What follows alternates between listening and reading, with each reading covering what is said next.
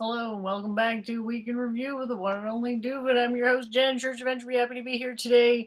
First day of 2023. We finally made it. And it looks like I just unfortunately lost my Hangout window, but let me just reshare that real quick and we'll get Doovid on the screen for everybody shortly. And over to you, Doovid, for the introductions. Thanks for being here with us today. Okay, great. Good to be back. If you want to say something real quick, I'm just finishing, chewing a nut bar, power bar I was eating. Sure. Well, I've been experimenting with AI and such to the surprise of no one. And it's been going really well. I heard a few things and also saw for myself when I put in some prompts just how similar they were to a particular artist, which was sort of relating to what's the correct way to define art. And obviously, we've been over this a million times. There's no necessarily right way to define anything, but what definition is sort of not immediately self-refuting? And I don't know how far we got into this, but I guess I just noticed that this one prompt I used, because I guess I put Alice in Wonderland, looked a lot like Tim Burton. So it was, I'll show the image in a minute, but like it's, at what point does it become like, I don't know how to, I don't want to say plagiarism because I don't want to like get all, whatever. I just thought it would be an interesting topic to like go over and so forth and whatnot. Myself, last week you went on for hours with, I don't even know what to call him, but whatever name he's going by, Mr. White Male or whatever, about that. Fooling around with Chat GPT doesn't really interest me. Understanding how the program works or the importance, what it could be used for, is more interesting than I don't think I have any current use. But if you're having insight or it's helping you move forward in your writing, good for you. I think we had that one point of discussion, or misunderstanding, where I said that artists would be the most likely to get advantage from the program. And there are a few reasons, but one of the main reason I said was that an artist would likely have the best ability to tell what is good or bad. General, that like already, so to say, whatever it means, an artist, even if you can't, there's certain criteria, like you could break down into elements what makes good art, and artists would, even if they couldn't explain how to do art, they would still have a better feel for what is good art, and you therefore would probably gain more from the program. And even if so who would that it's possible that it would open the field to new artists using the program. But it could also be that the old artists will be the most likely people to be using the programs to the benefit of making new art. But we'll see about that. And I think you jumped to a different point when it's the artist would be able to tell what's good art. Artists don't have to be able to explain what is good art, but to be able to judge, have a better feel for what actually is good art or not. But I didn't have any direct evidentiary claim on why that would be. So I only have a handful of links this week. So why don't I just share those, and then maybe have a show and tell. I got a whole bunch of teaching company great courses, like over 50 of them, pretty interesting. And so I could share those too if it's interesting. So I guess New Year's, the big news this week, God forbid, was the Andrew Tate arrest, and hopefully we'll talk about that maybe even at length. And I think it has, from the angle that I would like to examine it, is this question of that seems to be an ongoing dispute between me and Jennifer in how could you judge expertise, and my concept of due diligence and some sort of examination of past performance to judge expertise. And then it would appear that Jennifer seems to think there's more value in appearance, like telling by the appearance or some factor of the appearance of someone, whether they have expertise, and that was in relation to maybe a, What? that you seem to claim that you couldn't judge expertise by past performance, but that you could judge expertise by looking at a person. Like you just look at a person and tell whether they have expert ability or not. Yeah, I said that expertise is process relational, like everything else. So it's fundamentally about whether you can complete a process which is agreed to by other people who are, in the field. That's what I said. I would say appearances are exactly the thing not to look at. Are you Okay, trying to good. deflect from your blue eyes thing when you realized how silly maybe that was? Or just kidding. Let's keep going. Um, yeah, maybe your dissonance also on the blue eye thing, like your mom has blue eyes, but you don't. There's literally no dissonance. So I like love my mom, but it doesn't have anything to do with her blue eyes, is my point. well, no, I mean you love your mom no matter what. By saying that that would be a benefit that you wouldn't accrue to if there was some sort of benefit to blue eyes, even though your mother has blue eyes. The alleged benefit, by the way, because being swarmed by a bunch of superficial people has yet to be established as a concrete benefit. Thanks. Well, you say it's not actually a benefit to have a higher presumed level of competence. Especially when your competence doesn't actually match what people ascribe to you. Can you imagine how irritating, or not even irritating, it would just be like flat out stressful? Someone was like, "Hey, can you fix my boat?" And you're just like, sir, this is a Wendy's. But whatever, if there was some sort of accrued benefit to having blue eyes, the fact that your mother has blue eyes but you don't, I mean that it's not accrued to you. Like you're like, even though okay, your mother's a blue-eyed person, but it doesn't matter that your mother's a blue-eyed person because it's based on appearance. And if you didn't inherit your mother's blue eyes, then you would have no benefit from her blue eyes. Well, except possibly a recessive gene. Well, I'm saying that in fact maybe that your children, that okay, if you married a blue-eyed man, that half of your kids maybe would have blue eyes or something like that. Statistically, but that you yourself would not benefit from your mother's blue eyes in because it's largely based on a perception of other people, Just not. which could also be related. Okay, so the big news, this judgment of what's going on with Andrew Tate. Is he some sort of master criminal? How rich is he? So we look at a little bit of the evidence in this analysis also about sex trafficking, possibly sex tourism, um, this concept of getting women. Is there such a phenomenon of getting women, um, or is essentially, God forbid you say rape, the strategy? That to say that even if it's a moral strategy or long term a strategy that will accrue bad karma and punishment, that God forbid that rape is the essential strategy, in even relation to prostitution and what that says about the current karma of the world. But I think there's probably one of the biggest stories in the world right now, and there's a lot of uncertainty, and also kind of the public perception, and you see like Greta Thunberg has her Twitter uh, drama with Andrew Tate, and then the next day he's arrested. And the perception that like Greta Thunberg's the reason that he was arrested, and also that her tweet, that actually God forbid, um, even inappropriate from her, that she's kind of like sinking to his level.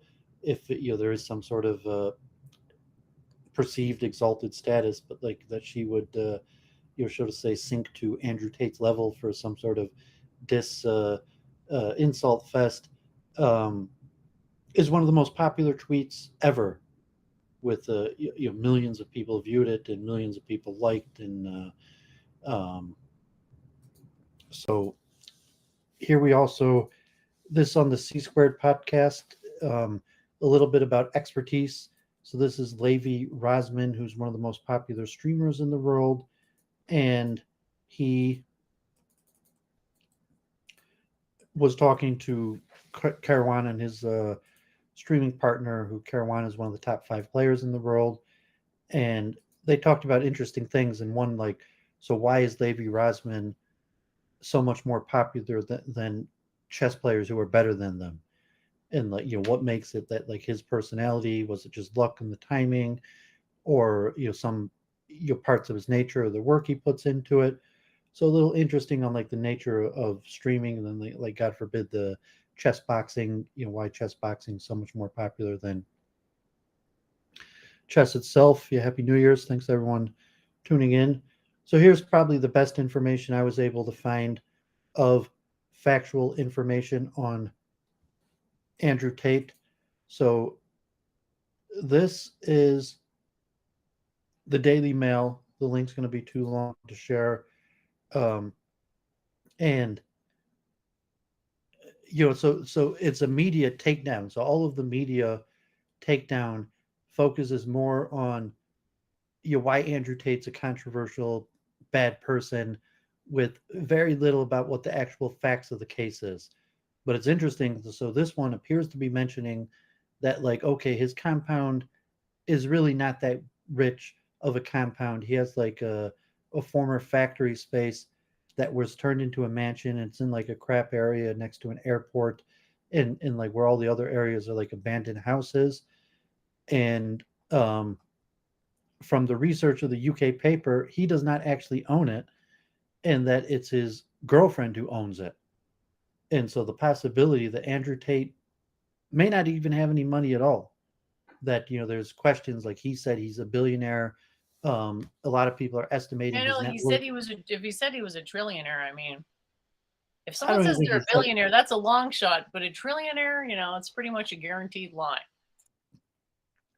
Well, even most people like are accepting that he's got tens of millions of dollars. Supposedly he has hundreds of thousands of people paying $50 a month for Hustler University, which is unverified. And then a possibility, like, he might not even have any money at all. He might, and like in the question, like due diligence, like bank accounts, ownership, like who owns the cars, or he has access to the cars, and then like a mafia holding. And the question is, God forbid what he's arrested for. Um, but so this was interesting, looking at his house and his ownership, and the question of factually, does he even own anything? Does he even have any money? And then the possibility that, okay, let's say it is a sex ring that he's running, that really he was the cover for, which was at least called like a pornography ring, um, versus possibly even sex tourism. And I mentioned, like, when we were talking a few weeks ago or a month ago, when I was mentioning, God forbid, that the key thing for being like a pimp is being good at violence. And I kind of mentioned it's kind of like a pimp, and the reason why he would be a pimp is because he's a former kickboxing champion. That's what uh, promiscuous women want in their pimp. They want someone who could easily beat up their male customers. And but now it's appearing that really his money is coming from the continued operation of pornography, and that's what he's being charged with, is forcefully sex trafficking women and using them for pornography. And then the question whether it was actually women running it, that Andrew Tate was just the face and the cover for the pornography ring, and it's actually a woman who's running it. So I don't know if you looked into the evidence, but people want to read the story. No, So I he's didn't look into this. Sorry. yeah. So I mean, because he's such a popular figure, shrouded in legends and mystery, the actual evidence um, of what's going on, what is he being accused of. So it's saying it would appear that whatever that there is some sort of at least online pornography ring that was going on, if whether that's completely legal or not, but that's how he was making his money and funding his operation was through, God forbid, running some sort of online pornography, whether there was affiliated sex tourism involved, and then the further information that it appears that he doesn't even own his own property, and that it was like a Jeffrey Epstein, Ghislaine Maxwell type thing. That really he could have like a Ghislaine Maxwell involved that was just as much implicated or even more senior to him. That she was actually legally the name of the operation, running the operation, and she was just uh, using him in like this kind of lover boy fallacy type thing where it was basically a charade that they used him to trick women into sex work, basically thinking that they were going to date and marry him or something like that, and then they would find out that they're trapped into doing um, sex work. God forbid. So he's still in prison. Um, this is the woman that is conceivably the one who was running the operation and is actually an American citizen, although it's unclear. But it appears that this woman is the one who actually owned the house, that the Tate compound, that he didn't even owned it, that she owned it. And then there's like a Romanian police officer, God forbid, another woman that was a former Romanian police officer involved, and and then so it's also interesting. We'll talk maybe about the reaction in, like, so to say, the Andrew Tate defenders, and basically he's got a defense kind of like Trump is like, why would I do this? Because I could get women that so easily. Like, I don't need to rape women. I don't need to like she's not even that attractive. Um, so this and even Destiny was saying that a lot of people were this kind of like fallacy that if you're famous, they'll use examples maybe like Leonardo DiCaprio, or is a popular example of just saying like he's famous, he could get any woman he wants, he doesn't need to be a rapist. And well, I've mentioned the fallacy, and we've talked about that before, is that you can only get promiscuous women. You can't, it's really a fallacy. You can't get any woman you want. You could only get women that are already promiscuous. And also what Kanye West said about the nature of prostitution is most, or sex workers, strippers, or any form, most of those people were molested as children. So he was saying if you're highly sexual, you can't get any woman you want. You could get women that are already highly sexual. And the reason why they're already highly sexual, God forbid, most of the time is because they were raped or molested when they were young. So he's just saying that if you're a highly sexually active man and want to have Is that sexual, your opinion, or whose opinion is that? that's what Kanye West said in the interviews. There's a lot of studies and confirmations. Luke Ford has mentioned that many times. If you want to bear on Luke Ford's expertise, I would have to look up studies. But you say women in pornography, prostitution. I That just don't think you can really. I don't think statistics on that are going to be verifiable, really, because it's the level of self disclosure. I mean, a lot of it's verifiable by legal documents, by being in and out I'm of just prison. starting to feel like you're trying to craft a worldview anecdotally based on this quote about smart women wanting to be prostitutes. It's like, Oh, that's different. I mean, this is all just so bizarre. But anyway, like no, I said that I said something different. I mean, I've also mentioned that hypothesis, and it says that in the Talmud. So that's more an hypothesis that I've mentioned before, but I said that there's much more evidence that we gotta push back in the chat. Hate to break it to you, but women kind of like ding dong. Any thoughts on that? well, they might, by saying that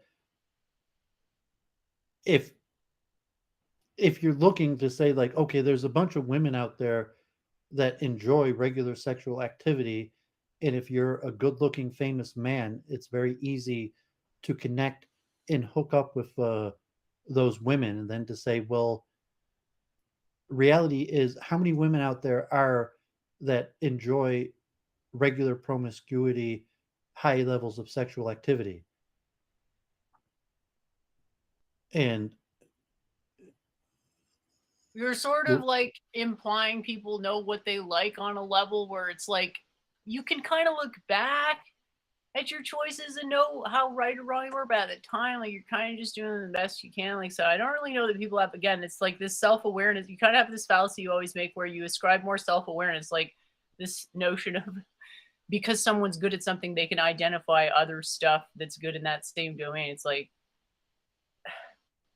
well, I mean, women. it obviously is not general. It may be the case, and maybe sometimes true. It just doesn't seem like it would generalize at all. Like I've had people in my field say that I was bad at my job. Does that make it true? um, well, there are some studies or empirical, but if you're just saying the phenomenon of, is it possible for a man to basically sleep with different women every night? Uh, And I if you met a said guy once who said he slept with 500 guys, and frankly, I believed him. So 500 there's a guys or precedent on women, the level of numbers. 500 guys or women, Yeah, that's what I'm saying. A guy slept with 500 guys. Yeah. you're saying I 500 don't go, the thing is that homosexual. I don't go around collecting these anecdotes. But when you're saying something different. You said 500 homosexual relations, or you're saying you met a woman who That's said she. correct. No, that's correct. That is what I am saying. I don't have, my point is that I don't have a tremendous amount of evidence in Okay, this well, so domain. that's different than a guy who slept with 500 women. And I mean, there's a lot of claim. There's a lot that empirically. So there are, so, and like we've talked about this in the past, and I was saying that you even if you that the what I'll call the mainstream strategy is just paying prostitutes, and even if a person just pays prostitutes, that say, well, is it legal? Are you in a place where prostitution is legal? And even if you are in a place where prostitution is legal, is it conceivable that you could just have a series or pay multiple prostitutes, versus if you're not just simply paying prostitutes, which is the we'll call the mainstream method. um, you're going to find willing women. If that means there's places you could go, like like hookup places where you could go where there's just women there that are looking for immediate sexual activity, you're not going to have to go through some sort of process of breaking down barriers. But there's going to be women that are also looking for one night stands or immediate sexual activity, uh, and or that there would be such a phenomenon of such a great man that women that typically do not engage in such high levels of sexual activity would change their regular demeanor just for that one man. If you say like Leonardo DiCaprio is a name that's commonly brought up. I don't know much about him. I mean, I've seen him in a few Have you movies, but seen Don Juan DeMarco? well, I mean, the book Don Juan. It got made into a Johnny Depp movie. It just sort of, when you were saying that, the image of that movie popped into my head. And saying even reading Don Juan or historically, also to say historically, okay, that the strategy was basically rape, where you're saying women may or may not want to go to the the full level. And so there's the two strategies. Well, I would say the two mainstream strategies, God forbid, is prostitution and rape. And so let me finish my links and we talk about this more. But if we look at the reactions to God forbid, Andrew Tate, and the likelihood to say, well, was he a criminal? Is he a rapist? Was he doing some form of sex trafficking? And what does it say about the personalities of the people who are defending him and saying, um, is there such a phenomenon of saying like no, like he could get women easily? Um, like okay, like I could go out and have sexual relationship tonight easily if I wanted to. And except, well, if I was willing to pay for it, maybe. And even if you said I was willing to pay for it, still maybe it wouldn't be that easy. But even say, and no, I'm not talking about just paying a prostitute. Like I'm a great man and I could get sexual relations tonight, unquestionably. Is there such a phenomenon? And what does it say about the people that insist that there's such a phenomenon? Is it, in essence, God forbid, really a rape apologists?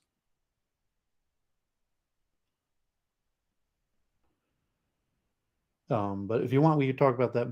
We'll see what happens with the Andrew Tate case. But I think it might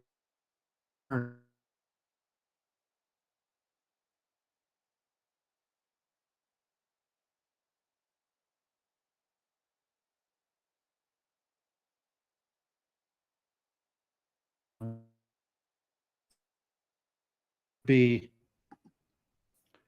um, that it could be he's innocent. Like I don't have any inside information. It could be that he's completely innocent and it's made up, and because he's saying all these wild statements or made fun of Greta Thunberg, that they got a bunch of women to lie about him to make false accusations, and he's going to be free in a few days. Like we look at the evidence, but it was saying it's reasonably possible that basically the whole Hustlers University's wealth was actually all fake, and he was simply running a pornography racket. And it could be also, God forbid, that he was um, even running full sexual tourism, and that Hustlers University was not just a fraud in terms of, and that he was really making the money from online pornography, but really that they were running a sexual tourism racket, and that involved basically forced rape, which is pretty common in Eastern Europe and Ukraine, and God forbid, the sexual tourism market on Eastern Europe, which is also partially in relation to the blue-eyed phenomenon of Eastern Europe, that sexual tourism is popular all over the world, but it's specifically popular in Eastern Europe. And so I don't know. I mean, I don't know if you're familiar with anything on the topic, or that, or the nature of, um, God forbid. But it's interesting because it's likely that we'll find out quite a bit more about this over the next few days. Yeah, so we'll be sure to stay tuned for updates on that. And I'm not sure if it was interesting to you to just the phenomenon of the psychology of the defense. Like, is there such a phenomenon as a man who could, or even a woman, even to say, well, maybe a woman, like, is there even a phenomenon of a woman that's I could have sex tonight easily, and does the phenomenon actually exist? And what does it mean, people's assumption that the phenomenon exists or doesn't exist?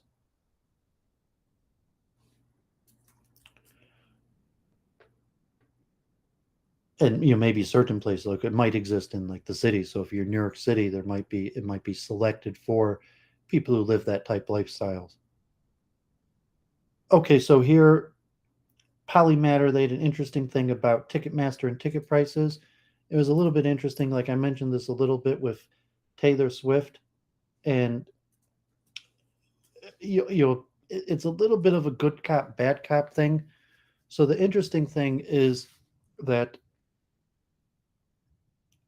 tickets are not expensive because of Ticketmaster.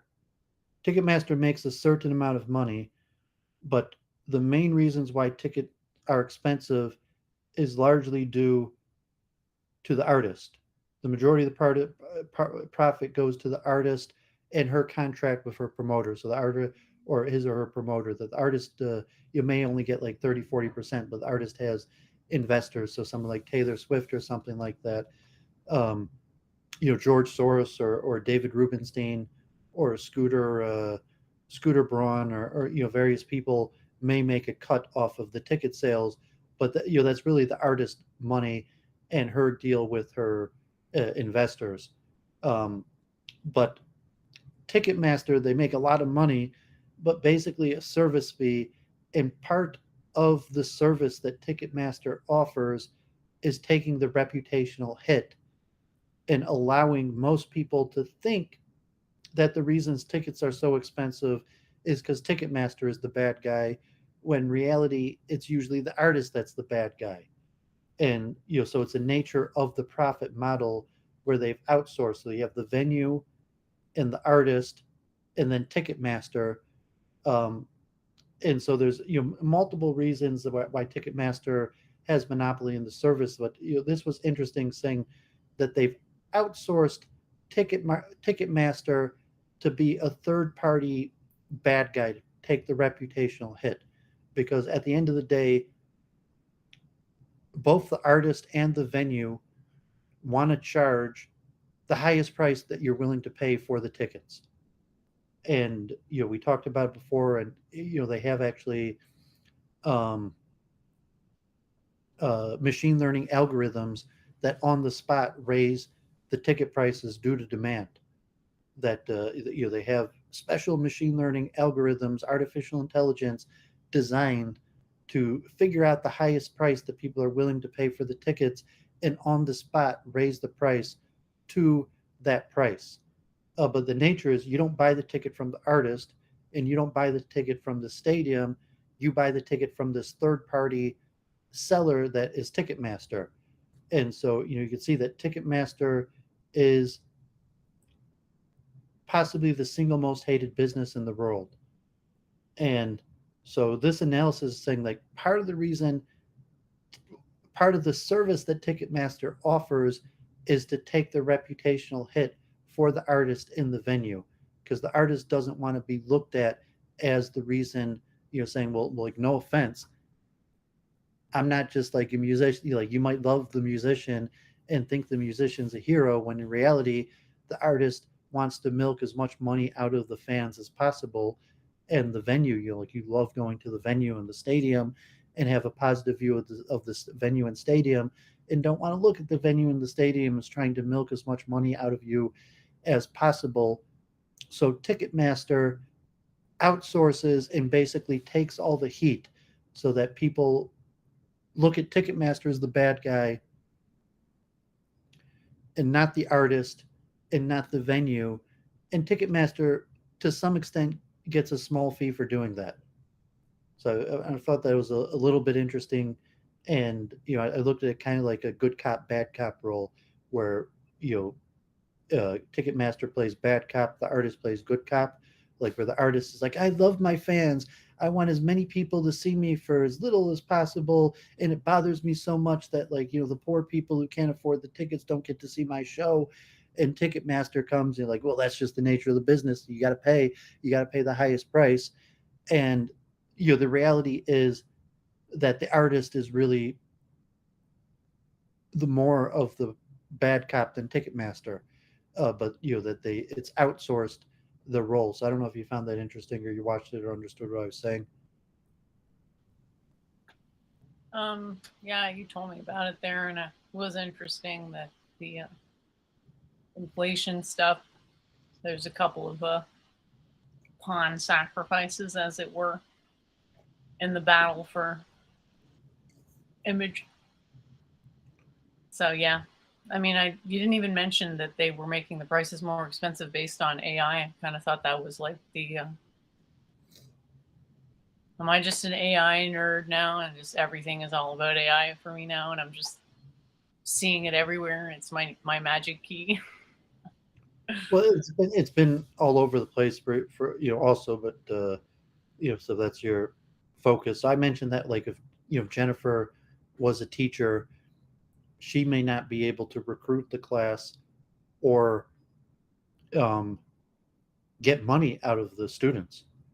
So if someone like Doooovid played bad, I used to make money teaching, just so you know. Do you honestly doubt that I could again? Well, how'd you make money teaching? You don't even know that. Seriously? Well, I'm asking that you've been saying, but did you? Okay, well, it was technically tutoring. Okay, there you go. So. And did you arrange the relationships and negotiate the price and get the payment out of the person? Well, there were some cases where I couldn't charge more than a certain price, so I wasn't always able to set my price. Well, yeah, I did that for like 10 years. So anyway, I mean, say, good reputation. did you have a set price and then No. occasionally offered a lower price to people who couldn't afford to pay, or did you work through an organization that found the customers and paid you? Well, back in high school, I was working for an organization, and then I went to university, and I was getting clients through the one center there for people who would just go. But that was like a maximum $15 an hour that you could charge. So obviously, wasn't going to charge more than that. And then afterwards, I graduated. I could charge whatever the hell I wanted to, I guess. Well, no, I mean, And I did. you can never charge you whatever you want. You can only Unless charge. you are the only one who can provide the service. Well, you could only charge as high as people are willing to pay. That's right. And you're saying if you tried to charge purposely as close to the maximum that people are willing to pay, or did you find some medium ground? Did you negotiate? I honestly can't remember. So I mean, if the good cop, bad cop, did you have someone who played good cop, bad cop with you, like a I manager? trained in martial arts in high school, and I'm like almost 5'10".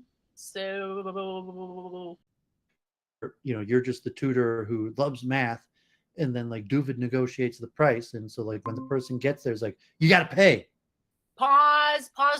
I just lost my connection for like 20 seconds. Can you just start over, please? Because you're like halfway through this rant that seems without context. This is about a tutorial pimp. Yeah, I mean, God forbid, because we were talking about Andrew Tate and actual pimping, it would be a similar relationship to the prostitute. That the pimp is the bad cop, and the prostitute is the good cop, where the guy wants to look at the prostitute as someone who really would be having sex with them for free. But the pimp, the bad cop comes in like, you got to pay. Well, how much do I have to pay? Big time. How much you got? And so, I mean, it could work in that way, even for something like tutoring. Like you want Jennifer to tutor math, and you get there, and like Jennifer portrays herself as just this person who loves math and altruistically wants all the world to know math. But And it's then like, they're a couple bucks short, and you see a darker side. but no, it's like you do not love math, you love money. You could care less about them or math. You only care about money, and if they can't pay, screw them. But you don't want to be the bad cop, so you have to hire someone to play bad cop. Whereas like Jennifer, like, oh man, like I really wish I could teach you for free, but like this Doovid guy, like he's just this jerk who is going to bounce you out because you can't afford to pay. And it's in nature. So I was talking about the role of Ticketmaster, but somewhat of the role of the pimp in general is someone has to play bad cop and extract the money out of the people. And you're saying you did that function on your own, and how good you were at it. Did you extract? Did you just have a set price? Yeah, I think I didn't get paid once. Big fucking deal, $15. Don't care. But yeah, the other times I never had any problem getting paid. So you I'm not never made gonna more. go into You never business made with more somebody. than I'm you not never gonna. made So you more than make sure the fifteen person dollars. has the money when they come to the appointment. It depends on the appointment. Oh my god! And go mind you, this is like 10 years ago. You were only making $15 an hour. Yeah, when I was like 21, I was Yeah. only So okay. So, making but I $50 mean, an hour. you could see the advantage of having some sort of partner that had a good cop, bad cop I relationship, and obviously understand the concept of. maybe many of your customers I would have been understand the willing to concept pay of more. muscle. I understand the concept of muscle, yes, but in the Not saying industry of why. tutoring, in the hardcore, grade 6 remedial math industry, in the seedy underbelly of that industry, there isn't usually a need to resort to, violence to extract payment. I'm not talking People, violence. I'm just talking about someone playing bad cop to well, a threat to extract as much. violence or whatever. There's no threat to violence. It's just saying that you don't get the service if you don't pay the higher price, and to saying you as the tutor would cause bad relationship with your customer if you yourself tried to extract as much money as possible. So you would outsource not mentioning violence or threats or anything, but just outsource the some sort of position of bad cop whose essential role is to extract as much money as possible out of your customers. And that it Um, could be some of your customers would have been willing to pay $50 an hour for your service, had you had someone to outsource bad cop to extract that money out of them. or I can just have a good reputation and get referrals all the time. Um, well, for the base price that wasn't that high. Yeah, but it wasn't a base price.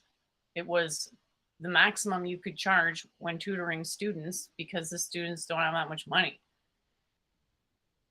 Yeah, I mean, so maybe you're It was tutoring the example. school's rule, and I said, "Fine, that's I have no problem with that rule," and it Well, I thought helped you me said a you lot tutor to pay for for 10. school. You just said you tutored for 10 years. That was an approximation. I tutored starting at age 14 and I stopped probably age 24. So yeah.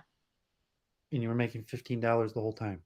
No, that was the only time I ever had a maximum was when I was doing it in university. So when I was doing it through the university, I couldn't charge more than $15. Who gives a shit? It's Canada. You might as well, be talking about I don't know, monopoly Yeah, money. $15 Canadian, even, like, God forbid. God forbid, $15 Canadian. It wasn't bad actually because it was probably twice the minimum wage at the time. So Yeah, so Ticketmaster um, is outsource the role of extracting as much money as possible. It's an important role, and it's interesting. People want to know more, and it's you could relate it to the role of a pimp, but I mean, Ticketmaster is not using like violence or breaking the law. Really, they're just taking a reputational hit of being unliked, and the sense that they're willing to be unpopular and unliked as a business, but that's part of what they get paid for. And it also fits in the business because Ticketmaster is selling you the artist. And if they did not take the reputational hit for the artist, the product of the artist would be less valuable. So at the same time, it's necessitated because when you're paying hundreds of dollars to go to a concert, the product you're buying is to be in the presence of the artist, and the concept that the artist themselves is trying to extract the most amount of money out of all of the people there would actually decrease the value of the artist. So that's the nature of the relationship with Ticketmaster to um, take the reputational hit for the artist. And I said that Ticketmaster, in essence, necessitates taking the reputational hit because if they didn't take the reputational hit, then they would be able to sell less tickets because the artist would be less popular. So it's an interesting dynamic. Um, Here was just a video on 8 discoveries of James Webb. We covered that quite a bit in the Lagrange points. And so it's been out there for months. And here's 8 things that they discovered so far this year. Um, Here is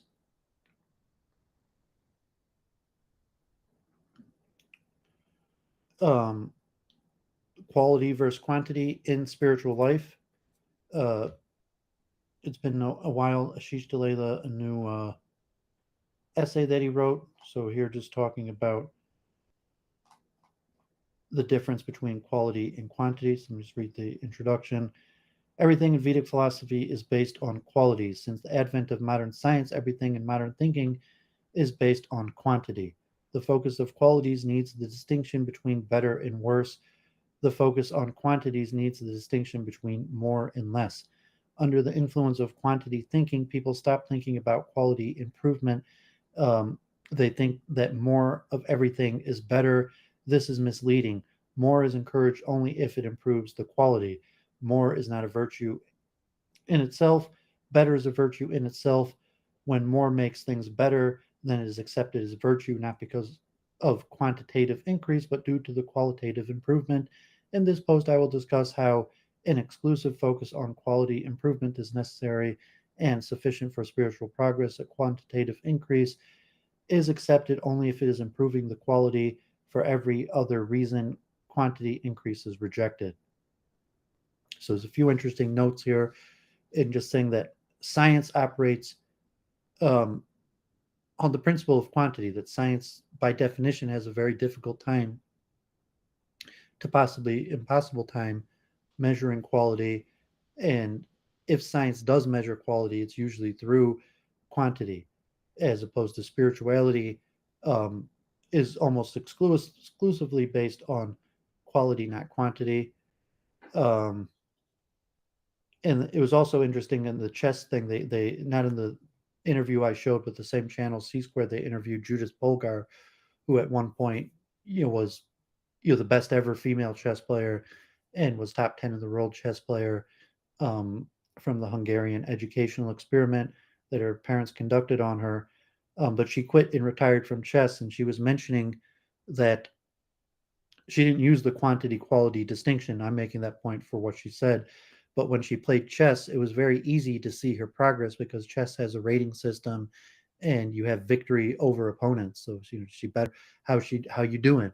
Well, what's your rating? What was your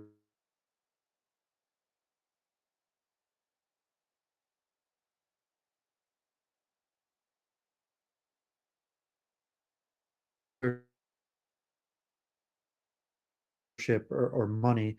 But saying if it's feedback or various things, but um, she did not make the quality quantity distinctions, but just mentioning that the topic came up. If you follow those interviews in that link, I didn't show the Judith Polgar interview, but that one was also interesting.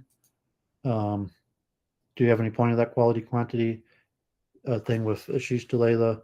I mean, do you agree that science is largely based on quantity and spirituality is largely based on quality? Sure.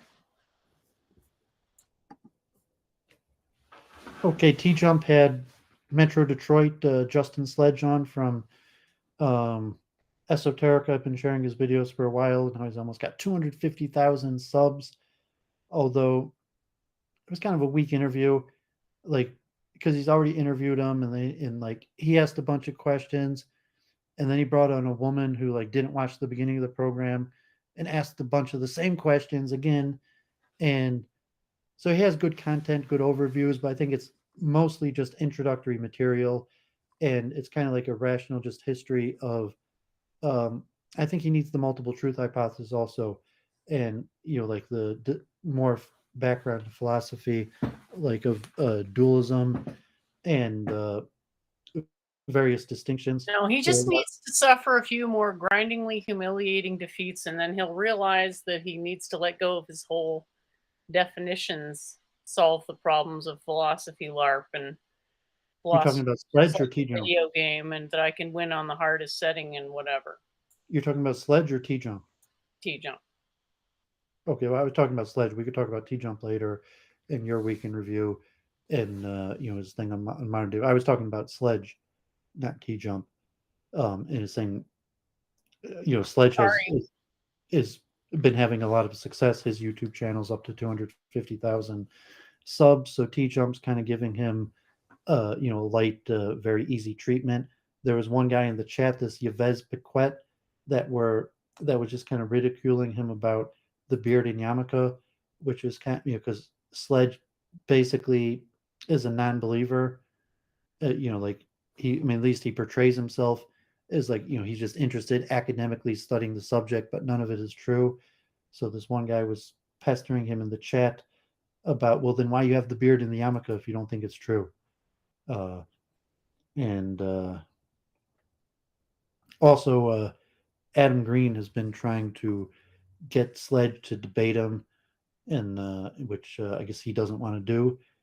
Um, and maybe he doesn't have to. He's got a big platform, and so he's been able to successfully turn his academics into a streaming platform to be an e-academic.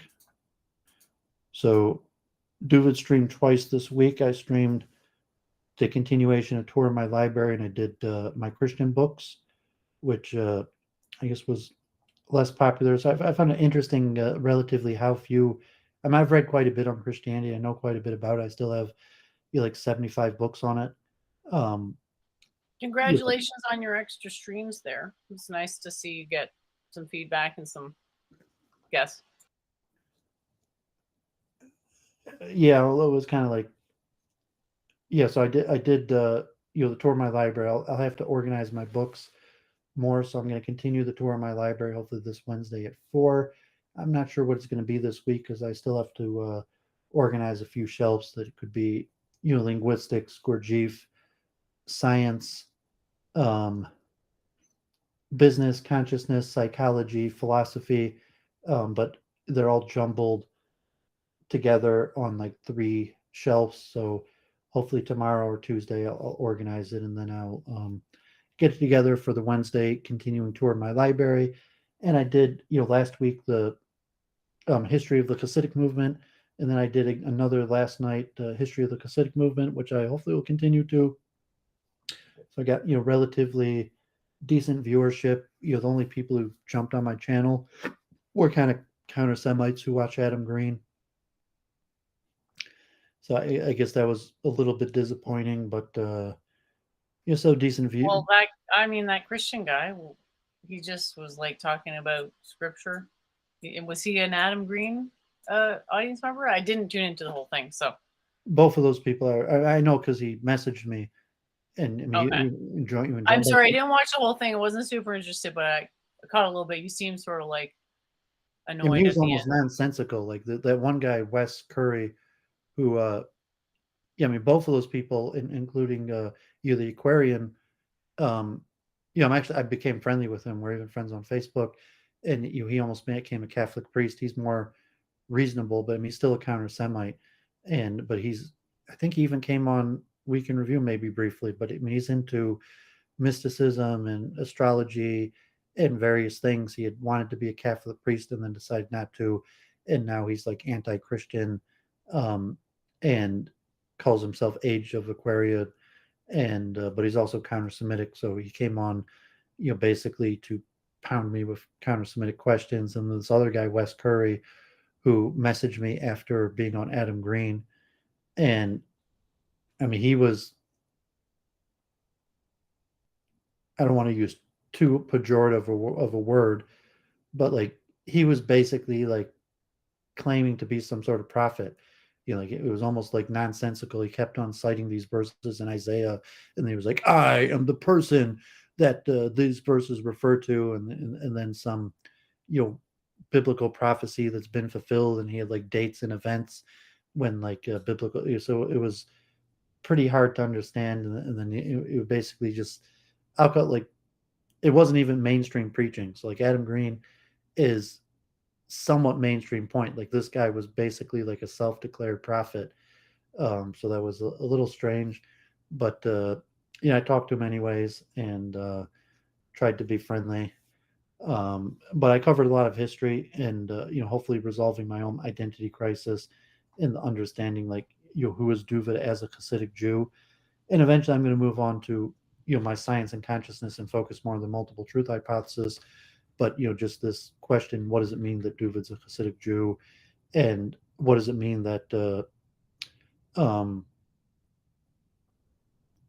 to be part of like a community or not part of a community, to be a Hasidic Jew, but to be part or not part of wider Hasidic movement, and so I've been struggling with that. So I just kind of openly struggling with that by talking about the history, and it's not well understood.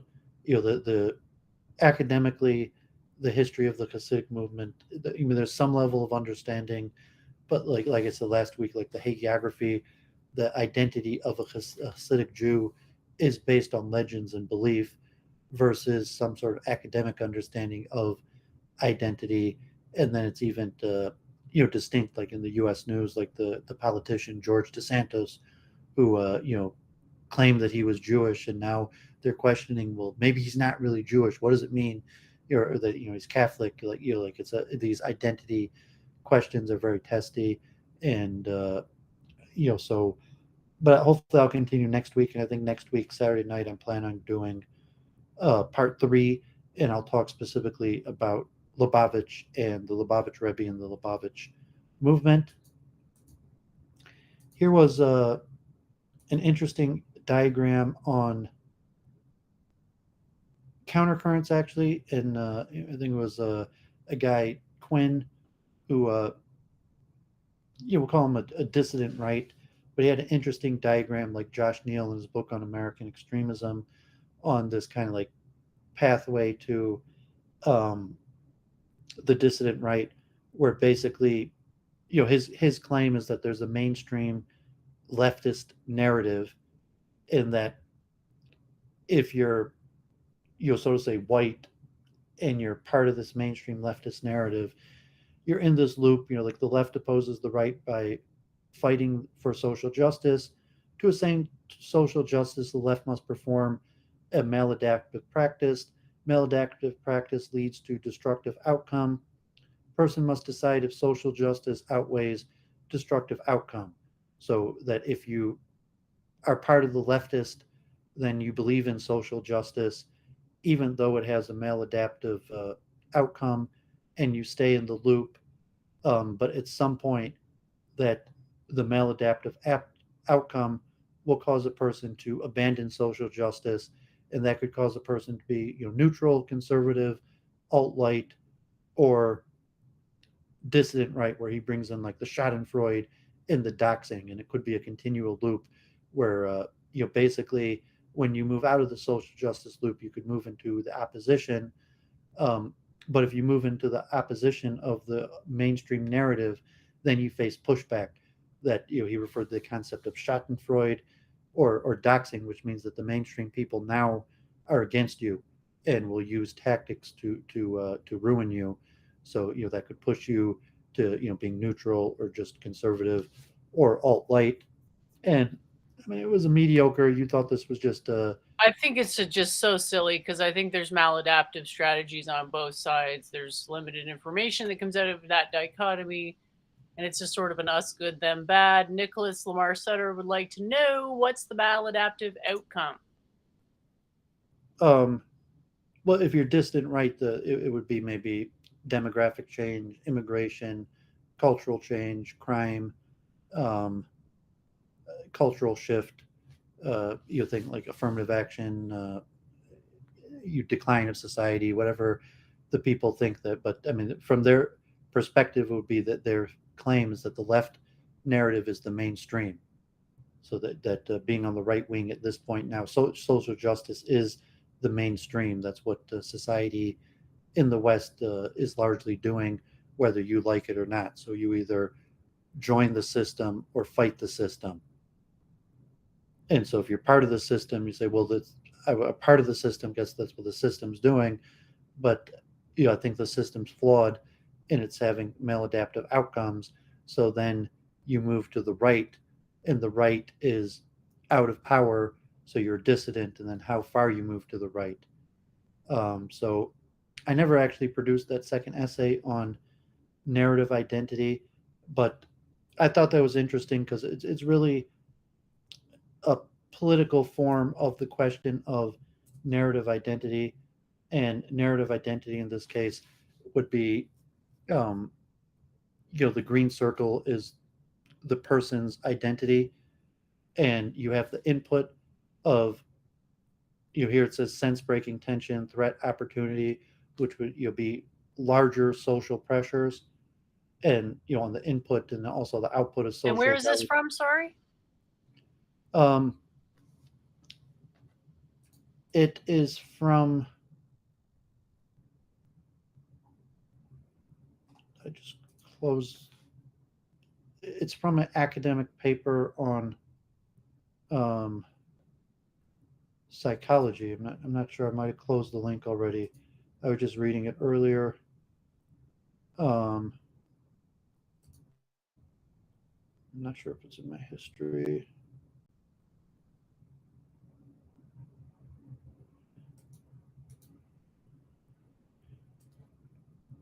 Identity play in the stories that we live um, by Babak Gapinda and Svetlana Kopava, Journal of Organizational Change and Management from 2020.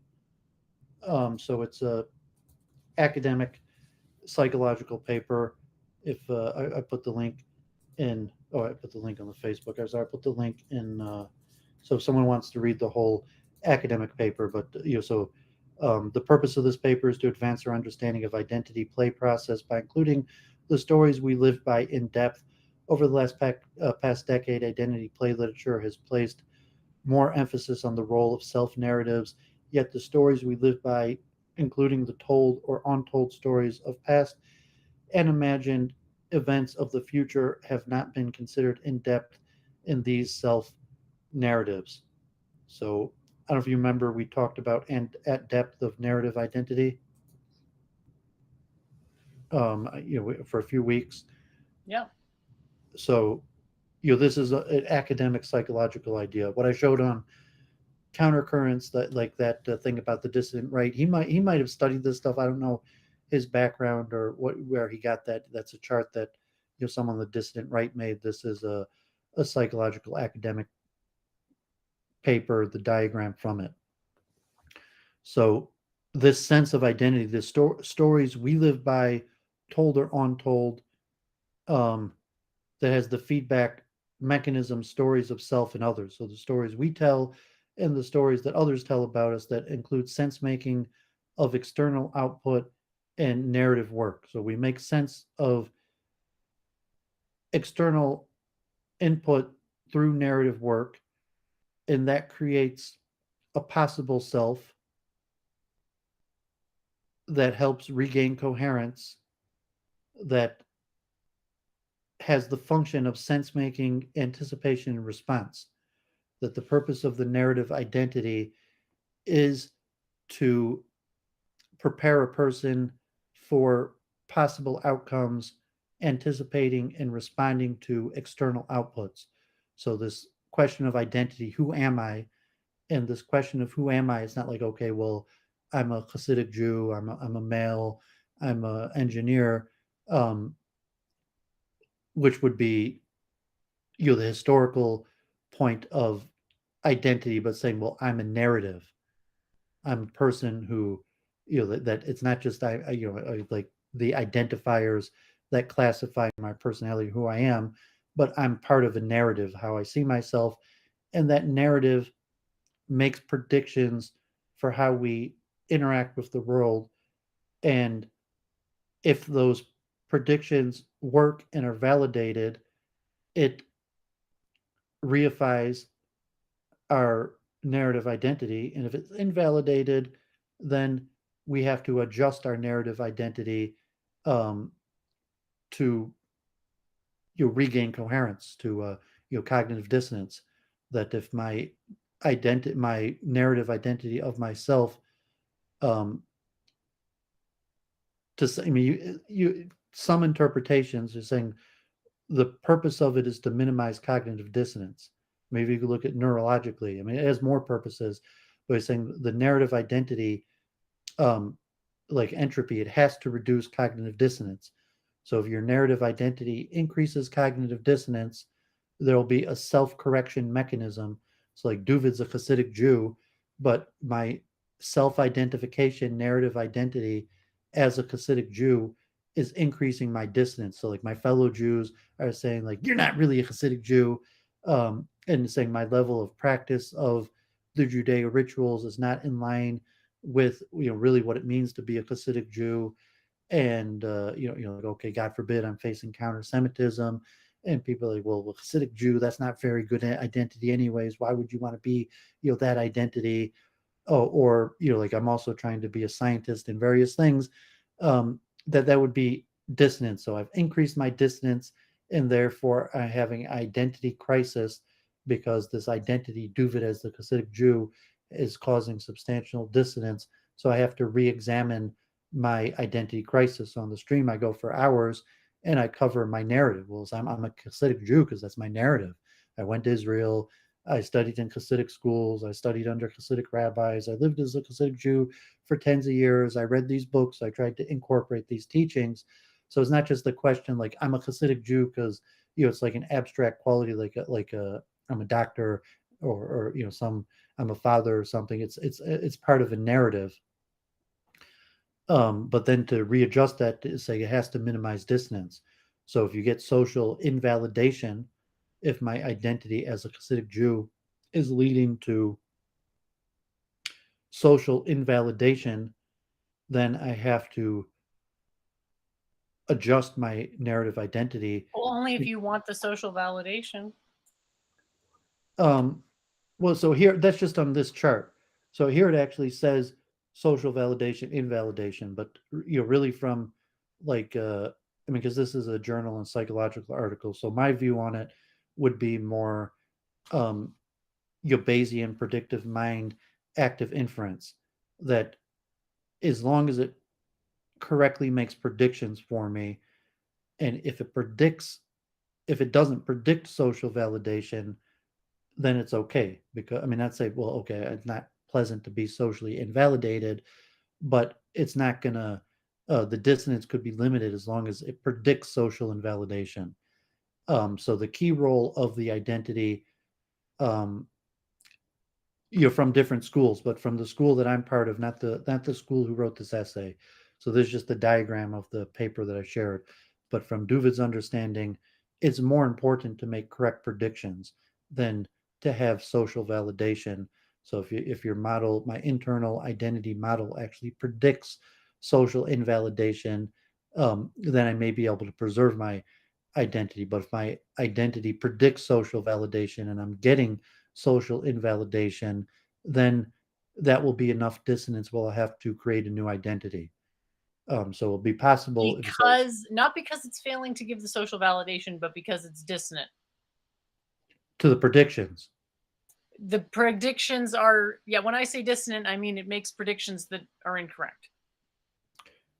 Yeah, so I was saying that's not the model in this David's model.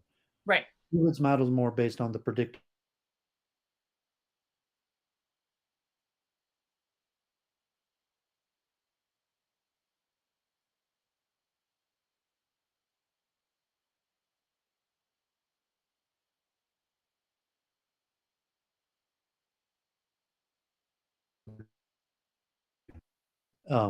But the predictive mind is the man towards the heart problem consciousness, but it has not reached there in psychology. So psychology more is skirted the hard problem consciousness question and has not assimilated the predictive mind and is more based on models of social validation and invalidation feedback.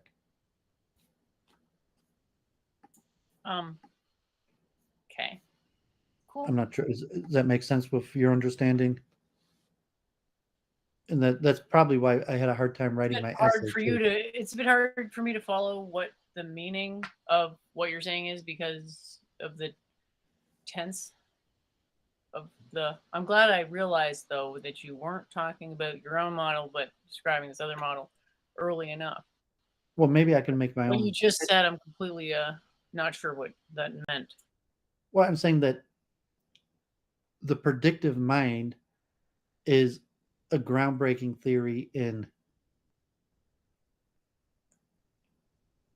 neuroconsciousness in the Okay, so heart the problem. idea that the mind is predicting stuff, The that's the the idea model. that consciousness and decision making, that the role of the mind is to help a person navigate the world by making predictions about what's going to work. Okay. That it's a relatively new breaking field, like Carl Friston, even in this, the Science of Consciousness conference, there was even only a minimal part of the Science of Consciousness conference, let alone psychology. So, psychology is further away from the advancements in neuroscience.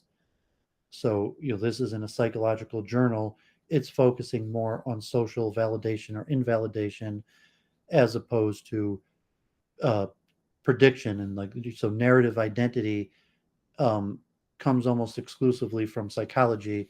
It doesn't come from consciousness studies.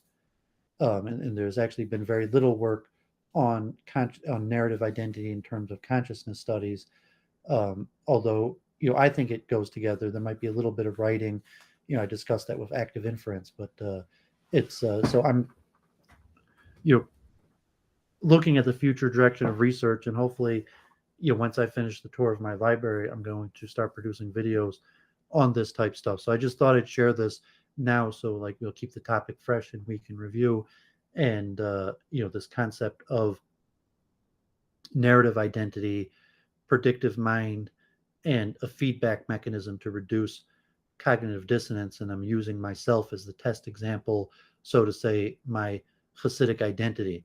So it's okay, I could maintain my Hasidic identity, saying that my Hasidic identity predicts that the majority of Jews will reject my identity, and that I will face high levels of counter Semitism from the general public.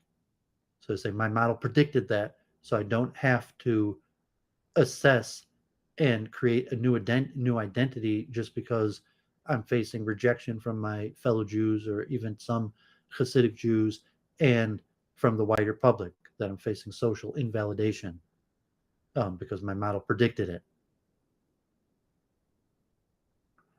As opposed to this psychological model would presume that if I'm facing social invalidation, that would be the cognitive dissonance that would have to um, cause me to form a new identity or new narrative in order to regain coherence.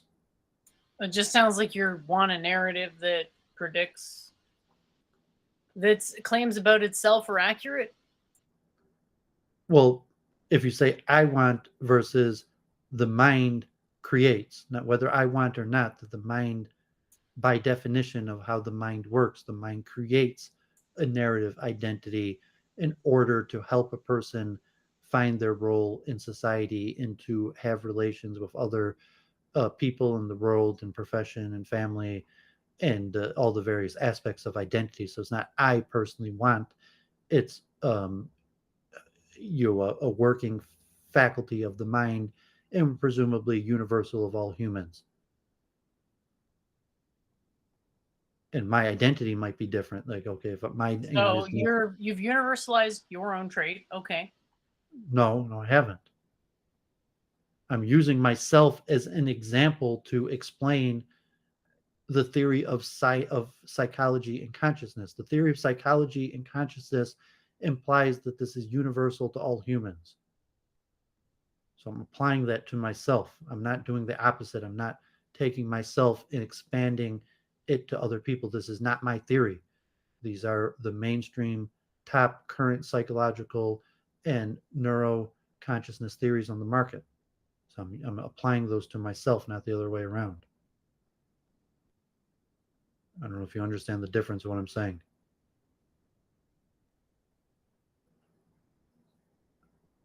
I was relating this to what you'd said about the cognitive dissonance there.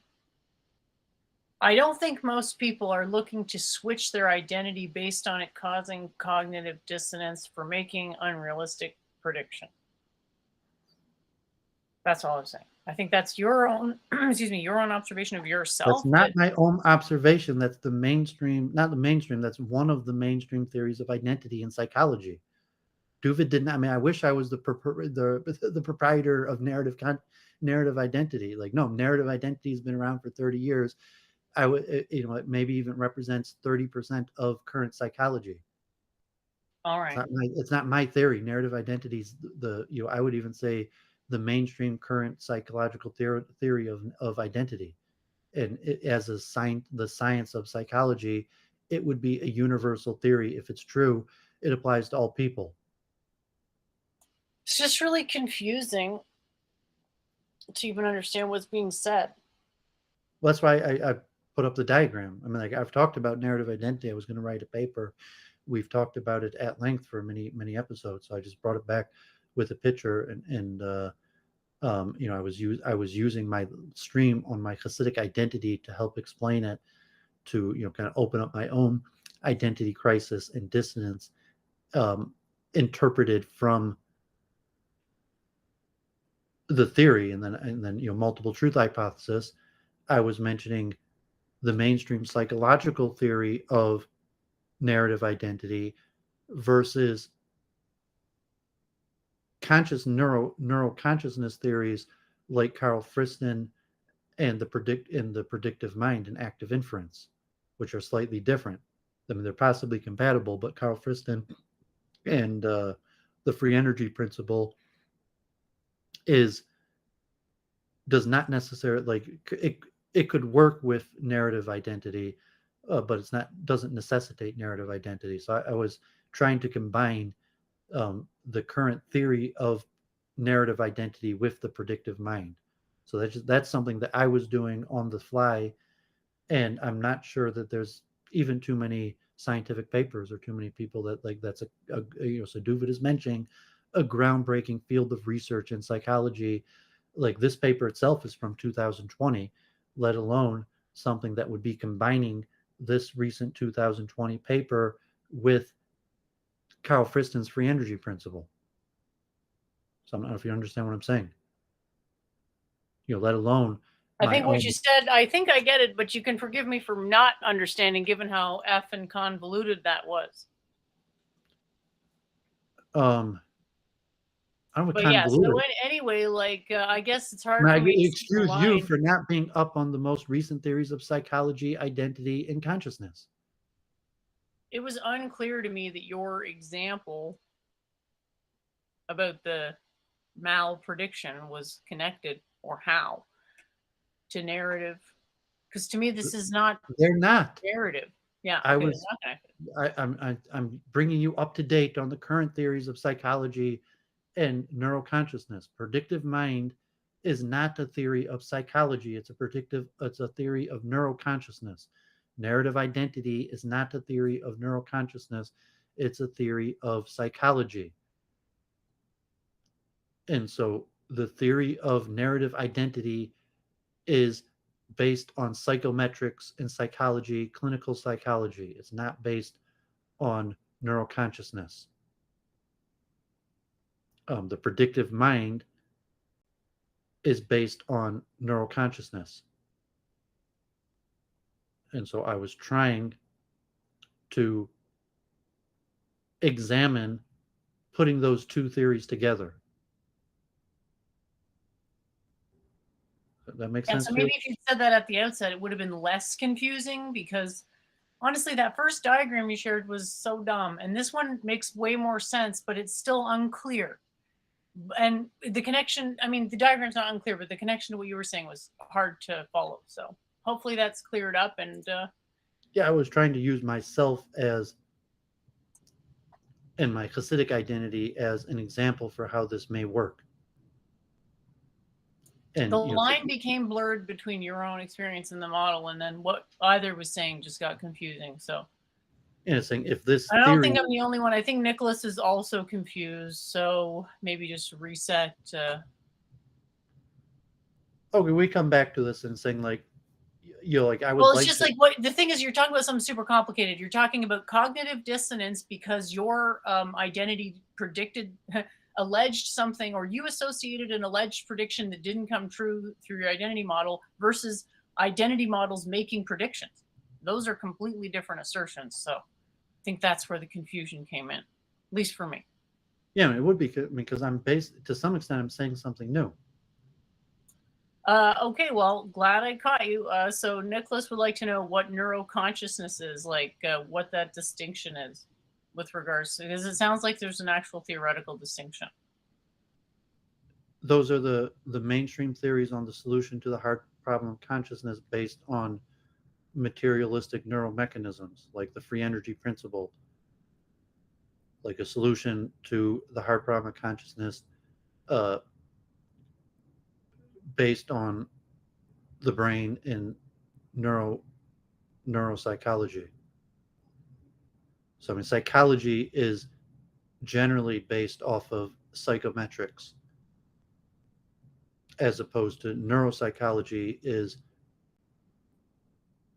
almost exclusively based on neuromechanics. So, like the free energy principle of Carl Friston is like active Think of it inferences. in terms of like language amenability. When you're talking about a mechanism from the point of view is from, of like neurons, it's not amenable to language. Or if you're speaking about the experience with respect to like the subject, then it is amenable to language, but there's some, interface between them. And that's essentially what we're narrowing in on when we talk about the hard problem of consciousness.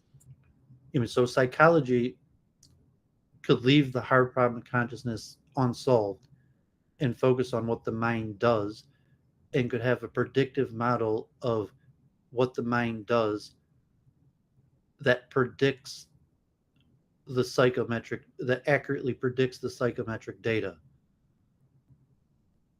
So hypothetically, like, this model is what's happening in a person's mind, not because the evidence of neurological research or an understanding of how, like, the brain or some dualistic, however you understand consciousness, to work, but because this model most accurately predicts the current psychometric data of psychology, which Predicts include. or explains or desperately clings to the faintest hope of it being possibly true.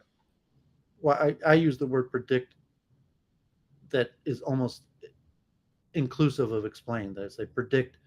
Explain means predicting what happened in the past, as you apply predict to just predicting what's happened in the future. But I say it does both. It explains what happened in the past and predicts what will happen in the future. So this model, not only with this psychological model, will at the same time explain what happened in the past and predict what will happen in the future.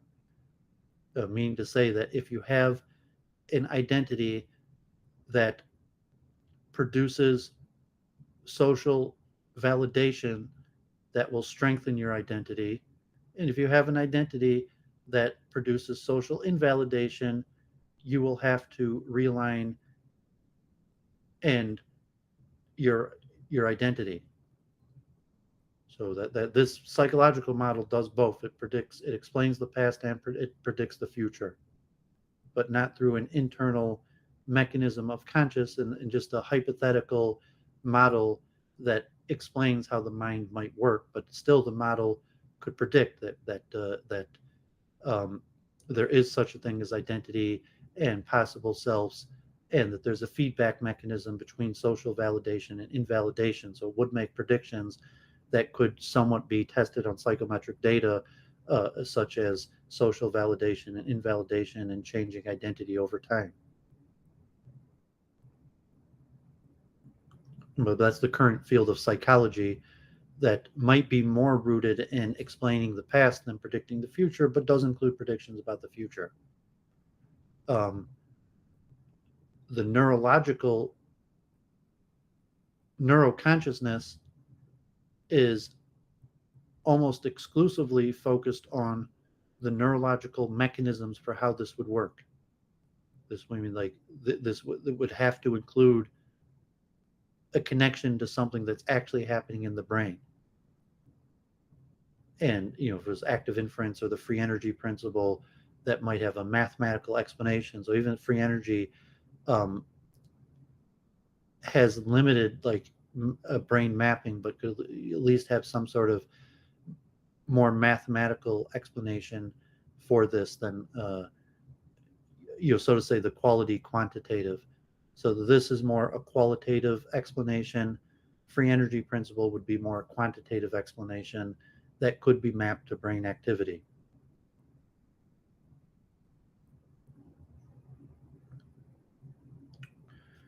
But you stay tuned. I do want to return to this research, and it's complicated. So like relatively, like, I still want to go to the Science of Consciousness conference this year. So we'll see if that happens. And if you follow Week in Review regularly, Doovid has updated you to basically the current state of research on these subjects. Plus a little extra that wasn't actually in the publication. Well, those are my own ideas. That's where Doovid thinks I have my own thoughts. Like, so I said, to write a scientific paper, the due diligence requires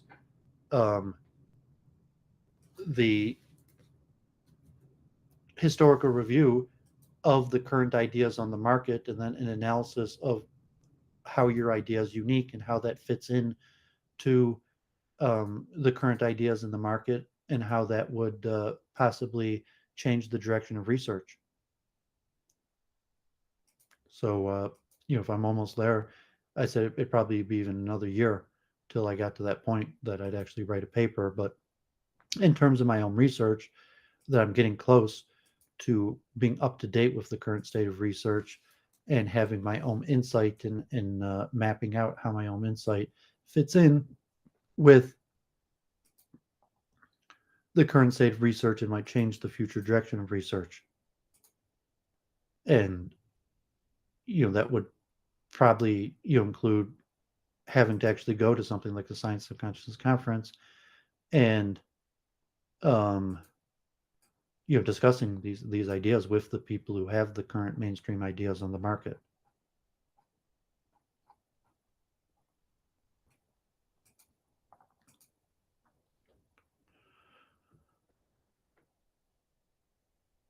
Okay, so I have if people I are wasn't sure if you were done yet there, or if you're just taking a breath, or I guess you're done with your screen share. Is that right?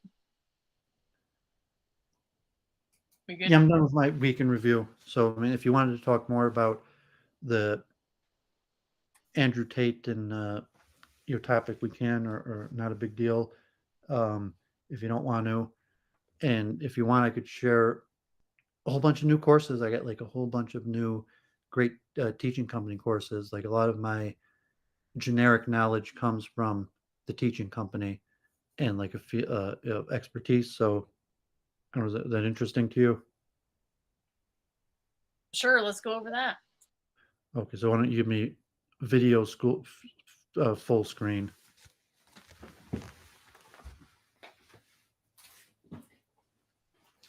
And these are pretty expensive. So they had the end of the year sale, and even with the end of the year sale, these are still like an average of like $50 each. So like they go on sale occasionally, and like new like without the sale they cost like 200-300 bucks each, and then occasionally they're 70% off. So the end of the year they had like huge discount rate. So me and my dad got like the ones that we didn't have yet, and it was like that were over 50 of them, and they're generally theoretically taught by college, almost all college professors, occasionally non-college professor experts who are known to be from the biggest experts on the subject. The teaching company has, it's pretty popular. Like I think hundreds of thousands, millions of people buy these. They're widely acclaimed. Of like Bill Gates says he listens to these constantly, and a lot of the big names out there. And so like my general information, like I'm always listening to teaching company courses, and a lot of subjects that I just have general information, it's from these courses. So here is the agency, um, a history of the CIA, 24 lectures, America after the Cold War, the first 30 years. So I think I mentioned last week, like Jennifer, does she read papers? So kind of like general information. There's some literature said like the derivative, a person who loves God, a sign of it is to be able to speak intelligently on all subjects. It's like generally all subjects interest me, um, and these are teaching companies, Smithsonian, theoretically biggest experts in America on these issues, America's musical heritage. Um, Here's the history of music in America, communism and power from Stalin to Mao, creativity and your brain, Professor, University of California, on current level of neuro research into creativity. Crimes of the Century, a selective history of infamy. England, the 1960s, and the triumph of the Beatles. Some of these courses I already listened to online. Like this one I listened to, it was a little interesting. um, epic engineering failures, and the lessons they teach. 26 courses, all going over historical engineering disasters. This is a 12 lecture one. I listened to this one recently. Exploring the Big Questions of Time by Laura Hemholf, who is with Scientific America, PhD in cognitive neuroscience from the University of California, Berkeley, covering the big questions of time.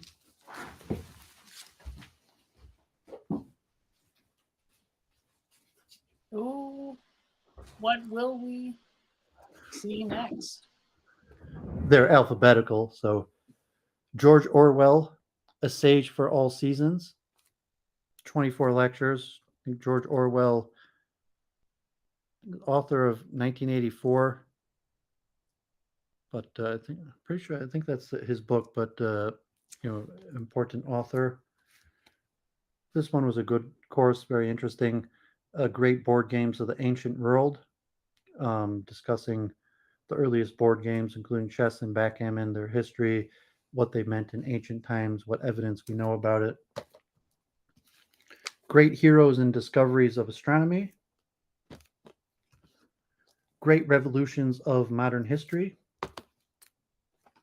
The Great Tours, Civil War battlefields. The Great Tours, France through the ages. These are like travel courses that have like graphics for if you're going to travel to a site, or taking you on visual tours of these places. Here's the Great Tours Iceland. My parents plan on taking a cruise this summer that will tour Ireland, Scotland, and Iceland. So we'll do some research here. The Great Tours, Ireland and Northern Ireland.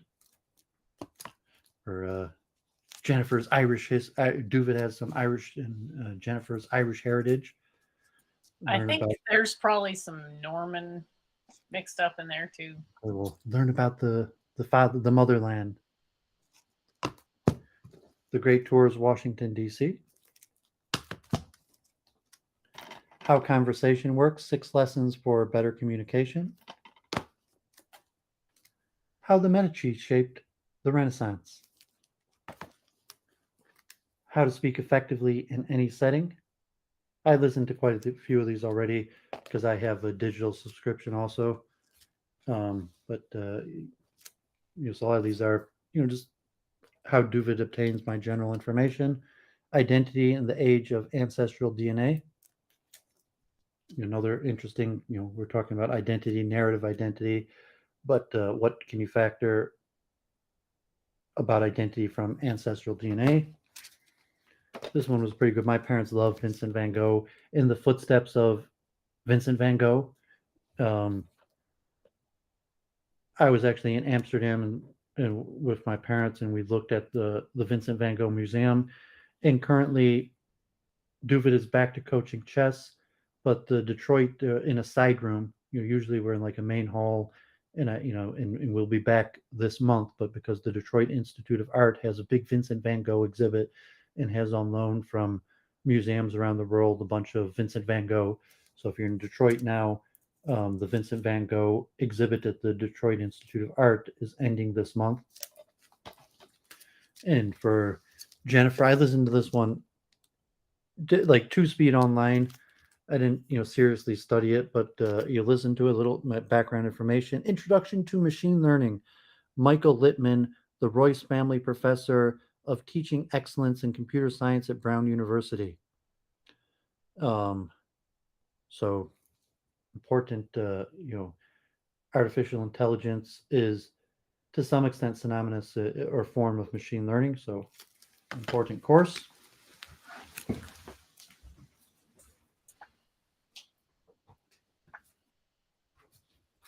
I'm wondering what the topics were in the machine learning course.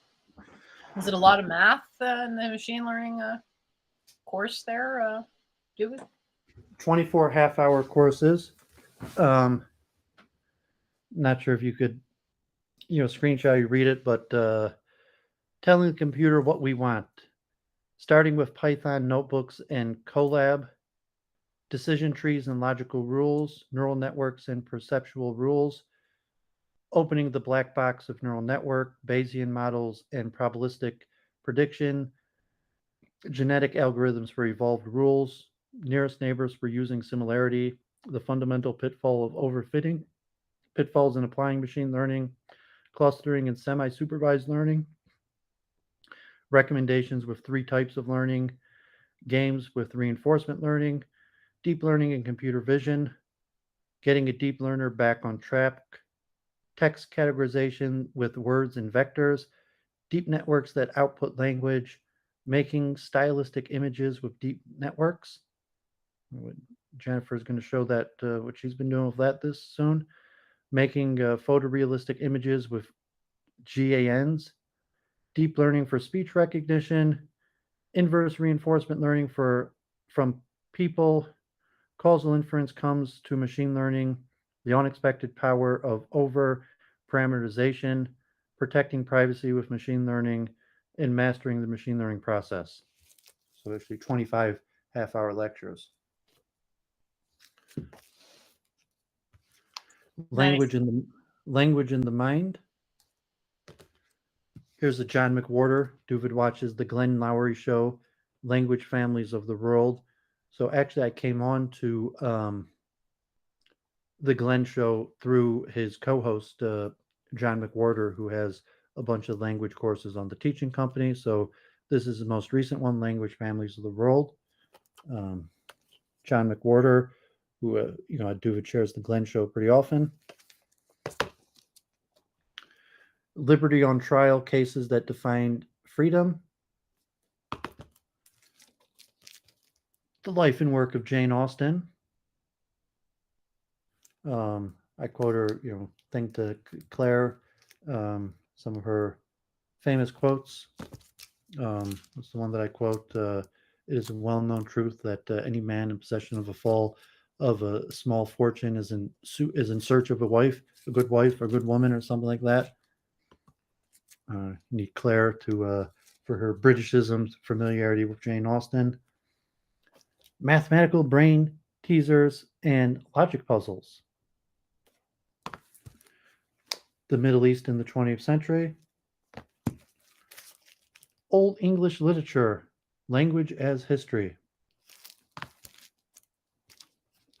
This one's pretty good too. I listened to this on The Pagan World, Ancient Religions Before Christianity. So talking about what we know about pre-Christian pagan religions. This one was a really good one.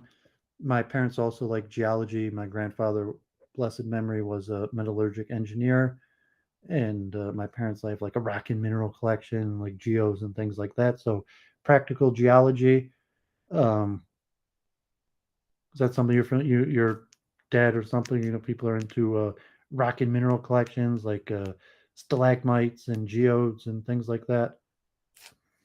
My sister has a degree in geology physics. No big collectors in my family, as far as I know. Okay, because it's related to the periodic table. So if you have a collection of rocks and minerals, the general reason why they have different colors is because of the periodic table, and they have different elements composing it. So in that sense, geology is a bit of a reach. It's a bit of a reach, but okay. It's not a reach. I'm saying if you have it's not a reach. You're saying if you have a geo and it has a different color, the reason it's colored is because the proportion of the various elements, like if it has iron or it's bluish, or the color and the properties is directly based on the elements that are in it. And the elements are the elements in the periodic table. It's not a reach. Are you disagreeing with that? Well, it's like saying, a table has to do with the periodic table. It's like, okay, sure. No, it's not saying that. It's saying if more you have about like crystals and stuff, but okay. I'm saying if it's green, if it's green, it's because it has copper. If it's blue, it's because it has iron, or the various types of rock they're basically, most of them have just a few elements, and the classification of geology is usually the classification of the elements that compose it. So it's just like a table that could be made out of anything. That the certain types of geodes or colors are almost exclusively that way because of the elements that they're composed of. But people want to learn more about that, they could take the course, Practical Geology. The Real History of Pirates. The Real History of Secret Societies. Actually taught by the same professor that taught the course on the agency, the CIA. So ironic that the expert professor of history at the University of Idaho, who taught the course on the CIA, is also the one teaching on secret societies. I actually listened to this one. They had another course on the occult. For whatever reason, my dad wasn't interested in that one and didn't get it, but of interesting information in this. Real Zen for Real Life. Reconsidering JFK. Rediscovering the Age of the Dinosaurs.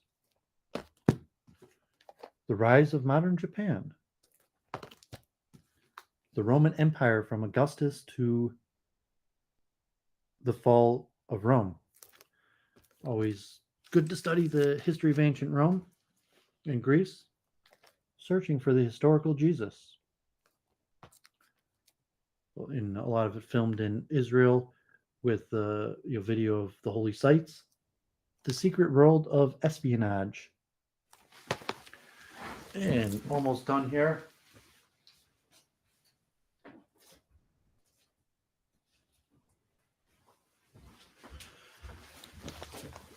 This one was a pretty good one. Think Like a Stoic. Ancient Wisdom for Today's World. Traveling the Roman Empire. Bart Ehrman's most recent one, The Triumph of Christianity. How Christianity won out to be a dominating world religion. 12 Women Who Shaped America, 1619 to 1920. Understanding the Dark Nature of Human Nature, God forbid. They don't have God forbid in the title, but if Doooovid was working for the great courses, it would have been Understanding the Dark Side of Human Nature, God forbid. For animal lovers, Veterinarian School for Everybody, Caring for Cats and Dogs. The Vietnam War. This is the one I'm currently listening to right now on my cell phone. Like when I drive, I listen to, exclusive. I listen to them more than when I just drive, but when I drive, I'm always listening to great courses. This is the one I'm in the middle right now, the Vietnam War. White Collar Criminal Law Explained.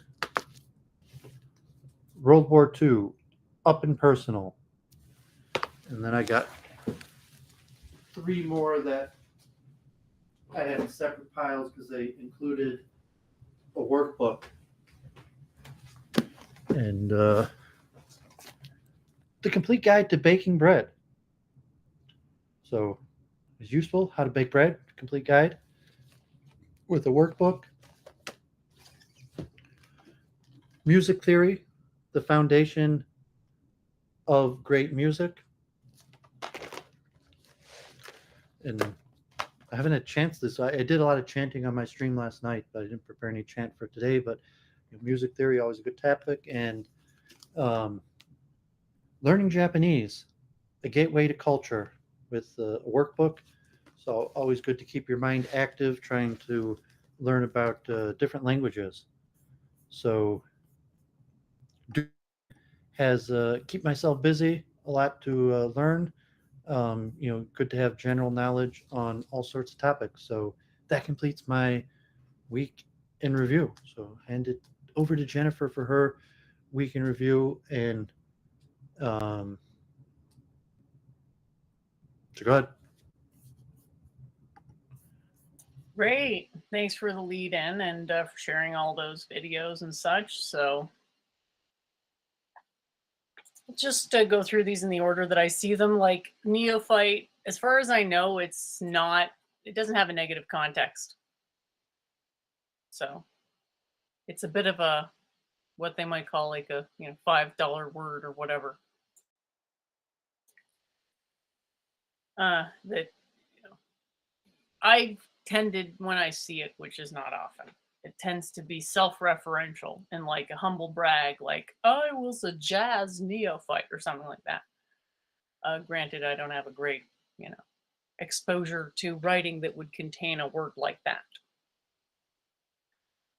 So this is great. GANs, your basic, like, why do these models work? Well, because they're functioning on the least action principle. What's that? It's like a type of double, it's, think of it as like implemented double negation. So we've got the boundary that doesn't exist, not staying still.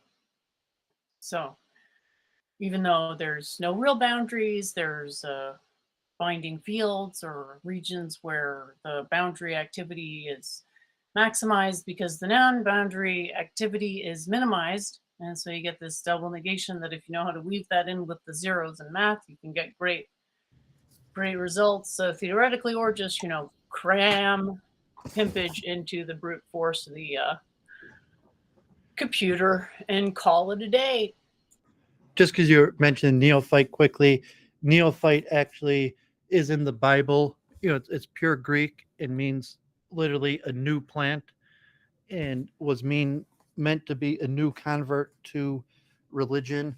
Was possibly used by the Greeks before Christianity to like as a pagan term. If you were new to a new cult, you were a neophyte. And neophyte uh, actually appears in the Greek, in the Greek original Greek Bible.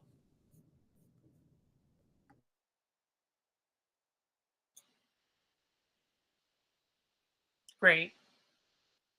I mean that the first Christians were called neophytes, so it does have a religious connotation to the word, but it could be used, like Jennifer said, just as like a noob in any sense.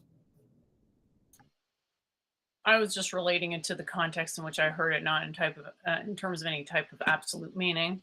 Um, the important part here being that something playing against itself. You parameterize the game, so it's down to like how well can the operator define the game that then through the GANs best finds the like brute forces the best strategy.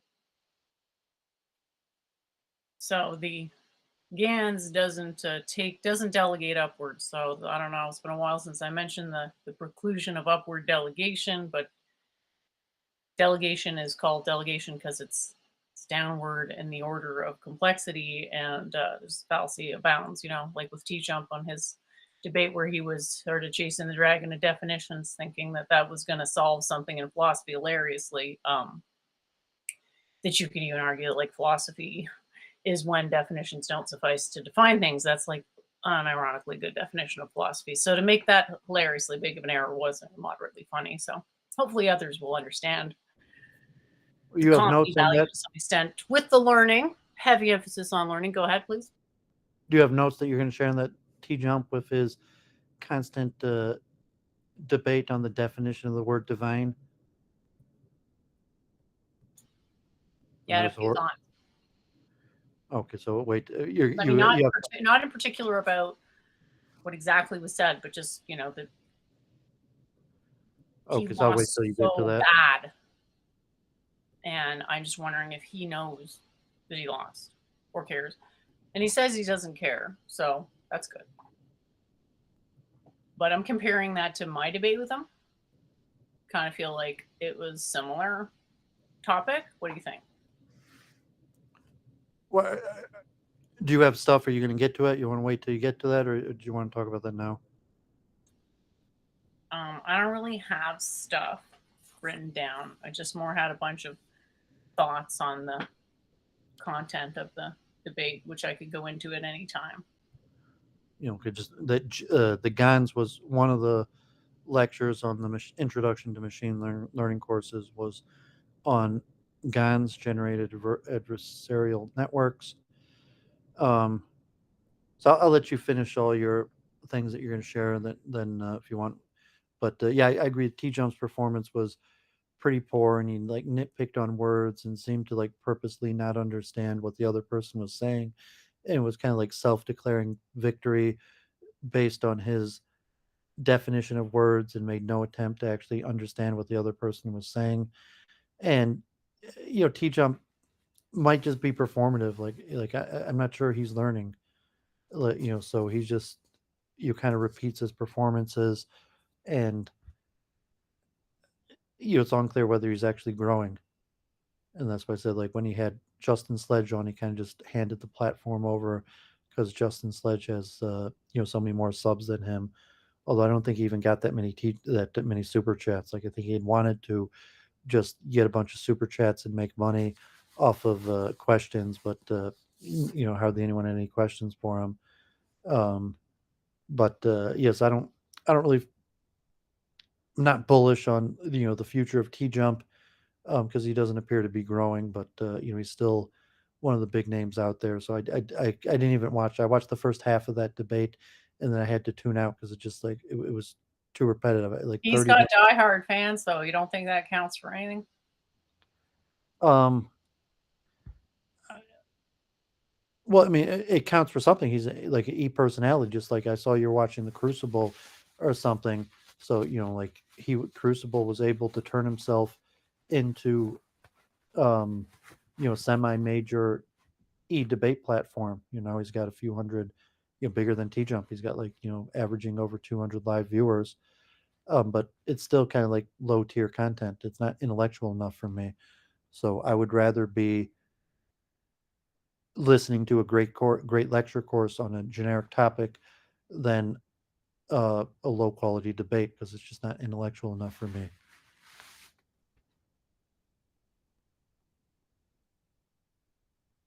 Okay. And did you have more stuff to share? I hope so. I mean, that'd be pretty bad if this was all I had. Yeah, God Holy forbid. Yeah, shit. man. I mean, even like I'm gonna Did you pick catch on my you. point about the GANs, though? How it's like we're not delegating upward in the process of this machine learning stuff. We're just explicitly saying, well, it's game theory.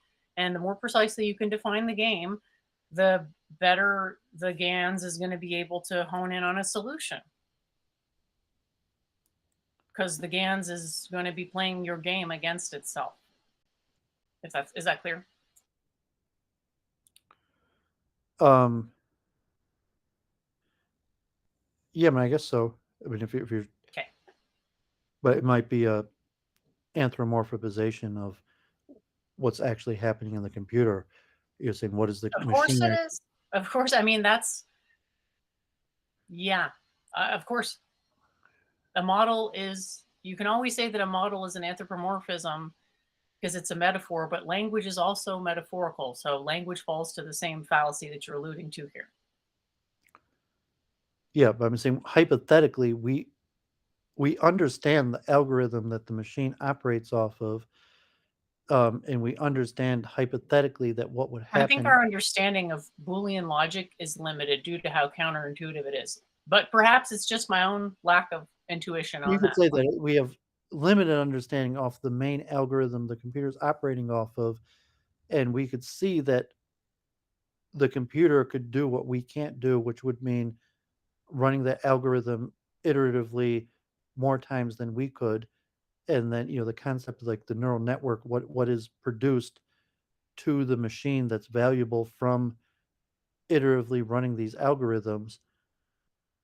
um so we anthropomorphize about thinking because that's we argued about this many times. So the computer is called thinking, and it may be thinking in a way that's different than the nature of how we think.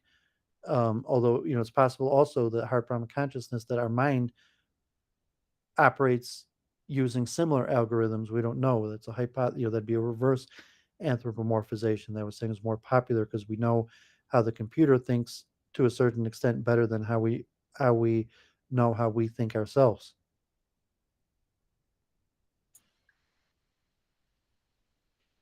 Um, are you saying that the computer can give us insight as to how we think? I said Yeah. So We that would be the understand fallacy how of the upward computer. delegation. It's the other way around. So No, how we no. think can give I us said insight we. as to how computers work. I said we understand the reason we reverse anthropomorphize. Not to say we collectively, because most people do not, but potentially, the people who program the computers understand how the computers think better than we understand how we think ourselves. So the available methods that we have to understanding how we think is basically introspection and psychometrics, as opposed to the computer. Um, we actually have the algorithm that they use. We don't know whether the human mind actually uses an algorithm or not. And if the human mind doesn't use an algorithm, um, we're extremely limited. We just have introspection and psychometrics. That's why we reverse anthropomorphize, because we understand the programmers of the at least understand how the machine thinks better than we understand how we ourselves think. We If understand the machine better than ourselves. I'm calling what the machine is doing thinking. So, I mean, if you have a problem with that terminology, what the machine is doing, I'm saying what the machine is doing, it's thinking. And so we understand how the machine thinks better than we understand how Like, we I don't have ourselves an think. issue with the common usage of words. I really don't have an issue with the common usage of words. I think my problem is I jump too fast to like extrapolating the worst possible conclusion of too vague or insufficiently precise of a definition. And that's where I kind of need to like connect those dots because it's like, whoa, non sequitursville. Well, God forbid, like you don't want to be like T Jump, where we're just like, I refuse your definition of divine, and I refuse to accept whatever point you're making, and I declare myself the winner because I refuse your definition of divine. And so, just saying, like, I'm using the word for machine learning that is machine thinking under this greater classification of thinking. Machines think and humans think, and it's better understood how machines think than actually we think. And that's why we reverse anthropomorphize to understand how we as humans think from our understanding of how the computer thinks.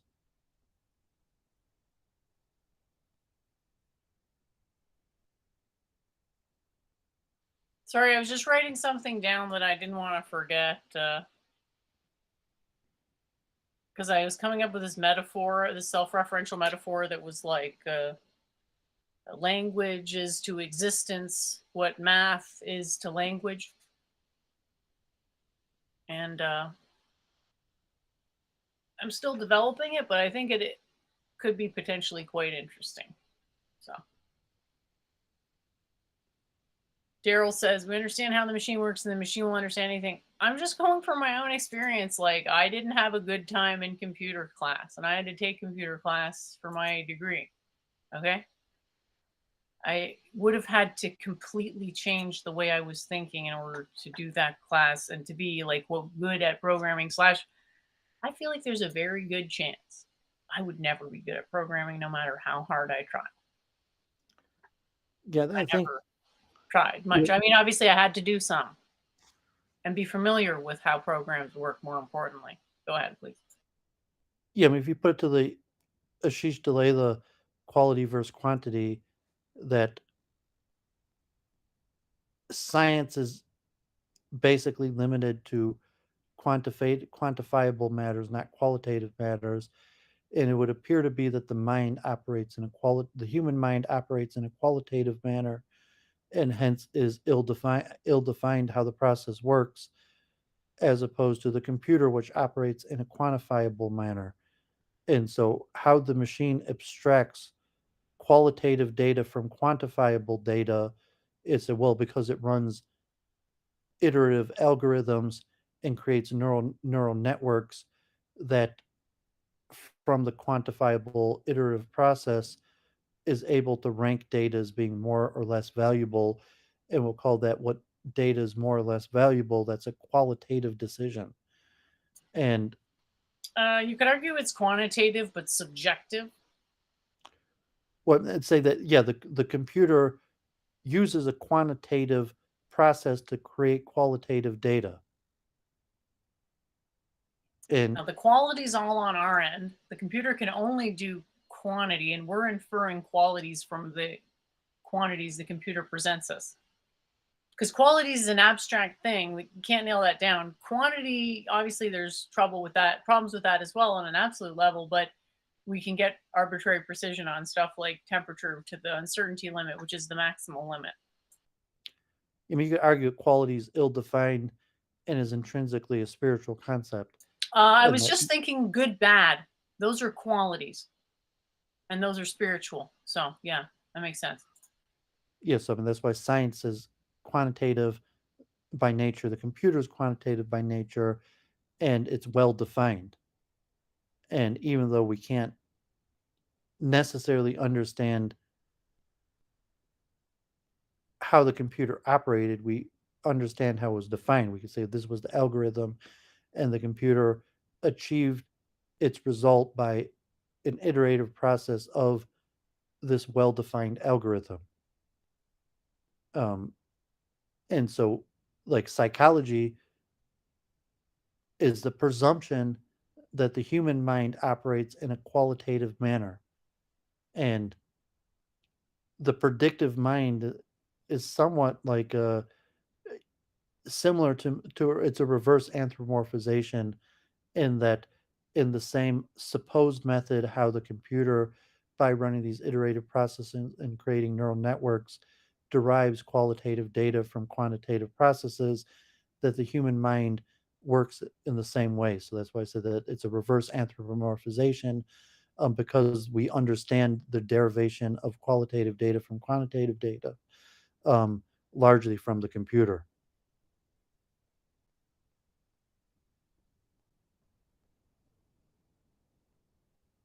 Awesome.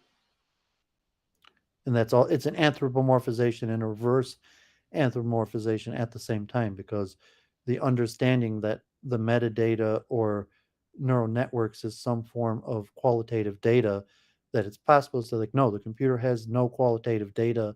That's an anthropomorphization to assume that somehow these Well, the thing is, quantitative. it might have qualitative information, but the data that it stores is quantitative because of the bit structure of the storage device.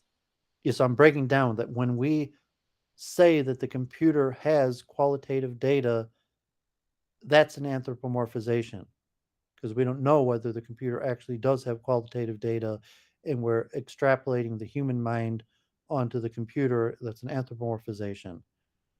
Um, but the process of how the computer generates qualitative data, which is an anthropomorphization from quantitative data, that's a reverse anthropomorphization from the computer back to the human mind.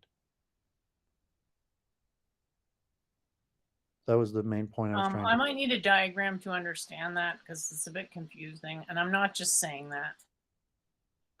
You want to hear it one more time, or you just want to go on with your I weekend think review? I might actually need to see that because, like, Well, you're the there's this diagram creator, so distinction. if you want, I'll say it one more time, and maybe you'll be No, able but to. that's the thing. Like, even you saying it, it's like with giving directions, it would be the same thing. Like, if I was asking for directions to, like, Subway or something, and someone just said it, I'd be like, you have to write down a map, kind of thing. So, I need to see it. Just saying, I'm not sure. Like, I definitely understood most of it, but sort of towards the end, it was like, boo, the sensometer just fell right off the radar.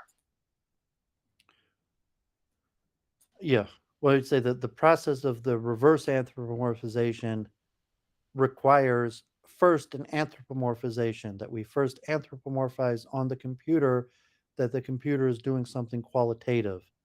I guess I'm And then, getting confused because are we talking about the socially constructed or the subjectively conceived or whatever identity? Like, because to me, those would be different in the result. That's what I was saying. Like, you're not making a distinction unless you make the distinction, what you're saying is going to stop making sense to me.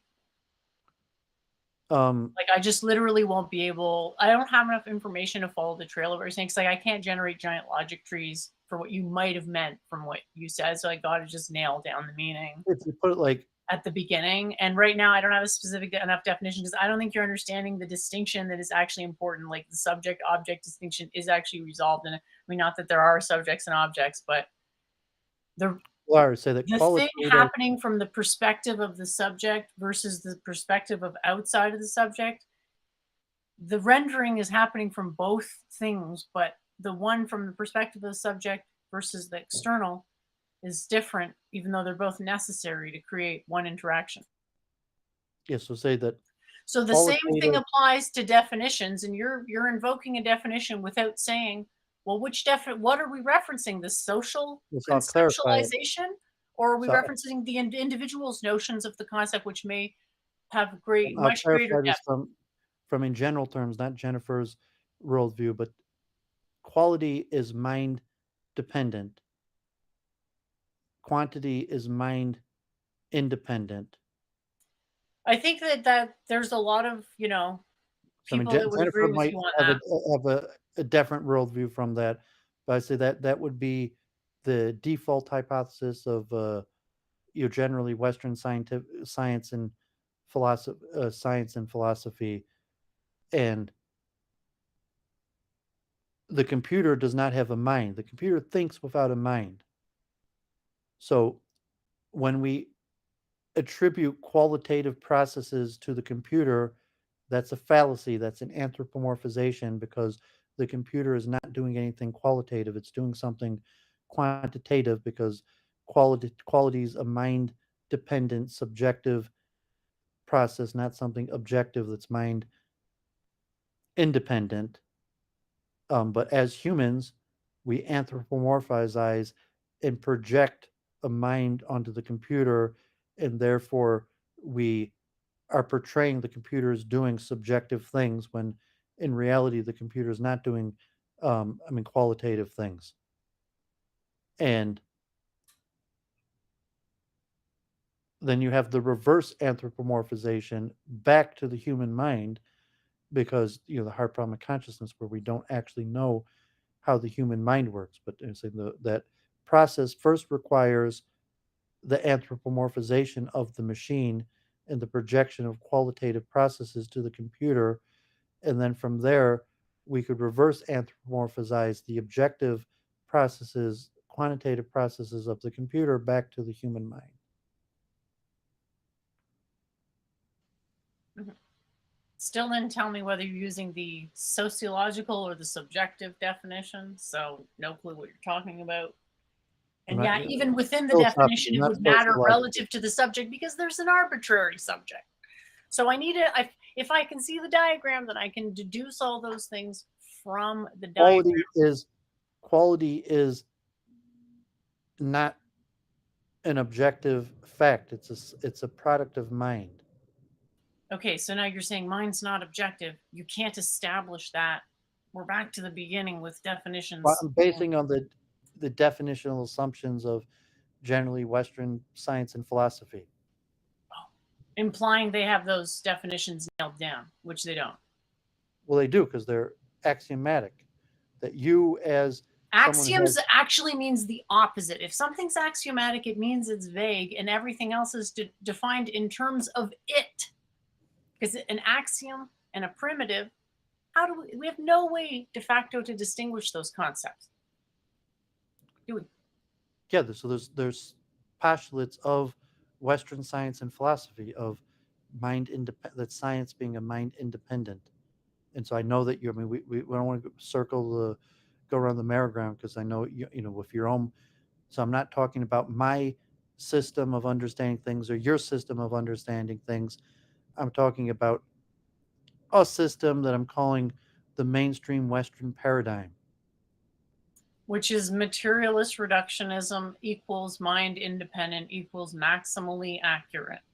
Something like that. Well, I'm saying that science is mind independent. Quantitative data is mind independent. Qualitative data is mind dependent and is not scientific. So you have a dualistic understanding.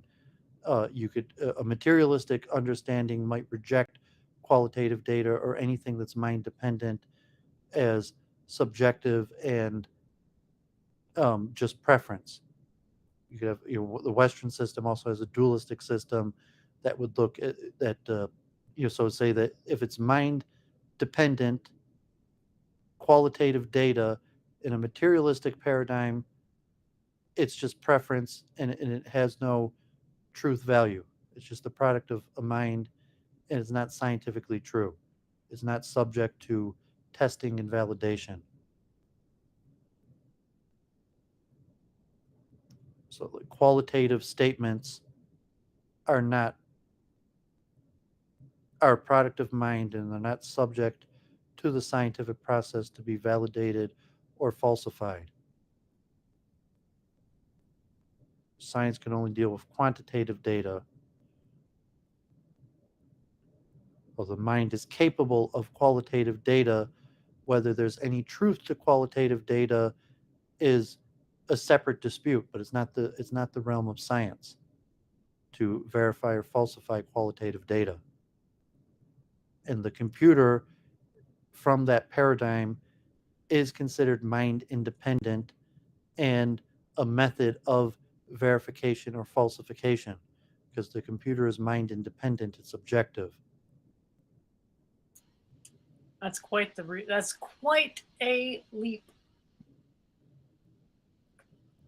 I So would that's say the computer is more subjective because we don't know how it works and we program it, so there's an extra layer of Maya in how a computer works than just regular reality. Well, you might not know how it works by saying the same thing. No, we do know how the computer Yeah, works. but knowing And by it my works. definition versus your whatever, I mean, knowing cannot be established to mean anything in the Western paradigm because it's justified true belief, meaningless term. So we're not With using the same true knowing through the definition of scientific knowledge. method of validation and falsification. You can't really have it both ways. We're not using the same definition of known.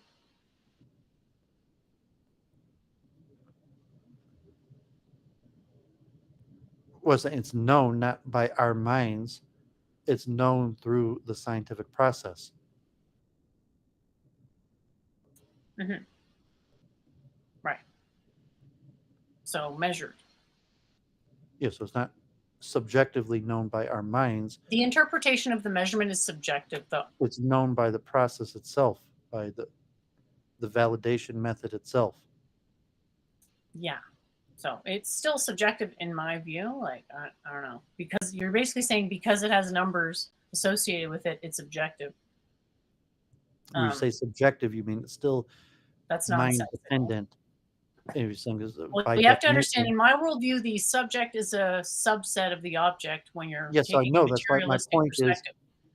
I know your worldview, and I know your worldview has opposing axioms.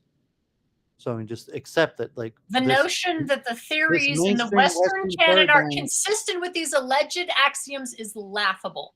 There's no So you're consensus. a critic of the Western paradigm. You're acting like So, there's a consensus paradigm. I challenge that notion. Go ahead and establish it if you care to push I mean, back. that's why we circle around the merry-go-round, where you're just like, well, I think, and like, I don't care what you think. I'm talking about the Western paradigm. I might care about what you think, but I don't need you to reiterate what you think every single time. And we're just talking about, um, a consensus understanding of how something works, and when your Why is the own belief consensus system understanding of how something works is going to relevant, though? consistently, You keep um, appealing to this mythical consensus. What's the relevancy? this consensus is Western science, the scientific method. Okay. And what is that? A mind independent form of science that knowledge is, and your system doesn't uh, accept the possibility of mind independent knowledge. So you're always in conflict and disagreement with the whole Galilean Western scientific method paradigm of mind independent knowledge. And so we don't have to circle the No. merry-go-round every time to remind us of that. It's just a known. Anyone who's watching Week in Review knows this. that you are not in agreement with the mind independent scientific validation of knowledge. I think my opinion might be a little more complicated than that because by that definition, by your definition of mind independent, it's Not my subject. definition. Okay, the Western definition, quote unquote, if it exists, which is tenuous, would be subject independent in my definition. So are there things which are subject independent? Um, well, nothing is essentially dependent on any given subject because that's ludicrous. We're saying scientific truth is subject independent.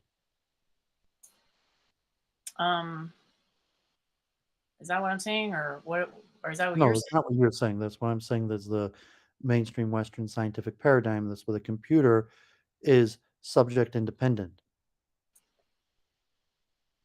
Uh, on the level of the perhaps structure, but not on the level of the content, because a computer's always got a human, multiple in levels of interpretation. So obviously your logic doesn't make sense. Like nobody in Western philosophy thinks computers means what you're saying that it means here.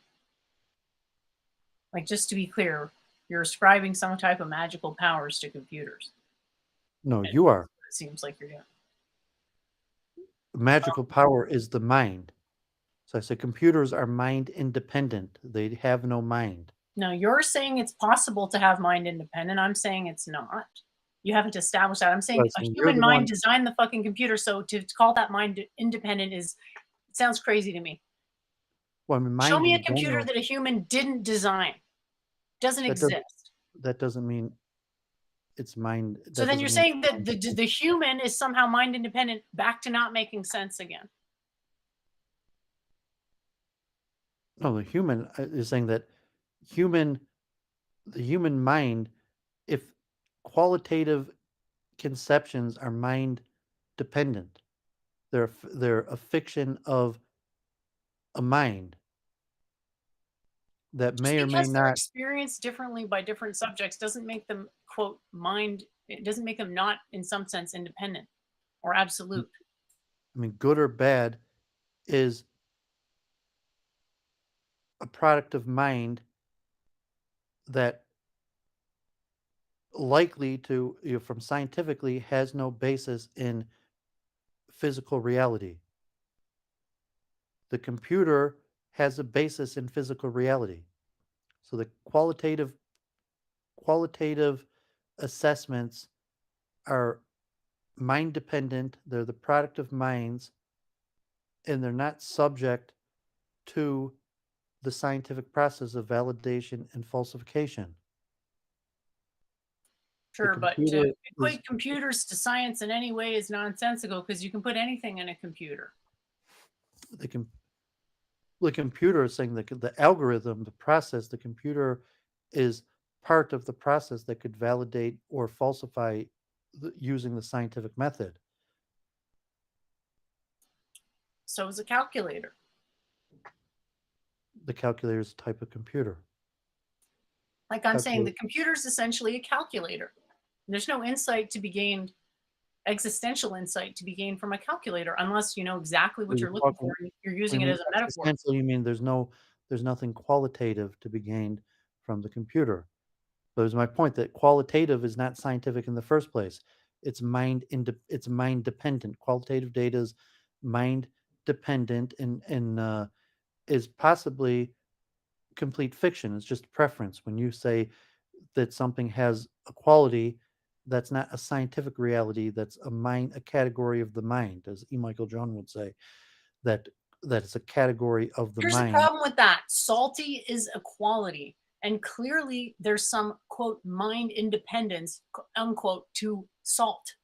No, salt. I mean, if you say the mind independent of like NaCl or salts in general of the whole chemical category of salts, but the what it means to be salty, that's a mind dependent category. That's the human perception of saltiness. That's a category of the mind, as opposed to the quantitative data, the physical definition of salt, if you say like NaCl or any metal alkalide combination, is a salt, and then it has these properties. That's scientific. The quality of being salty is a category of the mind that may or may not have any relationship to reality outside of our own mind. So you're saying in your worldview, it doesn't make sense to It's ascribe not my own any worldview. commonality Don't between pit this salt on me. Do not and pit this tasting on salt. me. I'm not Okay, telling you my worldview. this worldview you're describing, there's no connection between salt as a chemical and salt as a flavor in terms of a quality. Sounds like that's what you're saying. Yeah, and that's why it's a qualia, because it's a qualitative data. The taste of what it means to taste salt. So you can talk about the chemical process of the neuroreceptors on the tongue and the breaking up, but what it means, the taste of salt, that's a qualia, that's a qualitative property of mind. And it's not the subject of science, which is quantitative. Quantitative would refer to the chemical structures and the breaking and the binding and the scientific data, as opposed to the qualitative product of mind of what it means to taste something that's salty. That's why it's referred to Okay. as the term qualia. Qualia referring to qualitative. I mean, it's in the terminology. These are not my ideas. These are the mainstream paradigm of Western science, Western philosophy. I understand things possibly different. I'm not even attempting to explain my own worldview. So what's the consensus? Because as far as I understand, there That isn't really a science is consensus. mind independent. That qualitative data is a category of mind. Okay. Sure. I know you disagree with that.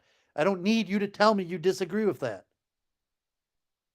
Well, I might not disagree with it that much. I just want to make sure we're on the same page of what we're saying. I may disagree with that too.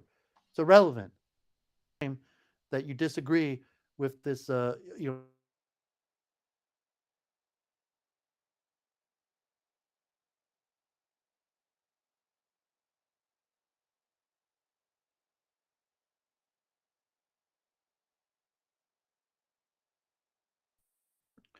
machine does not experience what it means to be salty or any qualitative data at all.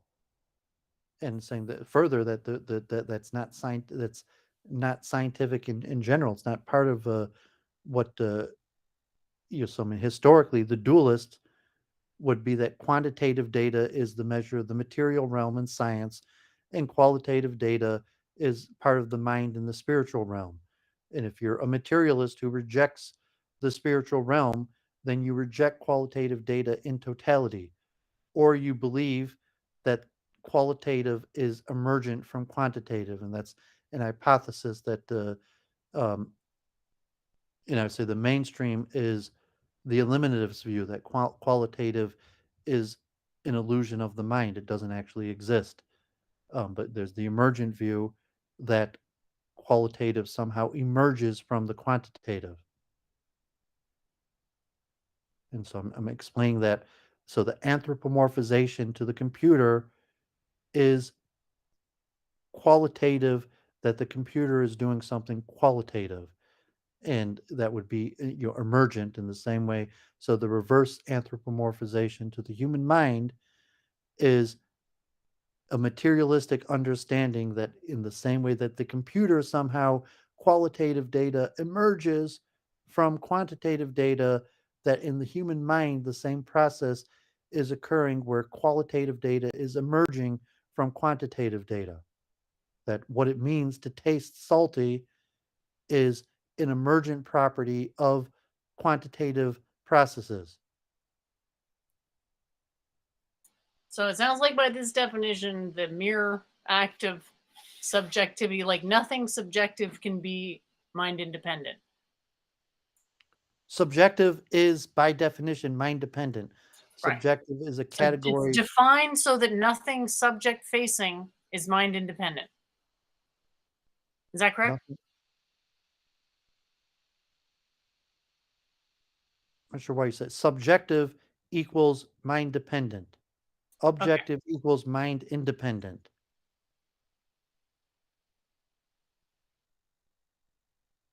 Subjective equals qualitative. Objective equals quantitative. And the philosophy, might be holes in the Western philosophy of how this is formed, and there's problems with it, but that's the general Western consensus: subjective, qualitative, mind dependent, as opposed to objective, quantitative, mind independent. And the computer is the representative of objective, mind independent, quantitative. Because it's always representing measurements? Like, I still don't get the logic that says that it's mind independent because it's on a computer. Because Because it it has has no mind. It's a machine. It has no mind. okay. It's But that electrical doesn't make it circuits. objective. It is objective because it's part of nature. Everything in nature, in the So is a scientific laws, calculator objective? the only thing that's subjective is the human mind. Okay. Everything in the world is objective. The only thing that's subjective is the human mind. I don't know if that's the problem that you're What having about stuff that the human understanding. mind creates? What about the creations of the human mind? Subjective, the only thing in the world that is subjective is the human mind. So the creations of the human mind, those can be objective.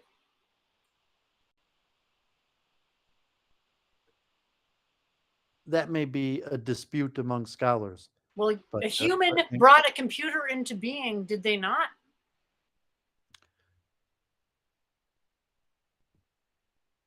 well, if you're saying the thought, they're saying that the human mind is subjective. The human body is objective. You're saying my Okay, how'd hands you go typed on from the there to there? computer, Is that's it subjective. material? The So you're human saying that mind is what's subjective. material. The human body is objective. You mean material. The human body is material, and so is the Yes. computer. The only non-material thing in the whole world from this general view is the mind. The mind is what's immaterial. The only subjective thing is the mind. The Okay. human mind is what's subjective. Nothing else is subjective. The product of the human mind generally is subjective. You say, well, the human mind is correct and produces what matches the material realm. It's objective, but it's still a product. It's a subjective product of the human mind. So Yep. say if 1 + 1 = 2, or so to say, some law is objective, it's true, it's how the world operates, even though it was the product of the human mind, it's objective. But then there's the question whether it's actually the product of the human mind. So these are deeper problems with Western philosophy, and these various questions of the interplay between that. But if you just understand, the only thing in the world that's subjective is the mind. So the And the mind is defined as the subject, and the subject is defined as coming from the brain. Fair enough? no, no, that's a modern materialist concept. So in the Greek I thought system, that was what we were talking about. it is what we're talking about, but it's saying that we're talking about the Western paradigm. Galileo did not believe that the mind was. Galileo was a dualist. He did not believe that the mind was a product of the brain. That's a modern materialistic conception, and then you have to define the mind as an emergent uh, quality. But say no, the Western science comes in a dualistic paradigm. Science describes quantitative facts about the material realm. The mind is subjective and defines qualitative assessments of values. which are subjective. They're a category product of the mind. That's the Galilean um, historical Greek paradigm of Western science. That's dualistic. The modern materialistic conception, you have two schools, which is eliminativistic or emergent. And the eliminativistic is saying that mind is a fallacy. Really, there is no such thing as mind.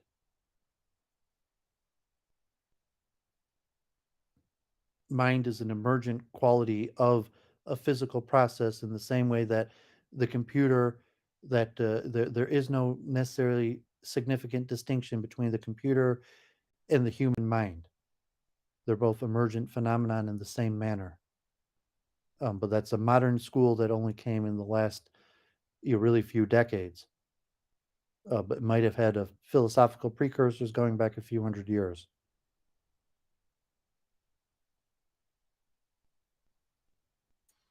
And you're really, if you're materialistic, you only have two main categories: eliminativism or emergentism. Because materialistic, you're saying there is no, or your approach, which is I was saying is not a mainstream part of the Western paradigm, which is panpsychism, where you say that qualitative, subjective um, properties are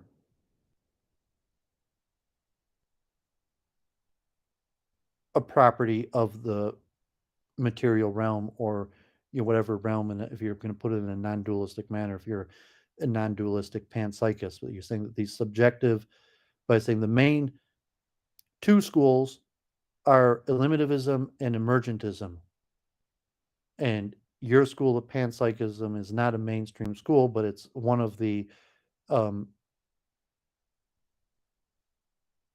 mainstream alternatives that would be widely rejected, that qualitative mind is a property of the material realm. And then my school would be the other alternative, the classical, that's largely been rejected in modern science in terms, but that's the classical understanding of dualism, that mind and qualitative data is a separate realm than the material realm. So there's the larger philosophical schools and classification system. But Western science today largely operates either in a completely material manner that does not include panpsychism, and therefore subjective qualitative data has to be explained either through emergentism or eliminated.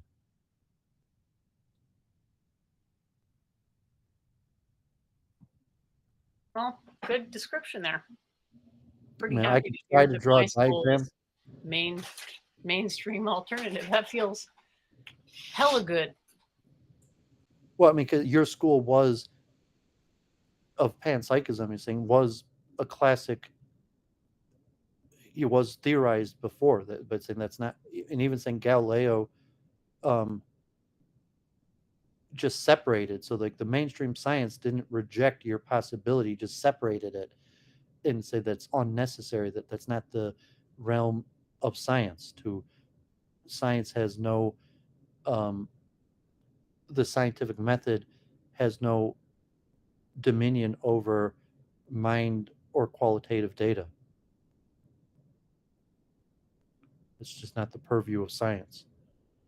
So now that so in a modern theory where you want science to have dominion over qualitative data and mind, so that's a newer thing. So you mean that the panpsychism really was eliminated with the modern school of materialism, where they're saying it's unnecessary. What you're coming to defend, panpsychism, and the same as dualism.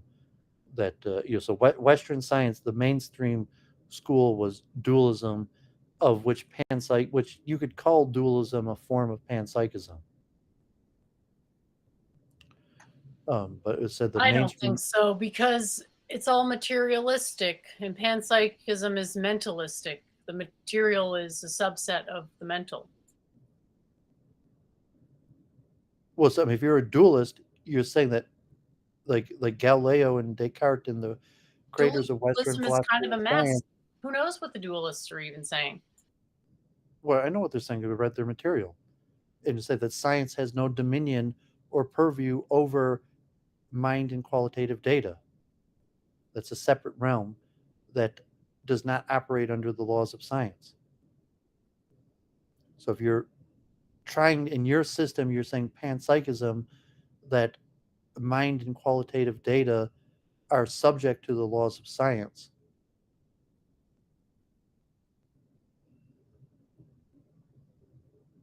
In a non-dualistic fashion. And so that's why I said that, like, although most scientists won't admit it, like I would say that's my conjecture, like JF, that eliminativism is actually the mainstream current state of science, and just say that mind and qualitative is non-scientific, it's not factual. Really, like from a scientific point of view, the mind is a figment of our own imagination, and qualitative data is a figment of our imagination, or however the science would explain that. But the more popular scientific belief among scientists, even though it's less scientific, is this belief in emergentism, that somehow mind and qualitative data emerges from quantitative data. And your alternative hypothesis of some form of panpsychism might be the opposite, that you're saying actually um, qualitative and mind, that material quantitative actually arises from some form of mind or qualitative data. But that would largely be put together with spiritualism and be considered unscientific by the vast majority of modern science.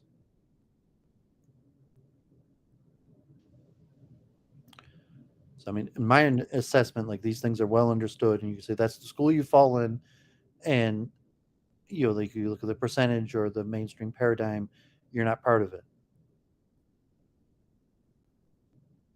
You're like, I'm not part of it, and that's why I would say that I'm not talking about my own ideas. I'm talking about the mainstream paradigm, and we talk about computers, um, even dualistically. Like my own understanding, if the computer is really dualistic, that say if the computer is thinking, that's actually a dualistic, some sort of you're saying emergent means dualistic, and that there's some sort of connection not just between the human mind but all matter and dualistic properties that would be similar to your panpsychism but a different mechanism, that would be subject to the interaction problem of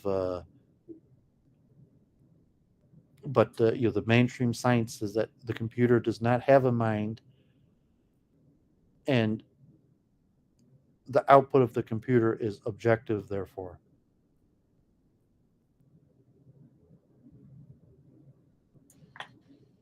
I don't see how that last bit follows.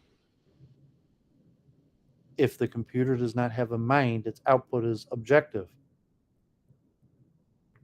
Objective by definition just means Definitionally mind. objective, not. Objective by definition means mind independent. Yeah, So we the went over that. I just, so computer does not have a really mind. confusing. It's by definition objective. So we've got human minds and objects. The only subject is the human mind. Yeah. From this scientific subjective objective data, the only thing in science that's subjective is the product of the human mind. If you want to create an alternative hypothesis and you're going to say what else is subjective besides the human mind, well, because you're saying panpsychism, you say, well, any product of mind, and the human is not the only thing that has a mind. Mind is everywhere. That's why we have these constant merry-go-rounds, because generally you're saying mind is the product of the brain, and only the human brain produces a mind, and so therefore the only thing that's subjective is the product of the human brain, the human mind. The computer is not, it might be a human creation, but is not the product of the human mind. Saying the brain, the computer is actually the product of the human hands. And so that's maybe the problem that you're having philosophically, that saying the computer is not the product of the human mind, the computer is the product of the human hands. And just because the human mind, And you're saying that the human mind didn't compel the hands to do the thing, right? So you've sort of lost the plot at some point no, where we don't the know, subject. because that's the hard problem of consciousness. We Okay. know that the computer is the product of the human hands. Whether the human mind controlled the human hands is unresolved due to the hard problem of consciousness. We say we know that the computer was produced by the human hands. How the human hands came to produce the computer could, be left as a mystery that's unsolved. But at the point that your conjecture that the computer is the product of the human mind is just a hypothesis. If you said the computer is a product of the human hands, that's indisputable. That the computer is the product of the human mind, that's disputable.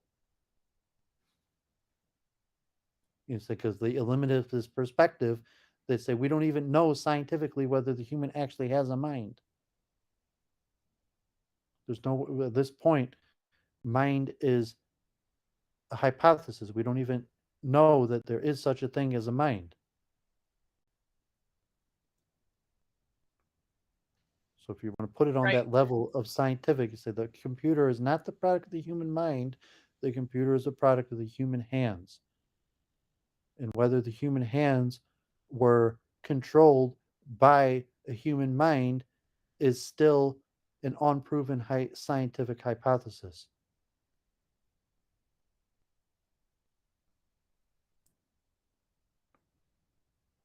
Well, that helps put everything into Therefore, the perspective. computer, it doesn't matter that it's the product of the human hands, it's an objective part of the material realm. So your hypothesis, oh, well, if the human hands made it and the human hands had to have been controlled by the human mind. But no, that's an unproven hypothesis. But the computer exists, it works, it's objective. Your hypothesis that because the computer was created by the human mind is a fallacy, because the computer was not necessarily created by the human mind. Cool. So I can use that exact same logic against the concept of matter and defeat any materialistic facing doctrine in the process. Because there's actually very little evidence for that. Yeah, I mean, there's a problem of empiricism. He's like, I'm going to use Western science and logic to defeat Western science and logic. So I mean, basically, you're like you're trying to girdle yourself.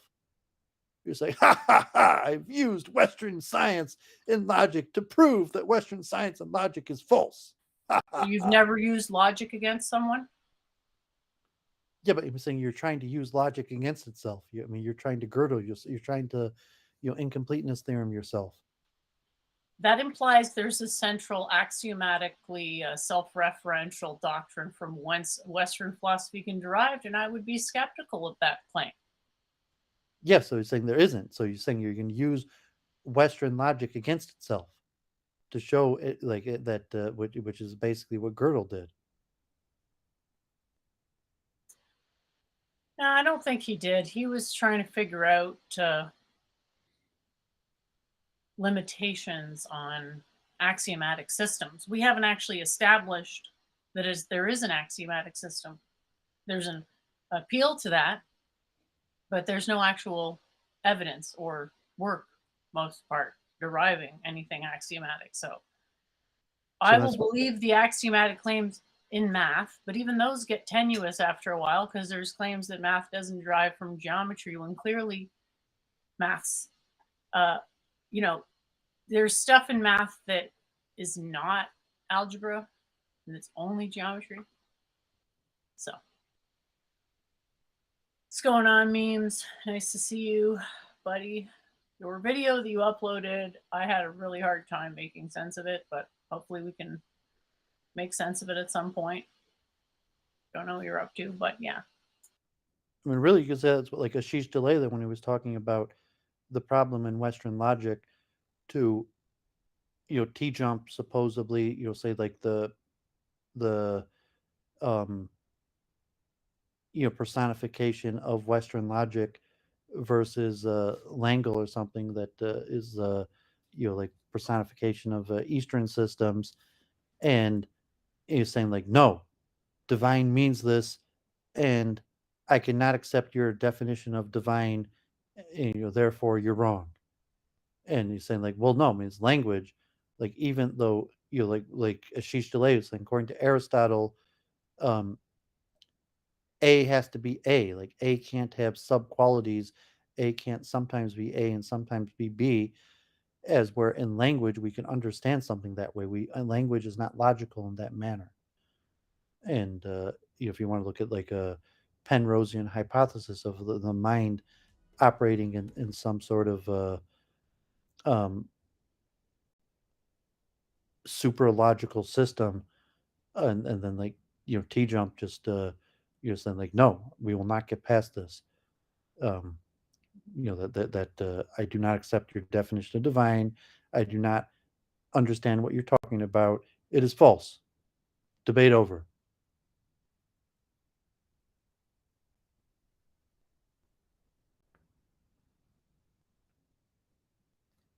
Yeah, I mean, the idea that you can settle a debate using definitions is Tija was basically saying that people already had to agree with something in order for it to be true. That would mean that every single thing that was, quote, true was self-evident. So, there's only really definitions for self-evident stuff. So you can argue there's definitions for stuff like consciousness, but there isn't really.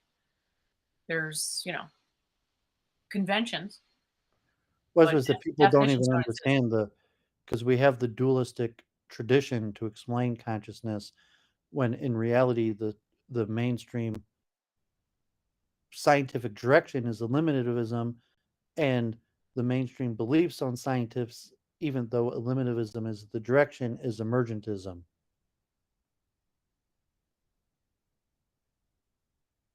Yeah, And that's the what if you are the most philosophers want the mind to be emergent, even though there's really loose scientific evidence or data or even logical philosophical possibility that there is such a thing as emergent qualities in general. But you're saying the desire in direction of research is to understand consciousness as some sort of emergent quality. Um, and it's saying the direction of research, not the direction of the desire of the researchers, is to make mind eliminativist, to say it doesn't actually exist. And someone like JF would probably admit that. Yeah, the whole genetic determinism evolution thing. Yeah, they want to downplay the mental component. They just want to say, oh, it's just genetics. Well, I mean, JF would be more likely to admit to eliminativism than emergentism. Yeah, hard to say. I mean, T Jump would be in the school of emergentism, even though the evidence from the materialistic science perspective is leaning towards eliminativism over emergentism. And then, people like me and you are proposing what would be called non-scientific alternative theories, which would be dualism or panpsychism.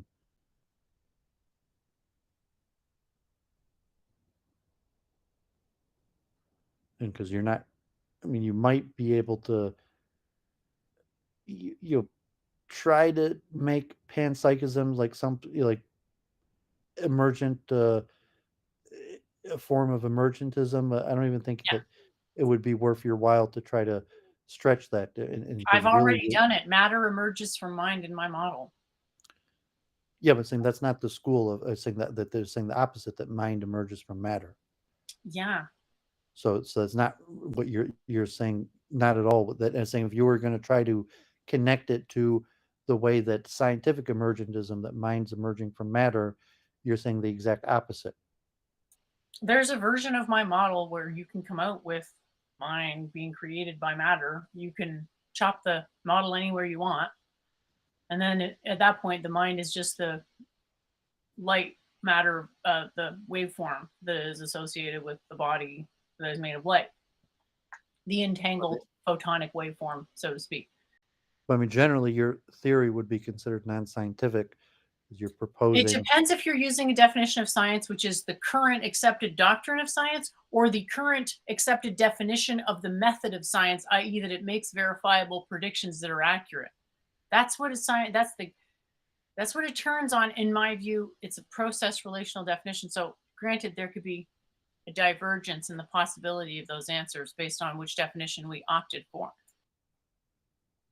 Yeah, but saying what is the mainstream definition? And so you're saying that There is do gray area because there's no consensus in the philosophy, which is what would be required to make that call. Because I can say, oh, I'll make a there's not predictive model, da da da, but ultimately it comes down to metaphysical assertions. So, do I want to go out and say that when the person's probably going to disagree with the concept of because there's not metaphysical really gray. I assertions in mean, the you could first say that place? in the terms of the state of the evidence, there's gray area, but in the terms of the consensus, there's not There's gray an area. unclosed bridge between philosophy and science, and obviously there's a gray area with regards to science. You just stated it yourself that they weren't sure if it was eliminativism, quote unquote, or emergentism or whatever. Yeah, that in the current state of science, those are the only two possibilities in the state of research on these topics. In philosophy, there might be more open possibilities, but in terms of scientific research, and so if you're putting something outside of the norm of science that's panpsychism, then that's considered not scientific. I mean, it'd be And similar then to the question is why? because the consensus of current science and Right, the consensus that the you can't definitions that have been establish accepted by past the a very consensus. you can't establish much with regards to a consensus, though. That's my point. And there's a limit on the level of philosophy to what you can make a consensus for because the questions are still open-ended the way that they're phrased. If you would, I mean, it's not exactly what you're saying, but the parallel would be to like intelligent design, where intelligent design is out Are we of, talking about teleological arguments here? well, design. No, because your panpsychism is not necessarily teleological, although it might be. But I'm saying that Well, in the don't way you that think that the quantum periodic table, because it has a structure, has some type of it's making some sort of teleological claim slash the hyperbolic figure eight not complement that has a structure. So that's what I was thinking for that. yeah, I mean, possibly I was saying that just like intelligent design is considered non-scientific, panpsychism in a similar way is just considered non-scientific. You could argue that intelligent design should be within the purview of science, but you generally it's not. Intelligent design is not considered within Well, the no, purview it's of not science. within yeah, it's not within the doctrine of mind independent science. Yeah, we can agree on that. We don't have to argue about that. I'm saying if you take the definition of makes predictions, then it could be if you had a model that was accurate, a lot of stuff could be in the purview of making I mean, predictions. I mean, you intelligent literally design. started the episode with the mind makes predictions. The mind makes predictions. So yeah, that Yeah, would just well, I mean, be that's this. the point. Intelligent design also makes predictions, but it's still not in the purview of science. Intelligent design may not make predictions because, in my opinion, it's a metaphysical thesis, or sorry, an aesthetic preference. Not aesthetic preference. Sorry, it's a.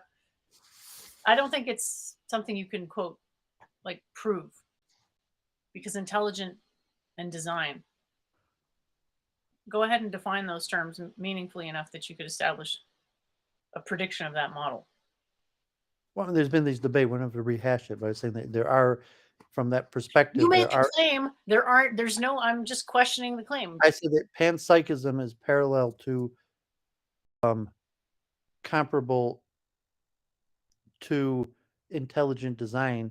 To the consensus is not a scientific theory.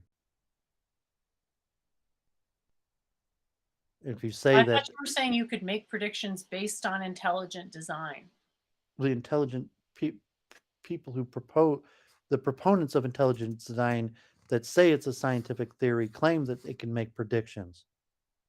Just like the proponents of panpsychism say it should be a scientific theory and it could make predictions, but like generally the consensus is that intelligent design is not a scientific theory, just like panpsychism is not a scientific theory.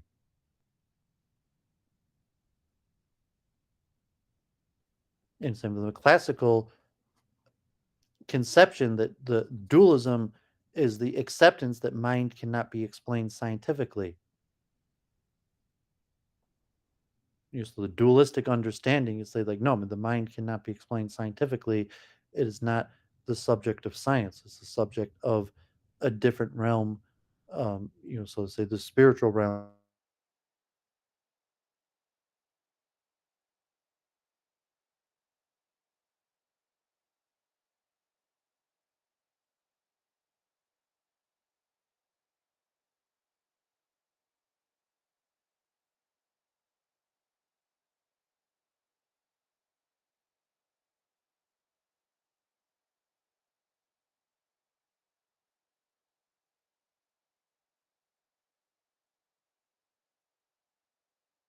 Subject because it's not external to the subject. Got it. Very confusing, but I think it's good. So I don't know if you can see what I've got on the screen right now. Yeah, I'll be back in a minute. Go ahead. So yeah, this is your basic unmodified thing. So this is the superposition of 3 plus 1.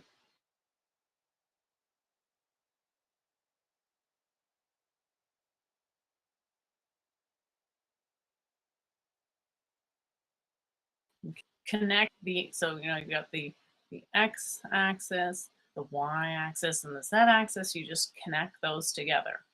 Okay. So if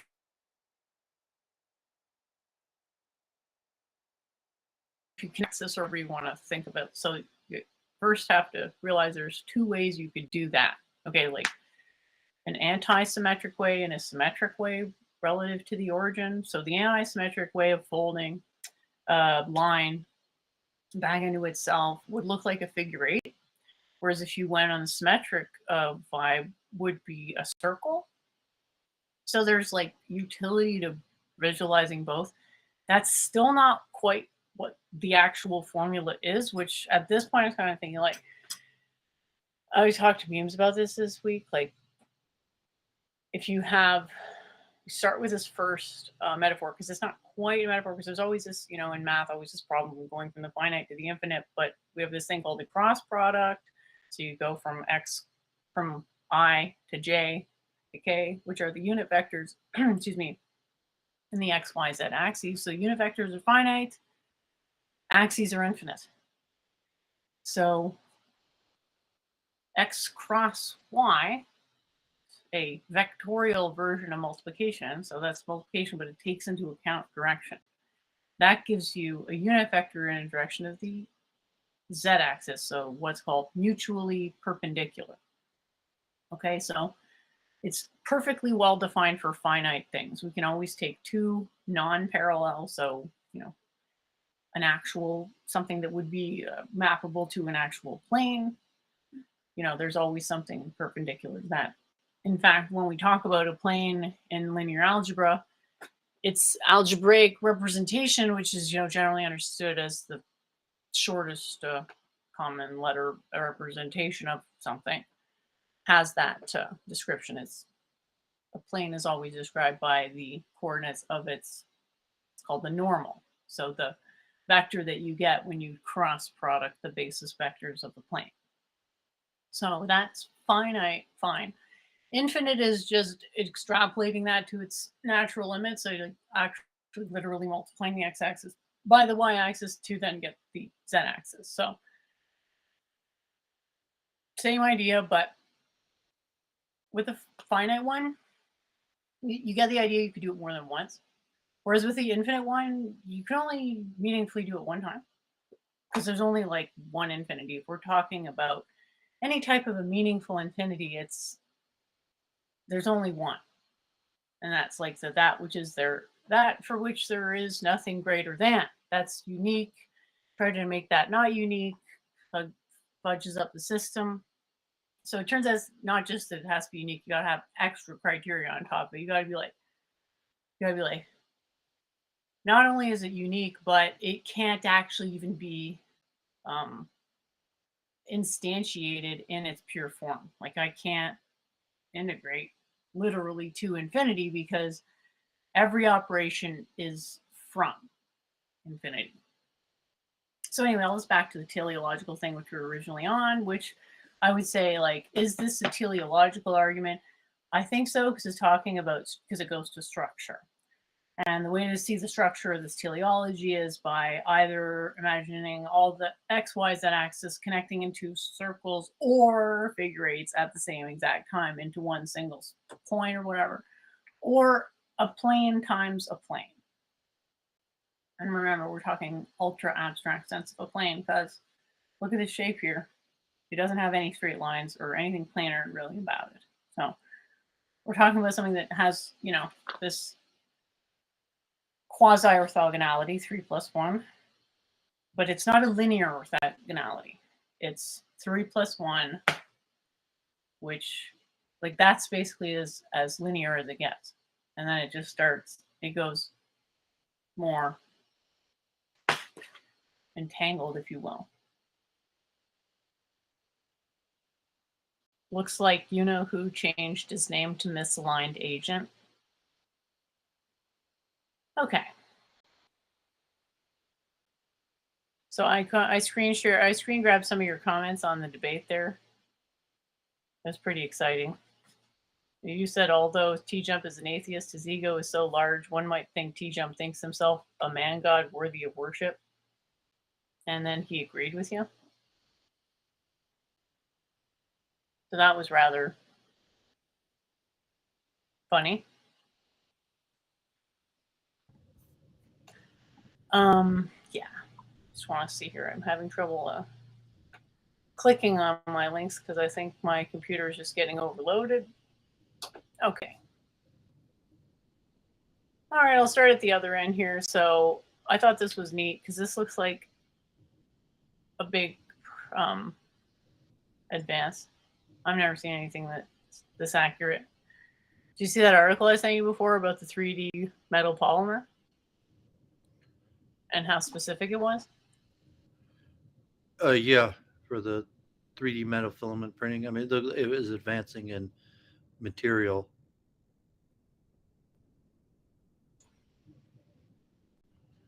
It looked like some form of called laser sintering method. Yeah. But a new material that led to higher accuracy.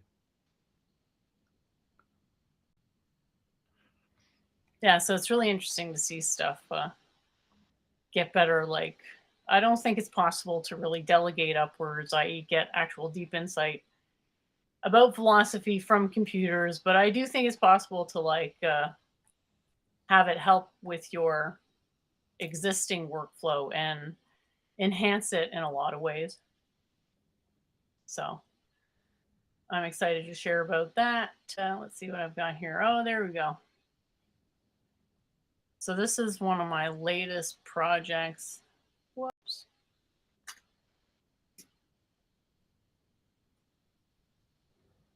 I feel like it was inspired by the art that I made on AI.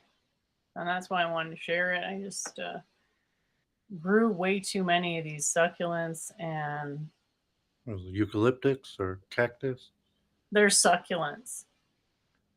Okay, eucalyptic, a type of succulent. I'm not sure. I've never messed around with eucalyptus before, but they don't smell like it. So I think they're succulents. And the first time I really saw them was in Myrtle Beach, like growing out of water containers or mason jars. And so I thought, oh, cool, and do that. and it works really well. Like you eventually obviously have to put them in earth, but problematic stuff for succulents usually starts when they have too much earth. So anyway, my foray into AI generated art, I feel like it's made me a better flower ranger. So I've been playing with so many different, oh, not sorry, plant ranger. Anyway. So that's, I think, as good as you can get, which is where you're kind of working hand in hand with the tech to have an overall better experience.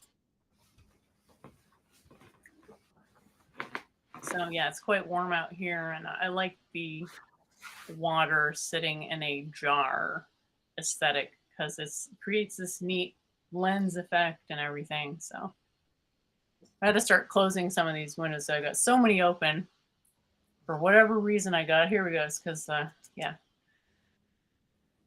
having trouble with the multitasking. There's just so much. Whoops. Here we go. All right, so I made a meme. I don't think it's actually visible right now because it's not fully. Let's see here. This is from near my house. It's a long dead crab. And I was looking at, I don't even know if that's the crab's face, but it just looked really sad. So that was that. Let's see if I can progress the next one. Oh yeah, we're throwing around the idea of a podcast to help people get familiar with AI technology and stuff. And so I was playing around, like asking the AI, what should we call it? Let's see here. Well, God forbid, as we said, the morning after show. It was like Andrew Tateism. Who came up with the a morning after show? What was that? I'm having a mild bad memory about that. Oh yeah, it was a potential name for the AI show. Yeah. So I didn't think these were very good AI amazing philosophies.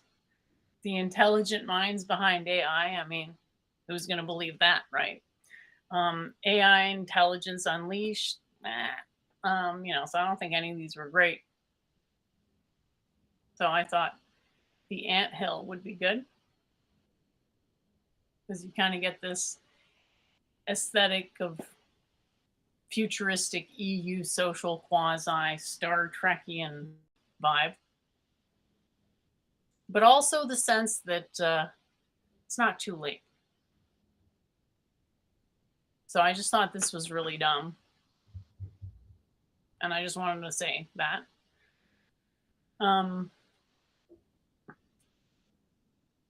Let's see here.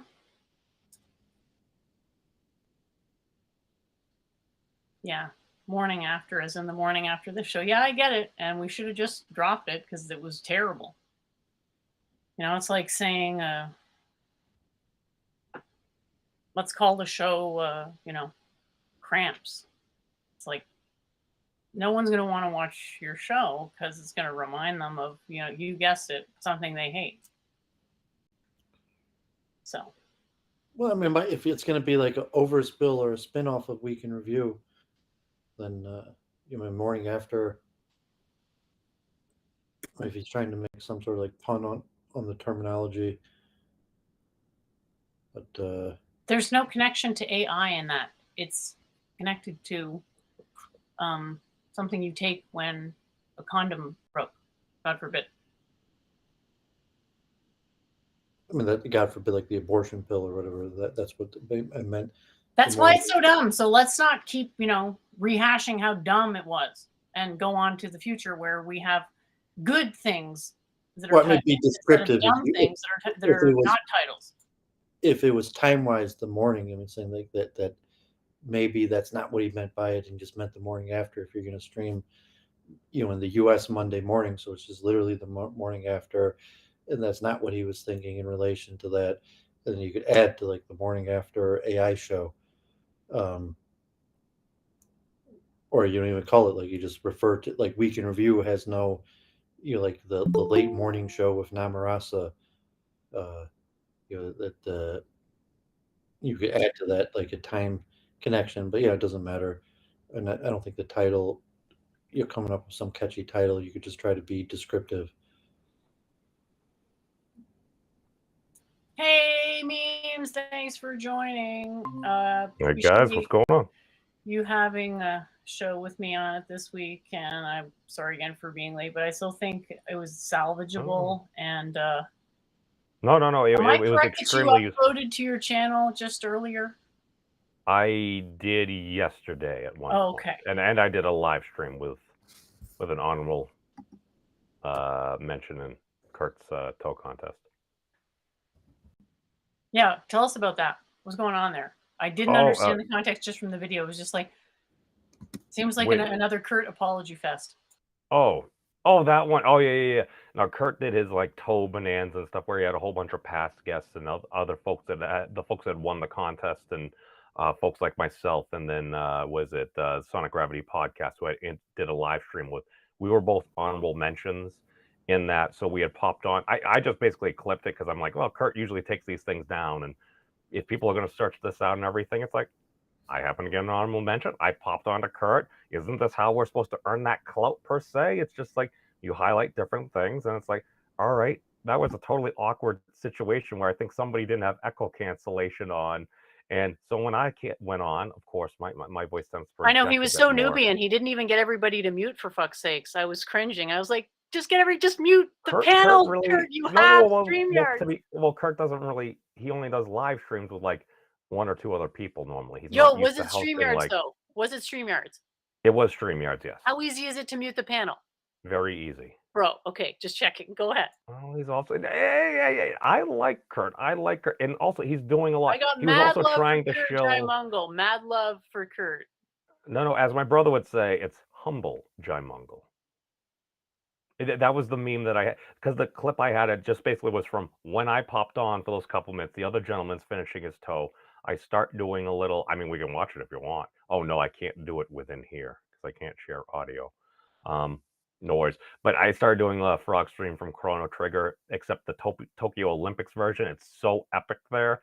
Just in my opinion, I love that music from since I was 10 years old. And basically then I went in there. I didn't say a dang thing about like my contest entry. I'm just like, this is fascinating because at least two of those folks, and the third person I had actually started listening to their thing hadn't finished yet. And I'm like, I know these people. I've listened to their videos. I've talked with them in the comments section here. It's great to see different folks that you start to share ideas with, kind of like we're doing right here. It's like, I'll be straight up. I've totally learned from you, Jen. I've learned from you, Doovid.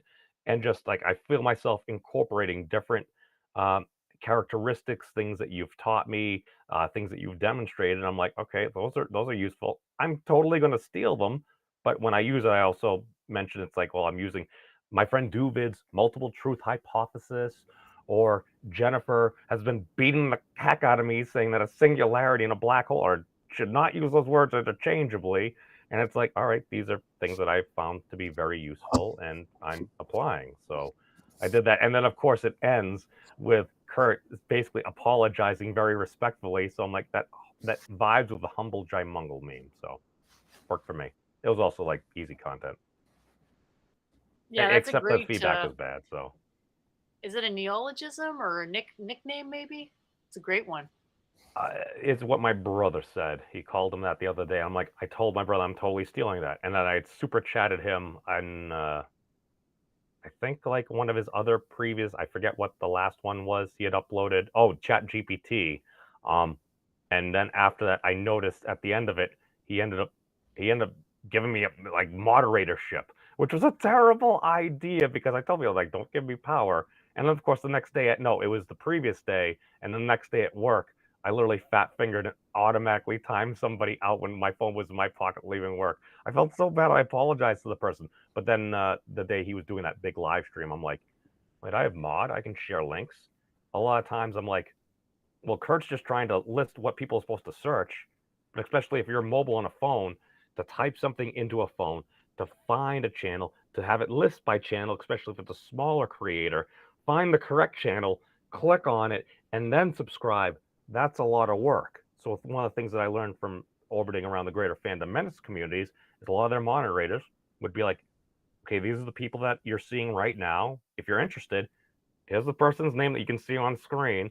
Here's a direct link to their channel. So if you're on a phone, you can just be like, click, subscribe, back.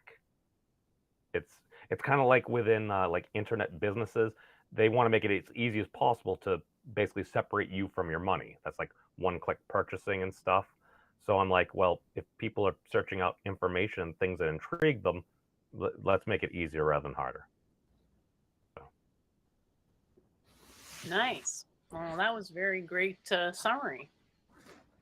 Yeah, no, it's also fun. So can you just clear up? Was the focus of your submission Wolfram or Thad Thaddeus? Just kidding, Thad Roberts. Oh, well, it's basically the Thad's HF8 model, which I'm just gonna keep on saying HF8 because it's like it's so much easier than saying hyperbolic figure 8 knot and stuff like. And HF8 it plays upon the whole. Well, we already have E8. That's already has a relationship that people are noticing within mathematics and how basically trying to apply to physics. And it also resonates for me for the movie Super 8, where basically apparently the government had like some extraterrestrial that ends up breaking out and it gets caught on this 8mm film, and it basically left the children alone, which I can respect because you don't harm children. But it didn't like people with guns hunting it, so it would savage them. And then basically it went back to its UFO and assembled the parts and then left the planet.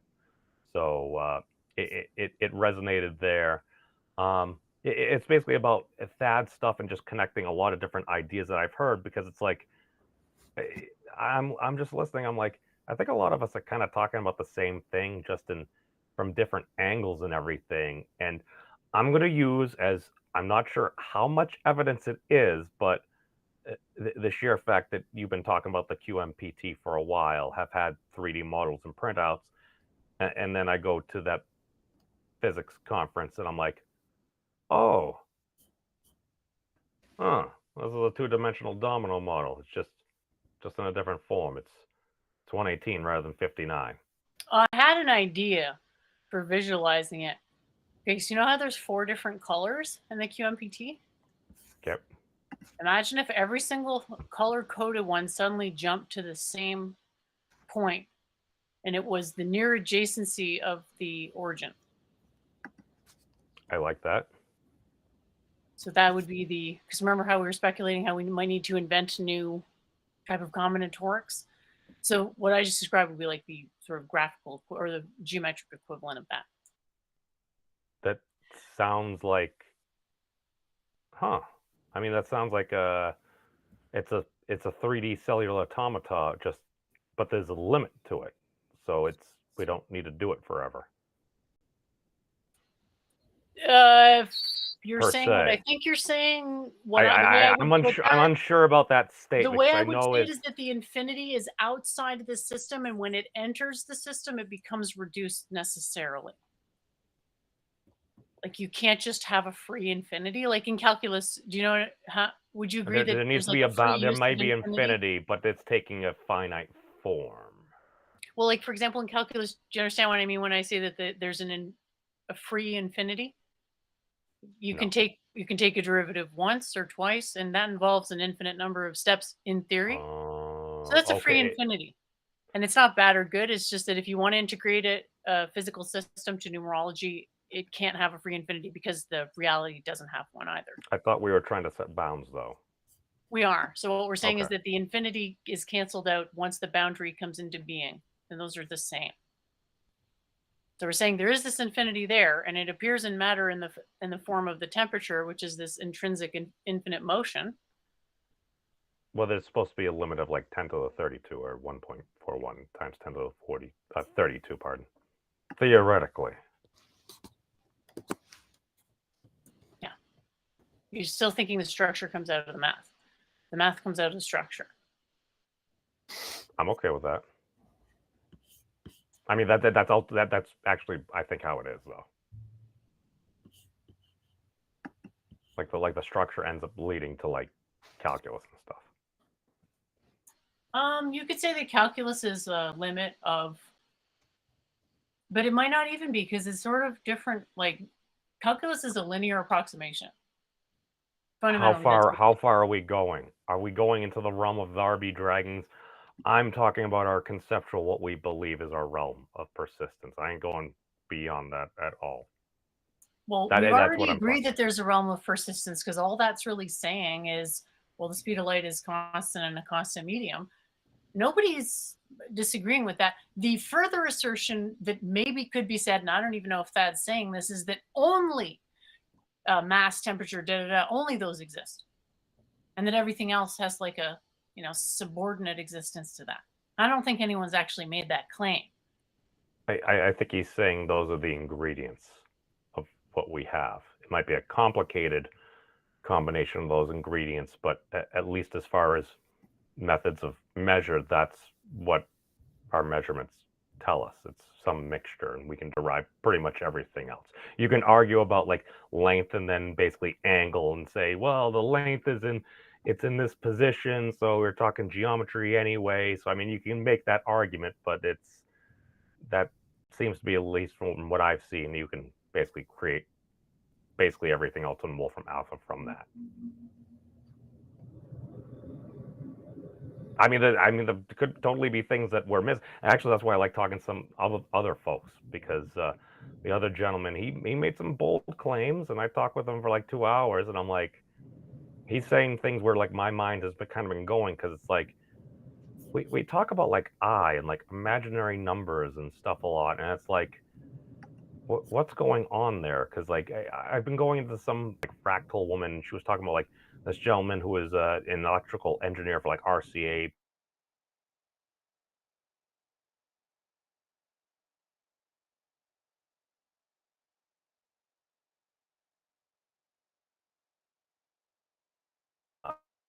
Maybe like Steinmetz or something, like some of the folks from like back in the day, they were viewing basically electrical engineering guys, because they were electrical engineers, like whether it's him or Tesla, they had a very particular way, and it sounds like a lot of modern engineering, it's like we kind of went a slightly different path because that path was advantageous and it took care of our needs and everything and helped basically build society to where it is now. But it's like, was that the optimal path, or was it kind of like a lot of things in like Newtonian physics where it's like, it's going to get you really dang far, you may need a little bit more to kind of get around a few other issues. So that's the vibe I'm getting. Basically, like when we start seeing I, and or maybe just like the Higgs field, what the heck is the Higgs field? Well, it's a thing that's there. I mean, is that essentially the medium? And just Well, in my view, this would all be based on a fallacious understanding. Okay. Because, dualism doesn't exist in my system. So this numerical approximations don't exist either. So the idea that something could come out of a math formula. Sorry? Oh, I'm sorry. I haven't been around This is what I'm saying. I'm saying that like geometry, i.e. forms, so forms and then geometry and then algebra and then the Cartesian plane, because the Cartesian plane is based on a Euclidean axiom, and I designate those as algebra because they're not geometry and because they have an algebraic, i.e. like a sentential representation. And that doesn't mean that they're a sentence in English. I mean that means they're a sentence in math, in the sense of like x plus y equals 0 is a sentence in math. If that makes sense. So what was the order again? I was just saying that axioms are algebraic, not geometric. Wait, what? Axioms are algebraic, not geometric. So I don't build my geometry from Euclidean axioms. Okay. No, but you said there was like a level like it went form, geometry, and that's what I was form, geometry, algebra, and then because to get to the Cartesian plane in my system, you'd have to go through form, geometry, algebra. Then you could drive the Cartesian plane. And these other systems are saying you can start with the Cartesian plane and then add some stuff and get an answer from that. I'm saying you might be able to get something, but it's not going to make much sense. I'm not gonna lie, if that's accurate, that'd be absolutely phenomenal. I could totally see that ending up being the case. No, because one of the things that's like we kind of at one point noticed like that whole like rhombic tricontahedron thing there, and I was looking for different things. I haven't spent as much time as I should with the echidnahedron because I'm like, how can we map these things to each other and everything? Because you go to an icosahedron, the icosahedron can end up encompassing the echidnahedron at a particular level, but then you have a dodecahedron that can also encompass. So I'm like, I totally haven't spent the time to figure that out. But at least the rhombic tricontahedron, it's made up of a very specific number of all the platonic solids. So how cool would it freaking be if literally the building blocks of reality were literally the platonic solids? Like, oh, platonic solids and back again. That Well, you should would immediately be think really that neat. that is nonsensical. Oh, well, yes. It sounds completely crazy. That's why I said Well, no, you should be able to disprove it as nonsensical because it has hard edges, and a hard edge is a violation of the least action principle. So the platonic solids couldn't possibly represent the basis of material reality for that reason. Like they'd be necessarily metaphysical constructs. So you're talking just According- circles. What? So you're talking circles. I'm Oh talking no, I was completely about conjecturing there. the idea of least action. And you can say, well, the circle embodies least action as an idea the best. I'd be more inclined to say that each dimension has a preferred form embodying least action, and that there may be some degree of variation depending on the implementation of that. For example, like which is really least action, or the QMPT or the hyperbolic figure eight. You know, there's arguments on both sides, even though it seems like it ought to be obvious, or at least to me, it's obvious what the first answer would be, that it seems like it necessarily should be the QMPT, but I still don't think that that's actually the case based on all the observations one could make. Do you understand why I think the QMPT has to be derivative? Derivative or primary?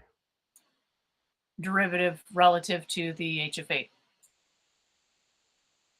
Oh yeah. If you don't know, it's fine. No. Well, it's a representation of how the heck we get to like mass within the periodic table, right? Because the HF8 No, geometrically, the logic geometrically is that the QMPT has more dualism. I thought you said your system wasn't dualistic. Or am I using a wrong definition? It is non-dualistic, but like dualism still arises within non-dualism. I mean, I'm not familiar. I haven't spent the time on like the So okay, so do you understand the idea that 3 + 1 is connected to the QMPT and to the physical dimensions that we experience? I've heard that, yes. So the connection is on that level of like non-dualism. So there's a non-dualism between the 3 + 1 and anything. 3 + 1 is non-dual, even though 3 + 1 is itself dualistic relative to numbers. Okay, so if we were going to talk about numbers non-dualistically, we'd be like, oh, you can only talk about 0, for example. I'm not even saying that's the case, but the incorrect way to interpret non-dualism is there's only one dimension. Now, why is that wrong? I mean, how we're going to do stuff that we do. Is there only one dimension? No. There's 4 or 3, you know, depending on how you want to look at it and argue for it, there's at least 3. Do you see what I'm saying? Mm-hmm. So non-dualism doesn't necessarily mean no dualism. It just means that the fundamental level of analysis is non-presuppositional. Oh, you're talking about like perception. Non-differentiated. So the idea is with non-dualism, like you meet someone, what's going on, Mark? Nice to see you. Nice to see your channel growing as well. Congratulations on that. non-dualism would sort of say, like, when you first meet someone, you don't make any presuppositions about stuff. And when you do form a tentative conclusion, it's a responsible one because it's based on evidence, irresponsible not to at least draw a partial conclusion. So non-dualism doesn't mean non-differentiation. It just means we start with no presuppositions. So the reason the periodic table, I would say at first glance, is more dualistic than the HFA complement is because it has 118 partitions and 59 partitions, and the the HF8 has, like, I don't know, It's 5. one partition maybe. Well, It has an well, inside and an outside. The inside and the outside, yes. That's 2. There's the inner part that's separated from the outer part. Yeah. So, do you agree that the QMPT has more dualism? I'm still trying to understand the definition. I mean, it has more layers. Dualism and is the stuff. act of dividing something in two, but it's only actually called dualism in philosophy when it's a true dichotomy, like, for example, yin yang could be argued to be some form of dualism. Positive, negative charges could be a type of dualism because there's no third option. See what I mean? It is like a, Well, but yeah, I don't want to say you have true more rows and dichotomy, stuff. but like it's a boundary.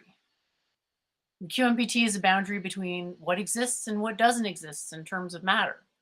The HFA complements a boundary in terms of what forms life can take. So it's, they're both non-dualistic in the sense that there's nothing to which they don't apply. And so the question is, which one's more fundamental? And at first glance, the non-dualist ought to presuppose the one of lesser structural complexity to be more fundamental. Did that logic make sense? No, I'm sorry. I had a thought in my head. I'm tired, and I stopped listening for a moment. No, if we just change, I don't know, You're just always you're overthinking things, and I don't like to see that. But please go ahead. Oh no! If we set up if we take the QMPT and we adjusted whatever the electromagnetic connectors are, and whether it's weak hypercharge or whatever the heck people want to call it, if we adjust that, is that quarks? Because the 2 and there's always 2 quarks. But it's a question of every boundary costs something. So boundaries are minimized. Mm-hmm. So how many boundaries are in the QMPT? 5? 59. Oh, it's not a trick question. No, I was going by the pyramids. I'm a visual creature. Well, that's why I've got them on the screen right now. So I'm not do you looking. understand what I mean when I say there's 59 boundaries in the quantum periodic table? It's in the surface of each of those individual spheres. Not a trick question. I just brought up the stream. I'm looking at it now. What was the question? Okay, maybe this isn't the time to discuss this, and we should wrap up. Oh no! I'm very tired right now. This is not the time to load my head with the exact way the universe works. Awesome. So it looks pretty. I'd like to. Do you have any? Is this in 3D at all? I have a Blender version of the QMPT. Yes. Could we connect the thingies? I'm just saying, it's kind of a little hard to see. I'm sure if I could find an actual. If you can't picture. follow why 59 is simpler than 1, then a 3-dimensional visualization of the same information isn't going to change. It's a logical assertion. 59 is simpler than 1. Yeah. Technically, 59 times 1's 59 times simpler than 59. That's like a naive approximation. No. I'm not necessarily disagreeing with you. I'm saying what seems to be obvious, but then again, even Thad told me that 1 is actually doing something. So I can definitely see why it just depends what 1 means. Not to be. No. Well, what is the 1 there? You can change the definition of 1. It is possible, but it's not going to change the logic. The logic will remain the same. It's just that the information, may not always be presented in the same way. So it's important to have an ability to differentiate a plausible hypothesis from a done deal certain hypothesis, because the properties have a tendency to invert themselves from the material to the mentals in terms of their absolute manifestations. Is 60 simpler than 2?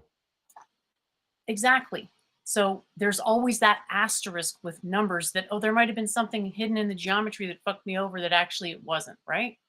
We have to keep that door open, but we also have to allow ourselves to think about things. So my point with what I was saying there was just Oh, like, you're relating geometric structures in this sense. Oh, okay. No, I was thinking of like the integers themselves. Okay. I'm just trying to take you down my line of reasoning, because it's like what I was talking about before with the GANs, playing a game against yourself. So that first answer is wrong sometimes. That's why it's a tentative answer, but it ends up forming like part of the complete answer. So it's a necessary step. Oh no, I was comparing it to something that was incorrect, but you were. I'm just saying that like if somebody that like literally just tuned in right then, and they're like they hear you say like 59 is simpler than 1, and like that's obvious. Like if they don't have No, the I was prior saying one. context, Sorry, it I was saying might seem kind of one crazy. was simpler than 59. At no point did I say 59 was simpler than 1. Wait, what? I've always been trying to say that it's blatantly obvious that anybody, no matter how initiated they were, would say 1 was simpler than 59. Okay. And I was describing the number of partitions in the shapes. Okay. So if simplicity equals number of partition, then the simpler object is anybody? Anybody want to try in the audience? Again, it's not a trick question. Doooovid, you following any of this? Hello? Anybody? Bueller? I think Doovid is meditating. It's a bit, discouraging.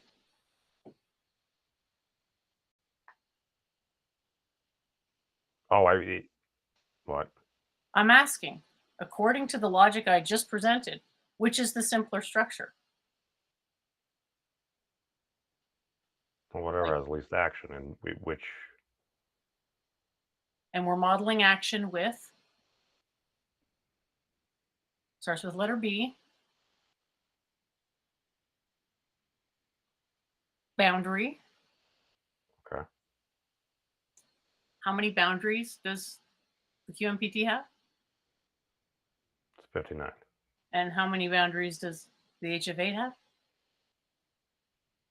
Well, 2. 1. Its own surface. So we're not talking about partitions. Oh, we're talking about just partitions. Yeah, you could say that it has 2 partitions and surfaces. 1 partitioning surface. You're talking about the outer Fair enough. boundary. If you're talking about just the outer boundary that would make contact, yes, there is 1. I'm not trying to trap you or trick you. I'm just trying to show you like, this isn't the actual answer. It's like the first pass. So the first pass at the answer is that the HF8 is lesser action. And the reason is, Well, it's generating the wave function. it's because it has less of a boundary. Okay. At no point was anything said about a wave function. So, did you understand that? No. No. Okay. So, About 30%. Or that 40. is as simple as I can possibly make it. So, to try to bring in a formula and an equation which doesn't even exist on this level in my system until several steps down the line. There's logic. So, okay, there's forms, logic, which goes in with the physics, and then there's math in my system. Why? Because math is so effing confusing that if you don't put it at the end, you end up with crazy theories that make no sense and a self-referential circular hell that you're capable of getting your way out of, which just turns into you propagandizing everyone you meet with stuff that is you trying to memorized something that you can't make sense of. So maybe let's try to Okay. just be simple and realize that 1 being simpler than 59 is not a complicated logic, that a child would understand that. No. My mind, just because some of the other priors that I have, I was thinking, I'm like, wait, hold on. The HF8, if I'm going by like that boundaries and stuff like that, I think it is actually larger than some things, but I'm like, wait, if I'm going full 59, that would be element 118, and 118 would have more of a mass and be larger and stuff. Well, actually, I don't know. You're talking about from the other. We're looking at this from a purely geometric standpoint, purely geometric, zero algebra, purely geometry of logic to do with boundaries, because we know these boundaries have to represent matter in some sense. We just don't know what sense right now exactly. Okay, so I take the QMPT, I spin it around. I'm seeing like those kind of like whatever type of, but would the boundary that would form there would be greater than the HF8. Oh, you The actually have the argument is model that right there. I'm looking at it. Okay, now I see it. Okay, no. See, don't even look at the model. Just look at the no. first. That last picture that I actually just started paying attention to. Actually, yes. Okay. So there's 59 like spheres, which could be boundaries. We're not sure, but we're saying hypothetically 59 boundaries in the QMPT, 1 boundary in the HF8. Therefore, which one has less action?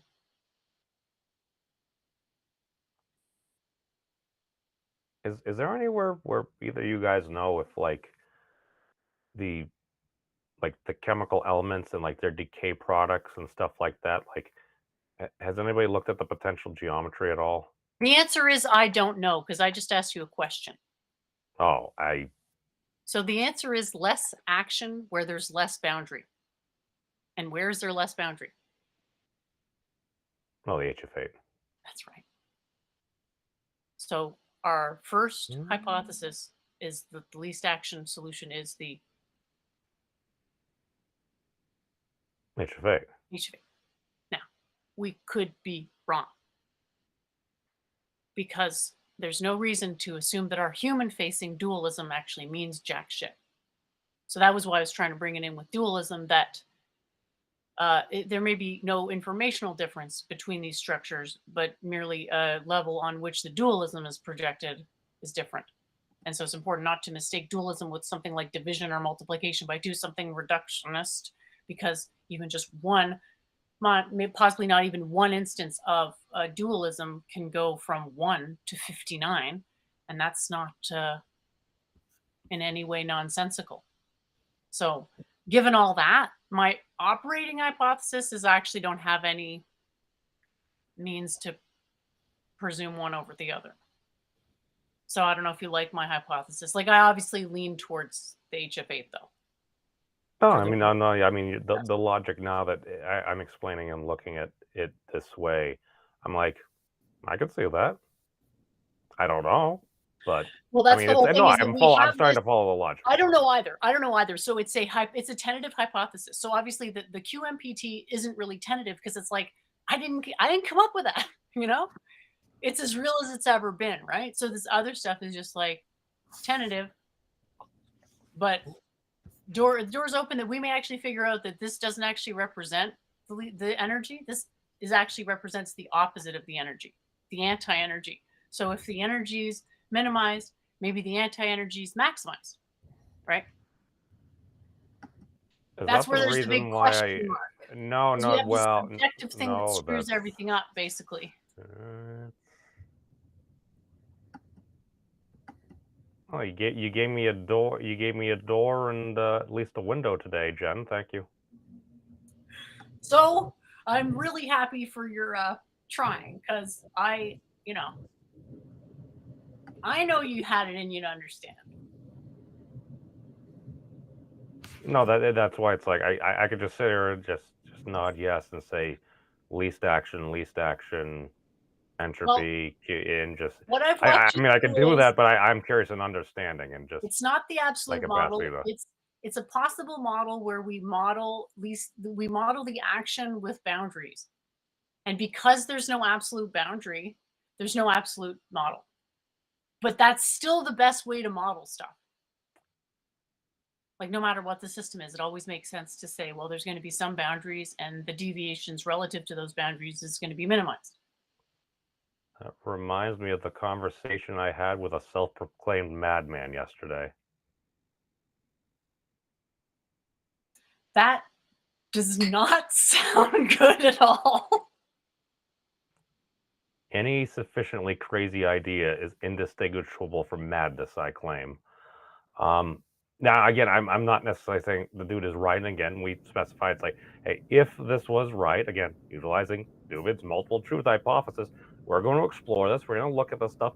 And I'm looking, pushing back with some love and respect about things that, to me, maybe seem a little bit more out there or maybe up to more speculation. And he would admit it. He's like, I don't know if this is right. Here's what the observations we would have to make to see if it was right or falsify it.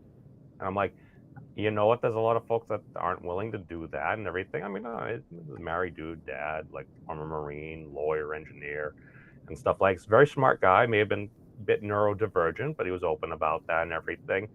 It was in the Navy, and he's like, at one point in the Navy a few years ago, like, well, UFOs or UAPs, they're actually real. He's like, he's one of those people. He's like, he got the bug in his brain. He's like, assuming this was correct, how the hell could we do anti-gravity? And he kind of like went these things. He's made some claims and like to see some more evidence and stuff. But it was a fun thing to explore, just different perspective. So but that's all I got. I actually need to pop out.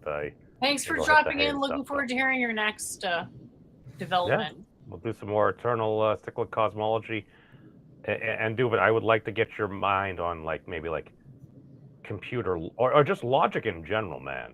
Just because your ability to frame things and like especially with a chess background and stuff, it's like you go through like this process, these steps, and I really feel like you should just do a ramble and just kind of like maybe quickly skim through, jot like some numbers down maybe on some paper or something, and just kind of like form those ideas, man. Because like you think like a computer, I think sometimes.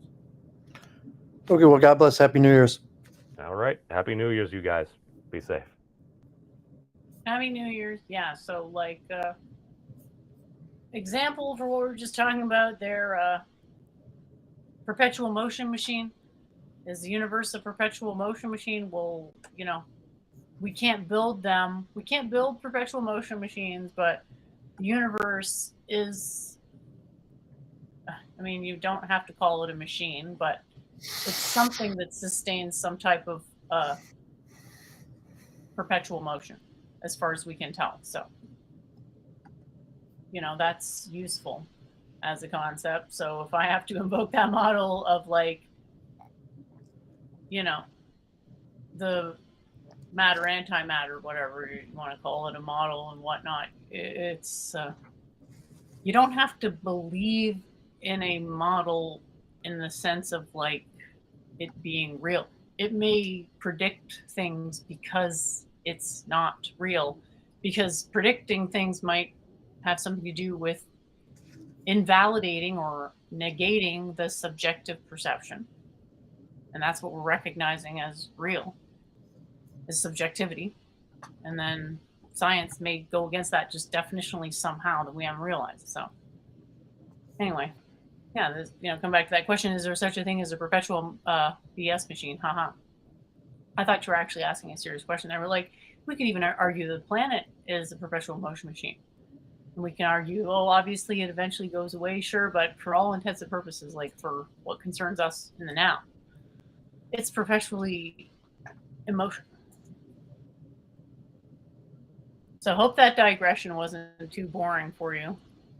Talking with memes. I guess he's talked to Kurt Jaimungal and got an honorable mention for that theory of everything submission. So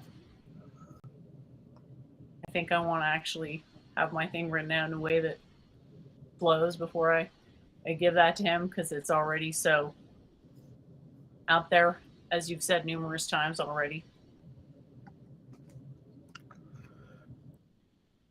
There's Anything else you want to talk about? You want to wrap up? well, we still haven't gone over my writing, so that would be helpful. Nor have I done my weekend review. So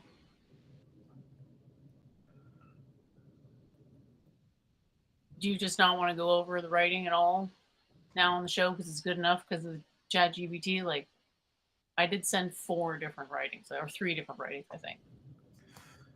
Yeah, I looked at those. I don't know if it's like if they're your writing or if you're just saying they're ChatGPT generated. If you just want editing, Yeah.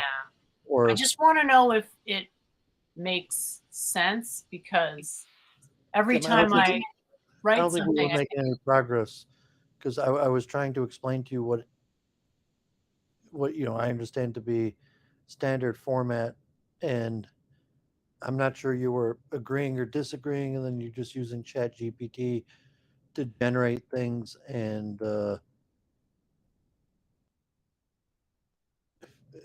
I could try editing them, but I felt we were at like a standstill of progress. So if you thought you were making progress just working with Chat GPT, that's fine. But I wasn't sure that we were making any progress. well, I appreciate your feedback in the sense that, like, you helped me to see whether what I said made sense because sometimes it doesn't.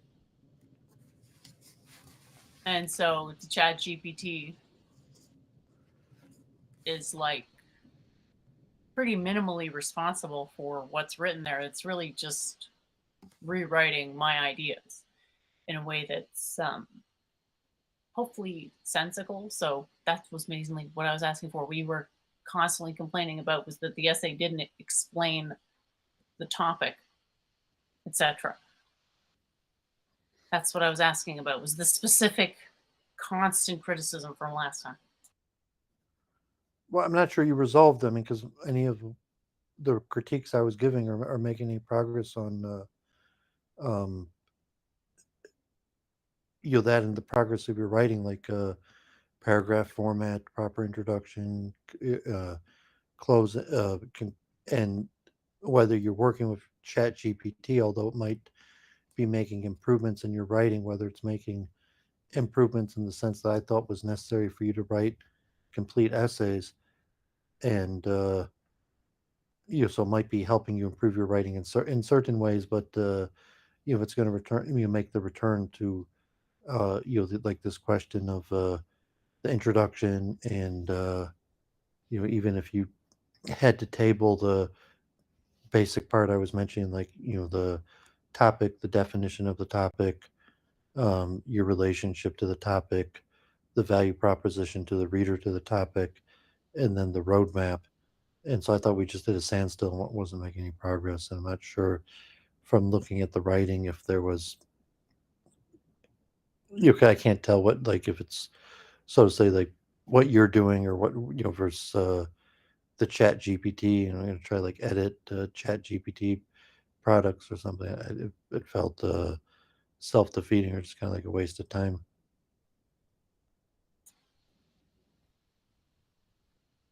Well, there's a summary and an introduction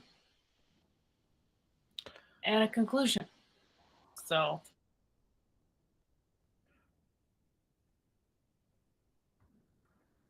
you're saying still doesn't work, still not good enough. I'm saying, not sure where to go from there. Really?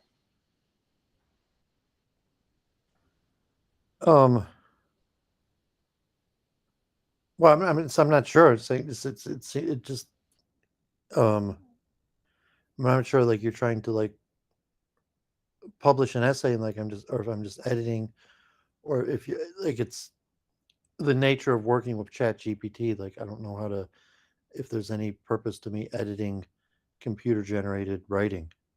You don't need to edit it. I want to know if it made sense. Well, yeah, I mean, it made sense. Like, I mean, it's readable. Okay. Like, I mean, it could Good. be edited, but I'm not sure. I didn't want to spend a bunch of time editing computer generated writing. Okay. Even though it's better than my writing and has the exact same content as my writing. Okay. To me, that makes no sense, but fine. What do you mean makes no sense? I don't necessarily want to edit your writing. I was to do it, Sure. help edit your writing as a direct favor to you. And, like if I'm editing, and I thought it was purpose driven, like, that the goal would be to write essays. So, like some sort of direction on that, and just like editing, um, computer generated writing. Like I wasn't sure what sense that, or you're like what the purpose was, or if you're just just fooling around with the software, or Well, one of my goals is to present my material for Kurt. So the question is, where do I start for that? And I'm sort of, working, doing investigations, figure out where it makes sense to start. And obviously, I think it makes sense to start somehow relating to 3+1. But I also have to present the theory. So I'm calling it process materialist panpsychism, and I'm presenting it. And as in, that's the definition, and I'm saying that it's consistent with non-dualism. And that's the whole point. Is that panpsychism is a monistic, materialistic, non-dualistic implementation doctrine, and then lead into the other stuff.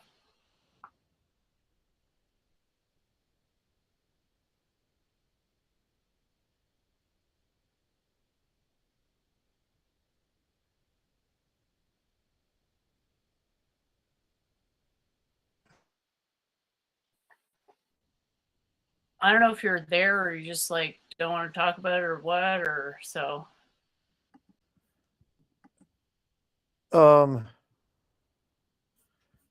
Yeah, I'm not sure. Like, yeah, I'm having a hard time looking at this. The writing. Like, I read through it. If I mean, if you had some sort of like goal directed behavior towards it, but You keep even saying just that, and the goal is to help people understand consciousness better, and you keep dodging like as if you're going to transcend my fucking motives for doing this in advance of reading my writing. Stupid presumption. well, It's I'm just saying like, at what what my point are you role just in going it, to address what my whether it role in it. made sense? I just want to know if it made sense. You are complaining constantly that what I'm saying makes no sense. I'm asking you if this makes sense. It makes I some don't know if sense. stuff makes sense to people or not. To me, the more words there are, the less sense it makes, because words are confusing. But I It realize that makes not everybody feels that way. I understand that. it makes some sense. I mean, like, I mean, it could use a lot of editing. It could use a lot of work, but it makes some sense. Okay, so that was mainly what I was And after. even Is like, like, so I'm not sure what you're asking of me. Like, okay, like I read it. I don't have that many comments on it. Like I think, if you're asking me to help you try to like edit a paper, and you're using like a method of whatever you're now doing think there, of this as like a stage of the development of the ideas. Like if we were writing a script for a movie, this would be the story development, not the script writing phase. So this is more just about what order the ideas ought to be presented in. And so I can't just like, because my original plan was like, oh, I'll just say that least action, therefore all this other stuff. Because least action, that's Western science. And that was my original thinking. But then the level of resistance from not just you, obviously, a lot of people, that my doctrine is implied by thermodynamic doctrine, or an open ended interpretation of thermodynamic doctrines. Obviously, even if it is technically true, it's probably not the best way to go. yeah, I think we're basically at a standstill. So, like, I don't understand how this is a standstill. To me, I'm making real progress. I wrote something well, that and so did you're at not a make standstill. I sense. think we're at a standstill. So if you're making progress, good for you. You like, we stopped making progress, and then you started working with Chat GPT. If you're making progress with it, like, good, keep on. You're working at it. Like, I looked at it, it looked, okay, like maybe you're making progress, but I'm not sure, if I have any role in that. Like, okay, I looked at it, looked, okay, it's like, could use a lot of editing, but I didn't have the interest in necessarily, if you're already using the computer for editing, that, see my role in editing it. So I just didn't have much to say. Like, good luck. You're working with Chat GPT. You have some interesting results. I looked at it. Um, what do you want me to say? Like, keep it up. Good luck with that. We'll see Well, how to it works. me, I just feel like you're going to say it doesn't make sense, possibly. Well, I didn't say it didn't make sense. I mean, I That didn't was think it why I was. wanted to hear your feedback. I wanted to know if it made sense to you. Obviously, that was, Well, important. it made some sense. It still seemed like it had a lot of issues in terms of like writing and structure and logical flow.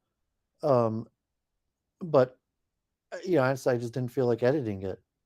So like I looked at it, made some sense. There were some decent ideas in there. I'm not sure that you're still like the basic structure of uh like clarity. It's something like uh tell people what you're gonna do it, and then repeat to people what you did. And even in that, like I'm not even sure that you did that. I mean, there was a little bit of that, and you said a few things and defined a few things, and like I tried to express it in different ways, and I'm not sure it connected with you, like like the journey, where are you taking me, what are you doing, and because now you're working with the Chat GPT, it's coming in a different flavor and form, but I'm still not sure, like um, Okay, can I just read the bit in this? Do you mind? I guess if you just want to read it, go ahead. Like, It's just like a couple lines. In this essay, we'll examine the ideas of non-dualism and panpsychism, including the subconcept of materialist panpsychism, my unique approach of process materialist panpsychism. After introducing the main concepts, I'll outline the requirements for doctrine of physics to be consistent with the principles of non-dualism. I will then provide justification for why my proposed doctrine satisfies these criteria. So that isn't specific enough. yeah, it could be. So I'm saying even if you still have some flaws in your introduction, if you have a thesis and then you do what your thesis said.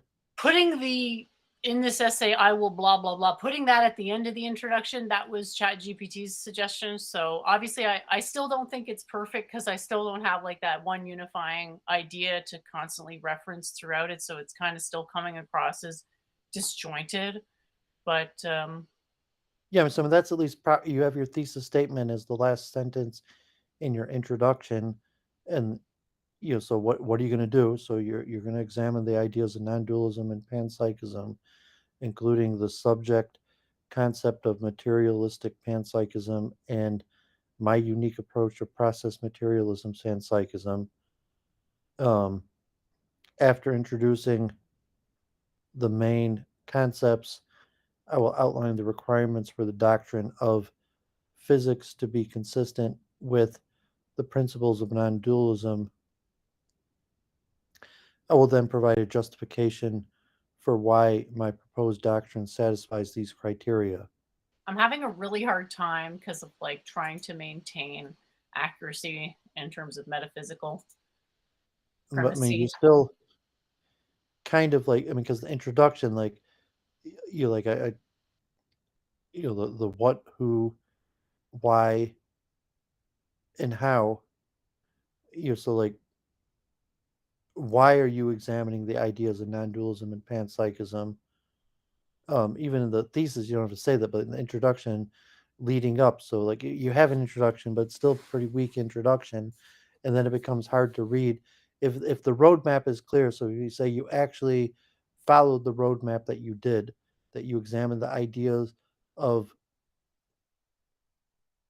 non-dualism and panpsychism, even though you didn't really explain to me why you're examining them or why I should be interested in your analysis, but at least like you did what you said. And if you're kind of claim that you have a unique approach of process materialism panpsychism, and if you actually think that you explained your unique approach, and then you're going to outline the requirement for a doctrine of physics to be consistent with the principles of non-dualism, where the focus is on the properties of matter and how consciousness is inherent in all matter. So I'm not. I'm basically saying that anything that's not non-dualistic is going to have artifact effects, aka measurement errors, something like that. I didn't put that in there. I mean, it still seems unclear. Like, okay, you don't have like a thesis statement. You have like 3 sentences, and the roadmap. It's a little confusing. If you had, um, a clear thesis statement, and it's still harder to follow because you're not. I mean, at least you have the how, but you're saying if the like you have this vague like we, um, which I guess is to pick on it, but saying the who is this we, but you're saying the basic simple thing like I want to know like what, who, why, and how. So I mean, you're still having your problems in that basic introduction. Um, and then like to examine because it's a few pages and read through like did you actually do what you claim to do. um so I mean there's some like roadmap, so you talked about the things you're going to talk about, but did you actually, one thing, was it clear what you actually said you're going to do? So like even from what the introduction thesis statement, is it actually clear what you're claiming you're going to do in the essay? And then did you actually do what you claim you're going to do in your thesis statement? And so it's kind of unclear. Like I read through it, like there's like no, I didn't really feel like it was there. Like you took me on a journey, or you.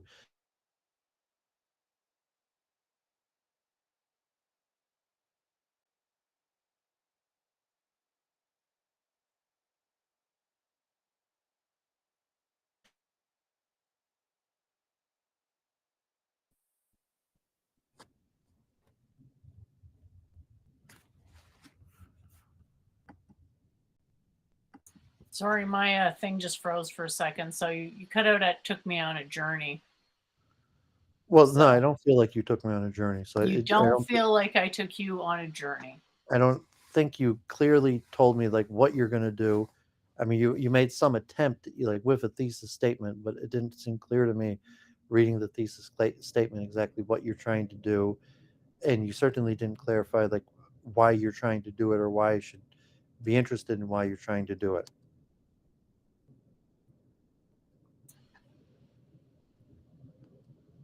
Mhm. It's just a question of how to integrate the information. Well, that puts a flow to your essay. So if it's clearly understood why you're trying to do it, why you should be interested in trying to do it, and then how you're going to do that, and throughout the essay, that's it's always clear in your roadmaps to this understanding, like of like that's the journey. Where are you taking me, and why are you taking me there? And along the path, like I know where you're trying to take me and why you're trying to take me there, so it makes the trip easier. And so even just reading it's like you're like, okay, you mentioned some interesting definitions and ideas, but after I'm done reading the essay, like I don't feel like you took me anywhere. Right. So something like physics ought to be accurate. Least action is true. Physics ought to incorporate least action. Current physics doesn't incorporate least action because of, or rather, physics can't incorporate least action under this mathematical paradigm. Therefore, replace mathematical paradigm with something that can integrate least action on the physical level. And then try to make an argument for that. Would that work? Well, if the problem is really it's coming to the who, because if Yeah, you're but I really, don't want to talk about myself, okay? So it's going to be minimal information about me, and it frankly doesn't matter. I mean the who, like your bio, I'm saying the who is related to the what you're trying to do and why you're trying to do it. Put forward a I'm good not, way of I'm not understanding saying that physics. if Physics, you physics, trying to make physics make sense, trying to make physics accurate. It's not any more complicated than that. I don't want to make it more complicated than yeah, I that. mean, so first you're saying that physics, so you say, well, even though you may not understand, physics currently doesn't make sense. And therefore, even though you didn't realize before, so you're saying if it's like accepted, if you're saying something like as a given, but like what your given is not necessarily given. And that's where the who comes in, because the who is that you're saying something controversial. And so like the who is like you, the author, you're the one saying it. Whatever, whoever, however you explain yourself, it's you. You're the one writing it, you're the one saying it. So you're saying there's something fundamentally wrong with physics. Who said it? You said it. No one else said it other than you. I And don't so think that's true at all. and I'm so not the if first person someone to say else there's said and that, I didn't say there's something fundamentally wrong with physics. I said physics ought to be accurate as possible to make as few mistakes as possible. and you're saying currently it's not. I'm saying currently it's indeterminate and there's a boundary or a hurdle rather, the hurdle being that mathematics has no restraining on infinity technically, but I don't want to get into all that in the introduction. I just want to say that its least action can be integrated into physics. Physics will be accurate if and only if least action is a fundamental principle in the or axiom, quote unquote, in the development of the theory. Yeah, and because now, like, I mean, it's almost like because you're being too argumentative and you're not accepting the premise that I'm saying of why your writing is problematic, and that's why I just felt we're not getting anywhere. And why, like, I just looked at it as like, well, okay, like I learned a few things from your writing, but it's not there, and I'm not sure there's anything I could do to help you get there because I've explained it again and again, and then it just becomes argumentative to the point like I don't think we're making any progress. So like if you I don't didn't mean to sound argumentative. I guess I'm if you just don't appreciate this frustrated. concept, like I think I you have to appreciate it take a lot. you have I to take the appreciate it. reader on a journey. Yeah. And you're And I was saying that asking you if that that you're made sense. explaining I there's was a asking you if current that state of journey made physics sense. and it's problematic, and therefore I'm going to take you the journey to understanding how it can be less problematic. And it's not clear, like, because you're like, what, like, why are you taking me on this journey? So you're saying because uh, the current state of physics or these concepts is not well enough understood, and by going on this journey, you're going to understand these concepts, and you're not clearly laying that out enough for me to feel like I'm going on a journey, like I gained anything from your writing. And it has a little bit more format, but it's still kind of like the list because like it's not clear that journey. You're not presenting it, and it's not just in the introduction, it's throughout your writing that it should be clear that if you're factually taking the reader on a journey, it feels like that the whole way through the introduction and all of the information, like it's piecing together for a reason. Like, okay, you're telling me this for a reason, and it's because you're trying to get me from here to there. And all of these are necessary steps to get me from here to there. And none of that is clear. It's not clear in the introduction. It's not clear reading throughout. And even what you're trying to say, like you're just speaking to me now, I'm not even sure you're clearly explaining to me like what you're trying to do. And I mentioned the who, like, okay, like it's obviously you're the one who's trying to do it. I mean, you're the author, you're the one who's trying to do it. So like you constantly misunderstand this, like, I'm saying you have to like put your resume, but you have to appreciate that it is factually you who's trying to do it. You're the author, you're the one taking me on the journey, you're the who. And if it's not you, it's say you the author, you're reporting on what other people's doing. So it's like you're not the one taking them on the journey, you're the one who's reporting about this journey that exists that other people are taking you on. But you're saying that answer to the question who and why is has to be there in your writing, or else it's really just unreadable.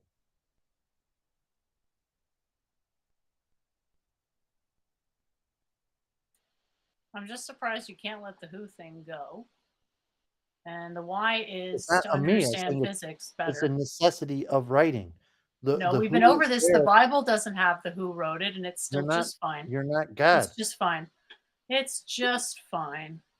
So And we've already established it clearly. I'm saying why I If couldn't I read your have to writing. write this piece of trash about myself, then it's going to be at the end. So I don't know So why the we who have to is the keep computer. rehashing that. The who is either you or the computer. The computer doesn't have agency. I thought we were past that. The who is the author. Right. So I mean, it's obviously you're the one who's doing it. You're the author. Mhm. And the who is connected to the why, the journey. Why should I read what you're writing? And you're saying why? Because I'm going to take you somewhere. There's a purpose to it, where here's where you're at now, and with the information I'm giving you, here's where you'll be.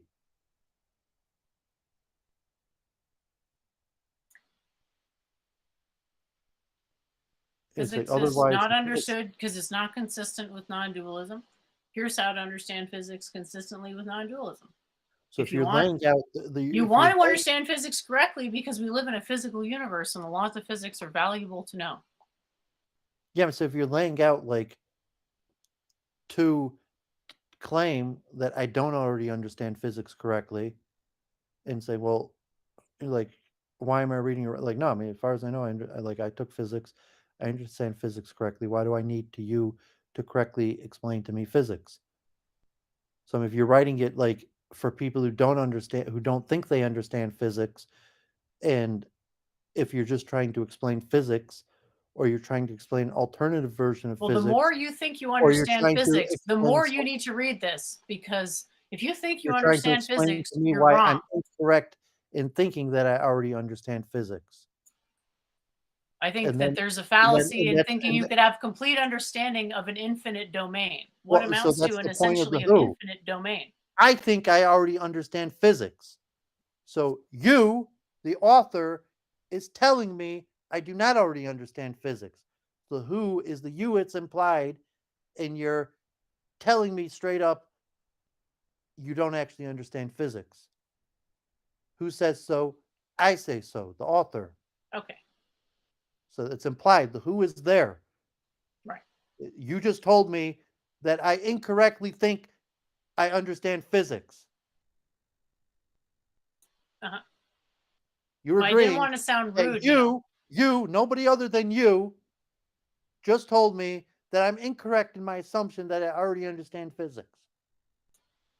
Well, I was trying to talk about the physics doctrine independent of the individuals who were studying it, so I didn't want to say anything Independent of about the the person reader. who's reading, you're talking to the person who's reading your essay.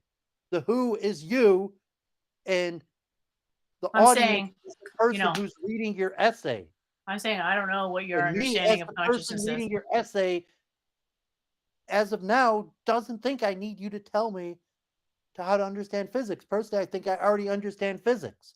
So if you're coming up straight into the introduction, by the way, you're wrong in your assumption that you already understand physics.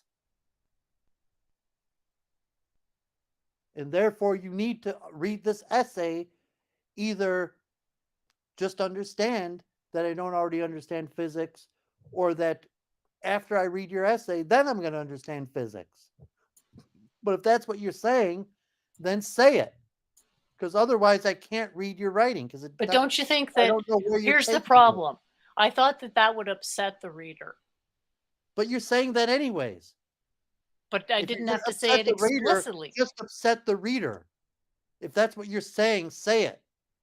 If that's The not what thing you're is, saying, I say didn't what you're want to saying. I didn't want to cast aspersions on the reader by presupposing their You are. pre-existing state of I understanding. already understand physics. I do not need you to explain to me physics. And then you're saying no. I'm saying possibly there's a boundary to or Are a you saying barrier. are you Possibly there's saying a I'm barrier wrong? to As far understanding. as I'm saying, I already understand physics. I have no need for you to explain to me physics. If you're saying you're wrong, you do not already understand physics. I'm saying maybe you understand it partially and could understand it better if you could see the information like I can.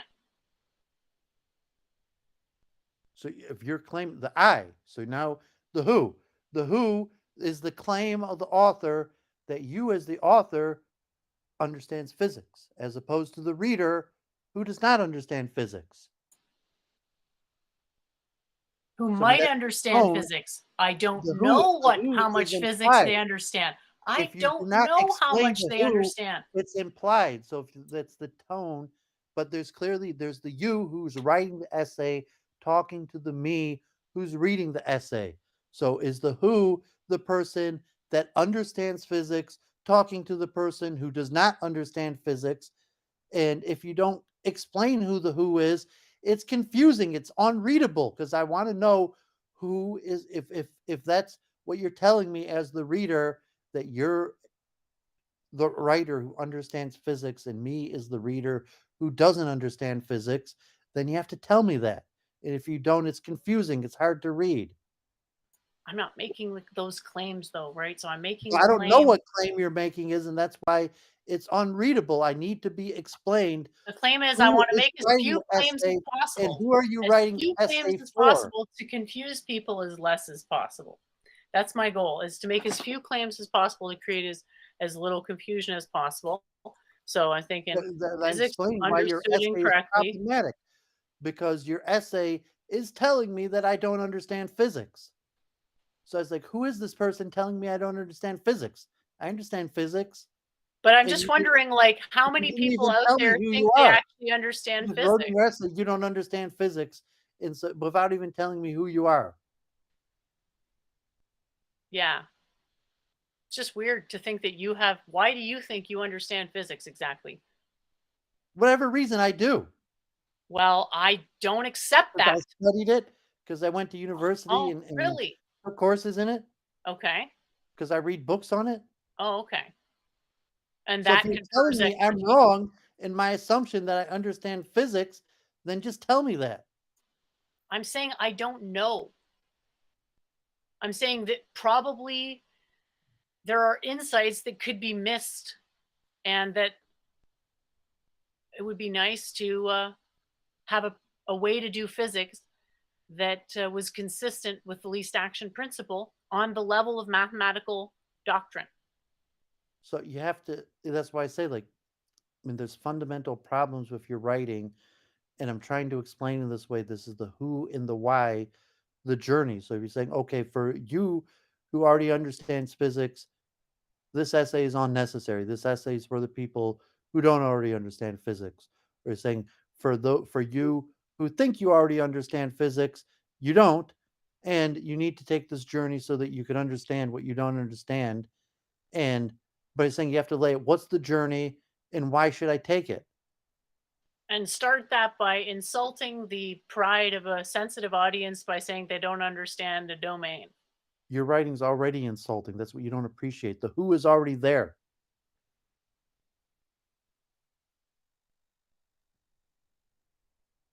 The who is already there.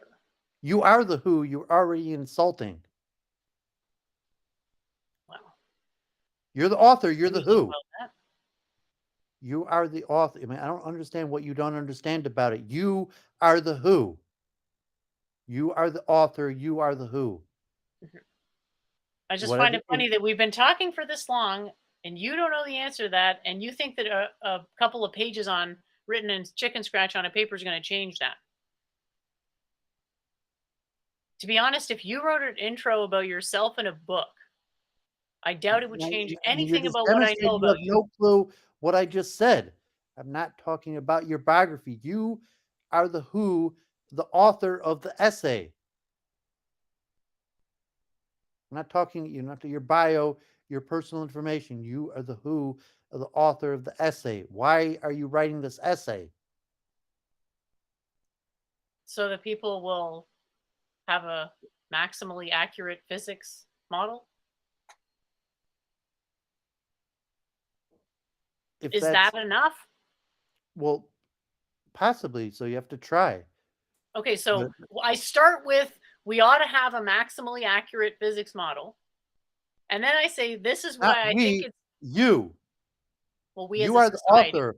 You're not saying we. You're saying you, the reader, should have, and I, the author, am providing that for you. That's implied. There's no we here. There's an I and a you, the I, the author, and you, the reader. There's no we.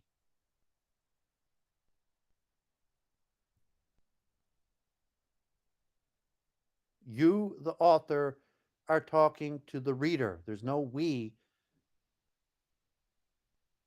You know what it is you said journey, and I got to thinking we. Because I'm thinking, taking the reader on a journey while we're together, You're we're on a not going journey. on the journey. You're taking the reader on the journey. Yeah, You're not but a to me, that participant. what's the difference? I mean, to me, that taking someone on a journey, I'm going with them. So you're saying I'm not going with them. I'm Yeah, so taking them somewhere, but I'm not going with them. that's why your writing's like unreadable. And I thought I was making progress. Well, no, you're making some progress, but your writing's still um you're not writing an essay. You're making progress. I'm not saying you're not making progress. Like you might be advancing your ideas and the structure of your ideas or the outline of the journey. But your writing is still fundamentally problematic because of the who and the why. Uh-huh. And And I so don't it's know why you possible that can't just let the thing go about the who that, because it's not readable until you resolve that. yeah, but it's not going to make any It's difference if just a there's an list. introduction of me as a person. It's So it's basically still annoying. just a list. It's really And annoying that you keep thinking that the author has to incorporate their personality into the book that they write. It's stupid. It's not true. I do we're not not making have to sense. put myself at all in this. Yes, I agree it doesn't have a structure. Yourself is in it. You are the who. It's you. Whether you Yeah. put yourself in it or not, it's you. You are the answer to who the who. You're the author.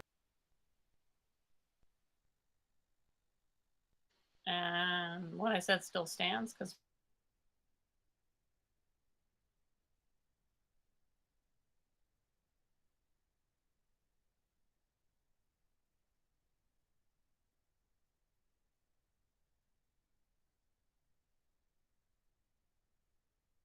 Really mean sharing your personality. Mean to say if there's saying so in the Bible, the implied who is God.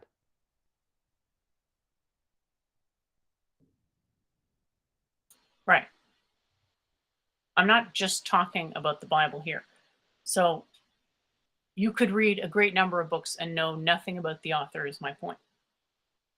And I don't know why that You don't you need to can't know accept that. about the author, that you still need to know who the who. The who is the author is me. Exactly. It's like, no, you don't. I mean, You if just need who to know is the arguments. if Just the who is argument. the person who's going to clarify to me my misperceptions about physics, I don't necessarily need to know anything about you or your personality, but I need to know that the who is the person that's going to clarify to me my misperceptions about physics.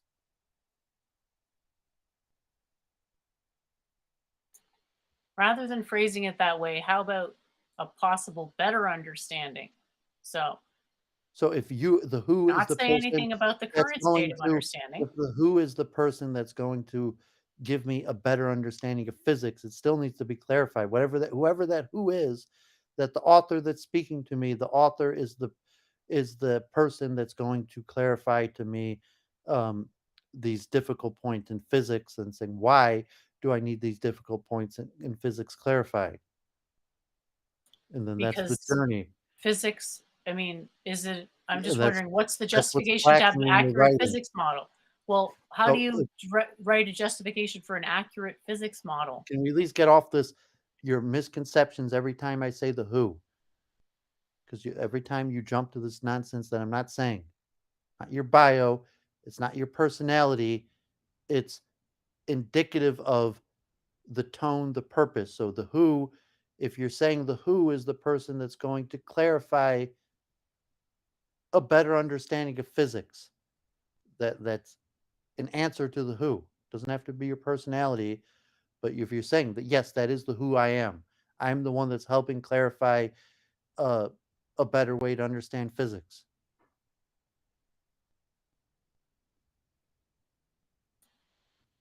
And I don't know, is that who you are? Are you helping me clarify my understanding of physics? Am I helping you clarify your understanding of physics? Is that Is who that what you you're are? asking me? Are you asking I me don't that? even know if that's who you are. Like from your writing, I can't even clarify that, like an answer to that to the who. The author here is here to help me clarify my understanding of physics.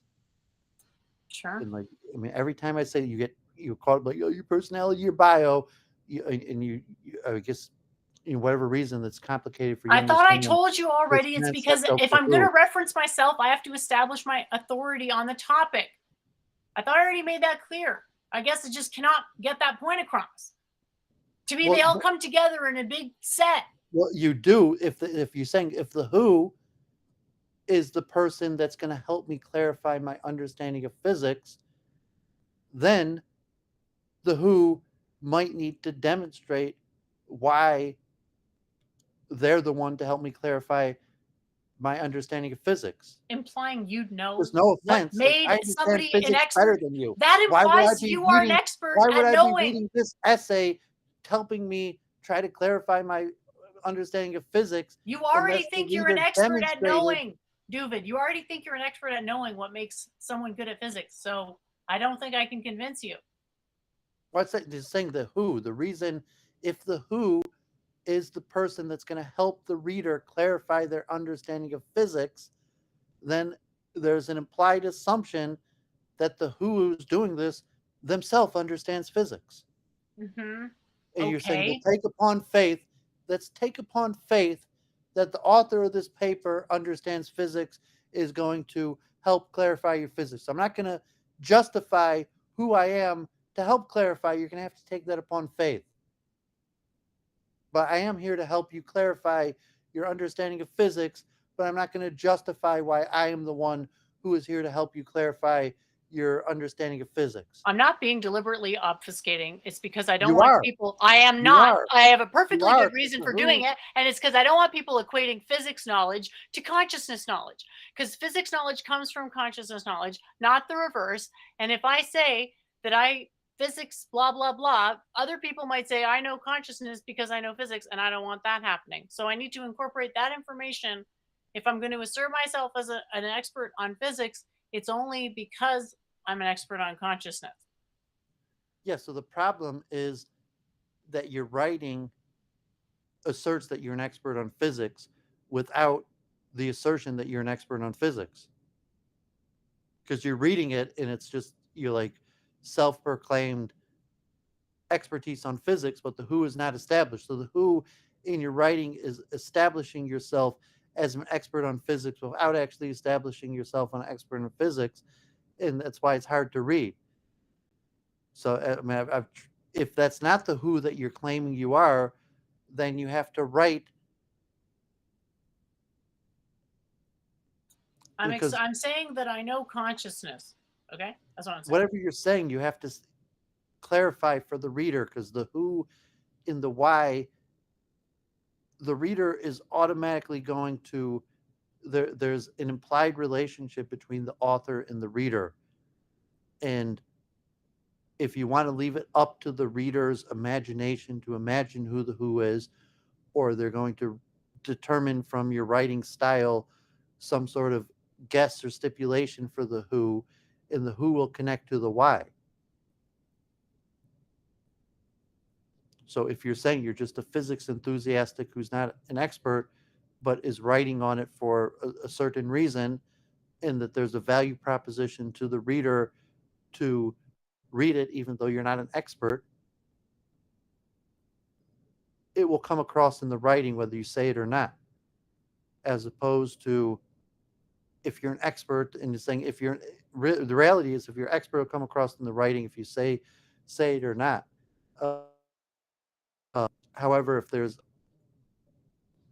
but I mean, either way, your who and the why is still not there.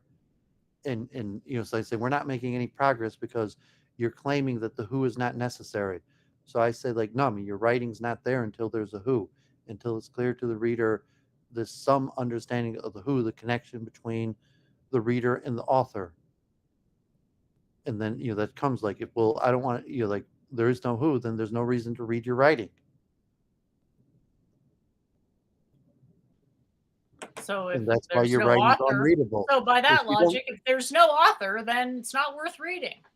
Interesting if you don't logic. answer- Very if you interesting don't- logic. You have to answer the who and the why. The who, why, what, and how. I'm saying the when and the where is somewhat, the when is obviously like, well, now, or if it's going to be late, but I'm saying that the when and the where are less, but it's not writing, it's not an essay until you answer who, what, how, and why. I mean, really, in order, it'd be usually in the order of your introduction, it would be what, who, why, and how. So if you think of the order of your introduction, it should be what, who, why, and how. Sometimes it could be what, why, who, and how. But usually the beginning is what, and your thesis statement is the how, and in the introduction you need also the who and the why. And at all points in your essay, those should be clear to the reader, the answers to all those questions: who, what, why, and how. And if you can't clarify the answers to those questions, it's not good writing. And there's not really an exception. So if you say, well, I just can't answer the who, and then you can't understand why it can't be good writing if you can't answer the who. So I say we're basically at a standstill. You might be able to make progress in your writing, that there's elements of what's eventually going to be good writing once you answer the who, that you're making progress now working with the chat. But it's not going to be there till you grasp that, and then you seem argumentative that you think that you're going to be able to write an essay without answering this what, who, why, and how. It's not argumentative intention. It's frustration of, I don't experience personhood. So to come up with some lie, what to me would be a lie. In my eyes, it would be a You lie. experience personally because you are the who is writing. You're projecting. I'm not projecting. You are the who is writing. There's unequivocally a you who's doing the writing. Right.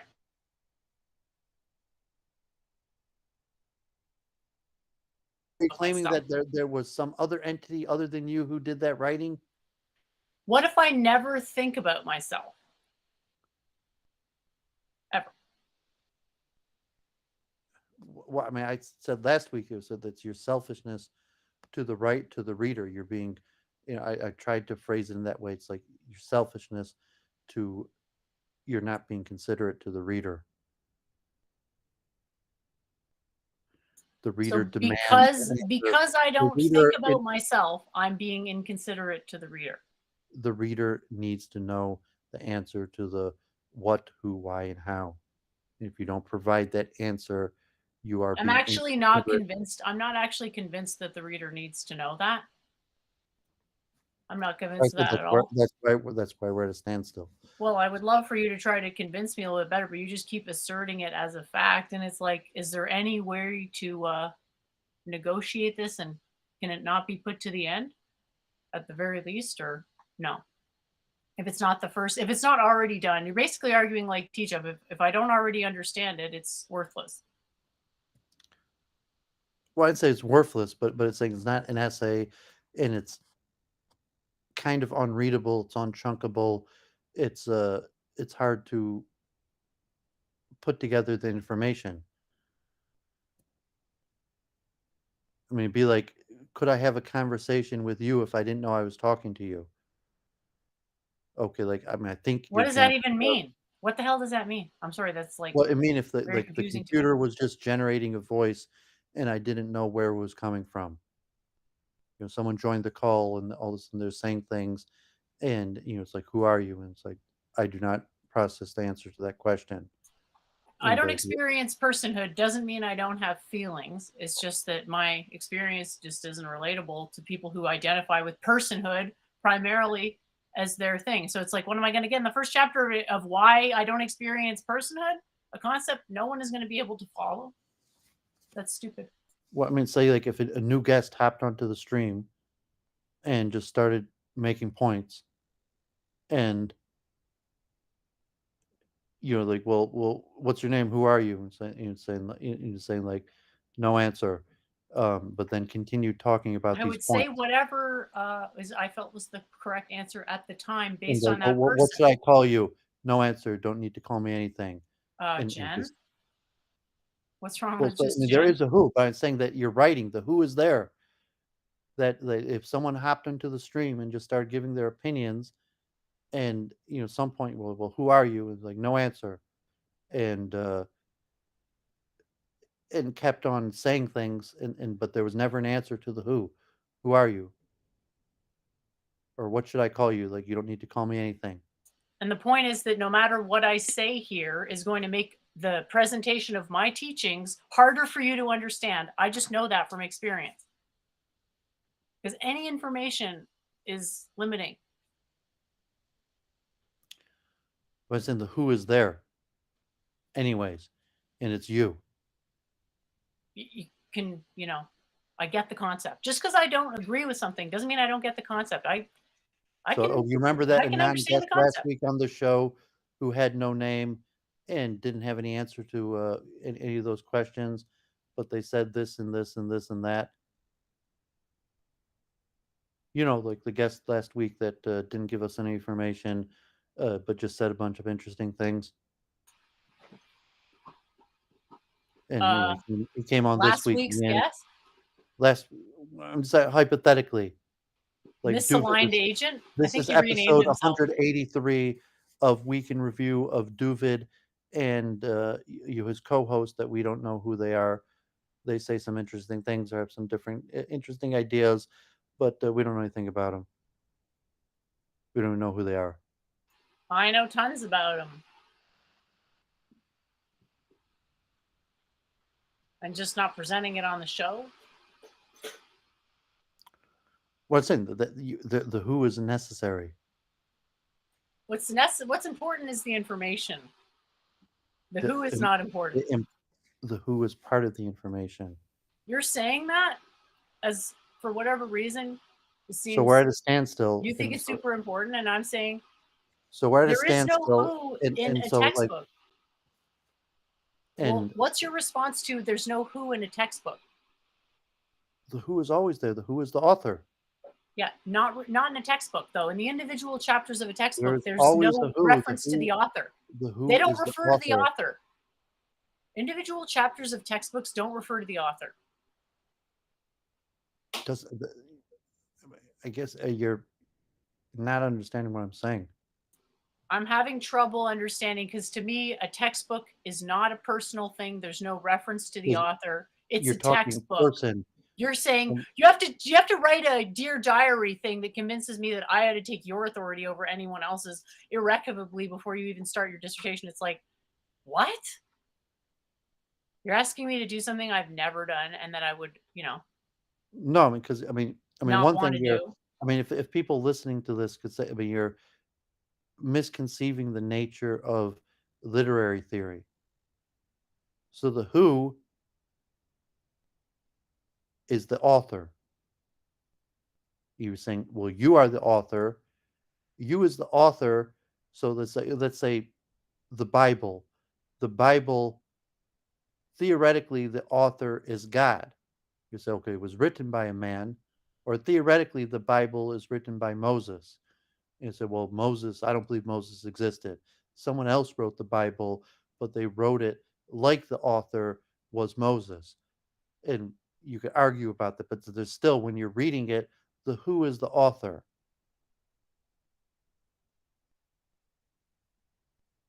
So you could write in a voice that's not you. You could pretend that God is the author. It means you writing it. You're, so to say, the author. But as the reader is the who. The answer to the reader's question is God. Or you could write it, Moses. You could use a pseudonym, and you could say, you could pretend that this is a long lost essay of Richard Feynman, and so that the reader would think that the author is Richard Feynman. That but saying the literary, there's always a who. The who is the author. The reader does not necessarily know the answer to who the author is, but the reader knows that the who is the author. And if for whatever reason you want to, like fictional literature, where you're going to pretend that the who that is writing it is someone different than the author. So if it's like Stephen King, um, writes a book, you say, well, the author is Stephen King, but the who from the reader's perspective is not Stephen King. The who is the narrator, that is a fictional narrator in a fictional story. So I mean, you're immediately jumping to this like defensive position of who, but I'm saying from the literary, the who is there, and the answer to the who is the author. I don't know if you understand what I'm saying. Well, The author is speaking to the reader. yeah, There's sounds a like you're who saying that an author talking to the reader is necessary for a coherent plot of a book. for literature in general. That's reading any form of writing. There's a author reader relationship. The who is the author. Right. You could be an anonymous author and still answer the who. You could be With a some pseudonym. You lie. could write something from the theoretical perspective, like a prophetic vision, or like the voice of the stars, and be anonymous, and it could still be intelligible. Like, well, I think someone wrote it. I don't know who wrote it, but they wrote it from the narrative perspective of the gods or the stars or some force. And most literature is written from the perspective, most fictional literature is written from sometimes a character's perspective. So if Stephen King writes a book and it's narrated or from a character in the book, um, I don't know, I'm gonna give an example like the Bronx. I was mentioning Leonardo DiCaprio earlier in relationship to Andrew Tate.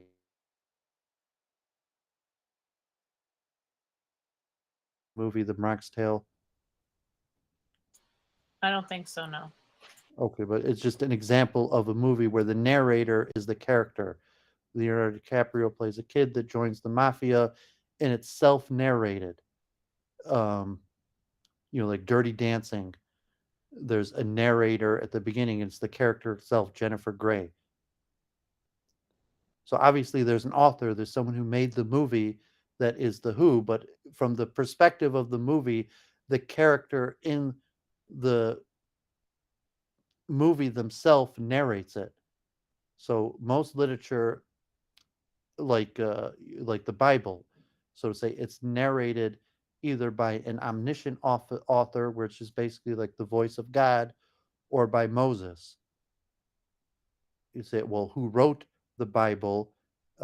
Most scholars believe that there's a like Jewish priests hundreds of years later, but from the reader's perspective, it's Moses talking to the reader. And even if Moses didn't write the Bible, the who is still Moses.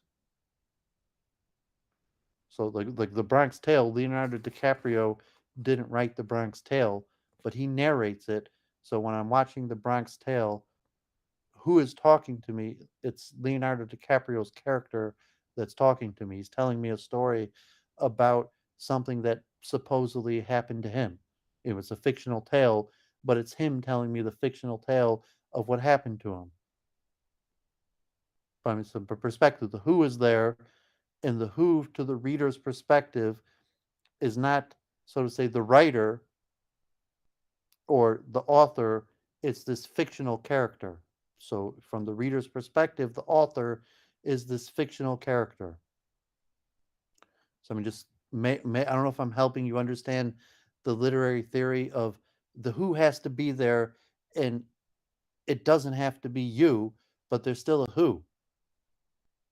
You're the author, you're the writer, but you don't necessarily have to portray yourself as the who. But you're not writing fiction. You're writing nonfiction. So the reality is you do relatively. So if you read a textbook, the who, the author, is basically portrayed as some like omniscient, um, either like an omniscient voice of knowledge, where the reader of the textbook is just saying like this is like the voice of God, this is the voice of knowledge, the state of current knowledge talking to the reader. Or sometimes it portrayed this is the current consensus of science, but there's an authoritative position in a textbook where the assumption of the reader is that the author of the textbook is authoritative in their knowledge, that they're getting the correct state of knowledge. And you say, well, did you establish that expertise or whatever? But if that's your narrative voice in the textbook style, that as a reader, I'm accepting that the author has authoritative knowledge. So the who, in that essence, that you're saying, well, all of my textbooks have an author, and they all almost usually say who the author is and have a bio and an introduction and these various things. But the who is the authoritative person that understands the subject and is writing the book for the unauthoritative person that wants to understand the subject. Right. But the who is always there. There's no such thing as writing that doesn't include a who. And so like when you're writing, like there is a who and it's unclear and it makes the reading like hard to read. So if you're reading something like in a textbook, in like one paragraph it sounds like the voice of God, in the next paragraph it sounds like the voice of uncertainty, it makes it confusing and hard to read. Like I thought I was listening to the authoritative voice of God, in the next sentence it sounded like someone who was uncertain. What's Well, going the on part here? of my doctrine predicts that no human, because a human is a finite thing, no human can be God in the infinite sense. So, yeah, that's actually good that it took you in both of those directions. And the uncertainty to me is good, but you're going to say is bad. And I accept your point. It is bad if no one can follow the point of the writing. Yeah, that's the part of the why in the journey. Right. And I'm So thinking of it as an idea that I walk people through. Did you read Dante's Inferno? no, I don't read. I mean, I've took a course on. I But don't are read. you familiar with the general structure of the poetry? Yeah, I mean, that's a good example of what I was saying. That I see it as something like that. Like who is the who in I'm Dante's Virgil. Inferno? I'm Virgil. Have you read Dante's Inferno? Yes, oh, a translation of it. I'm Virgil, and So who Dante is is the the who? reader. Who is the who in Dante's Oh, Inferno? okay, for fuck's sakes, I'm not saying that it's. I'm It's not saying not I wanted them to Dante. be analogous on that level. I But I'm saying the point. know It's not it's not Dante. Dante. I know that. I understand that. My point is that the aesthetic for my writing is that I see myself as Virgil and the reader as Dante in the story. But you never saw it. You never actually. But you said you just took a course on it, so you do know what? Sorry, I'm confused. I took a whole like 24 lecture course that went through, but I didn't actually read it. I took a course on a great You've teacher. read the Gita, right? Yeah.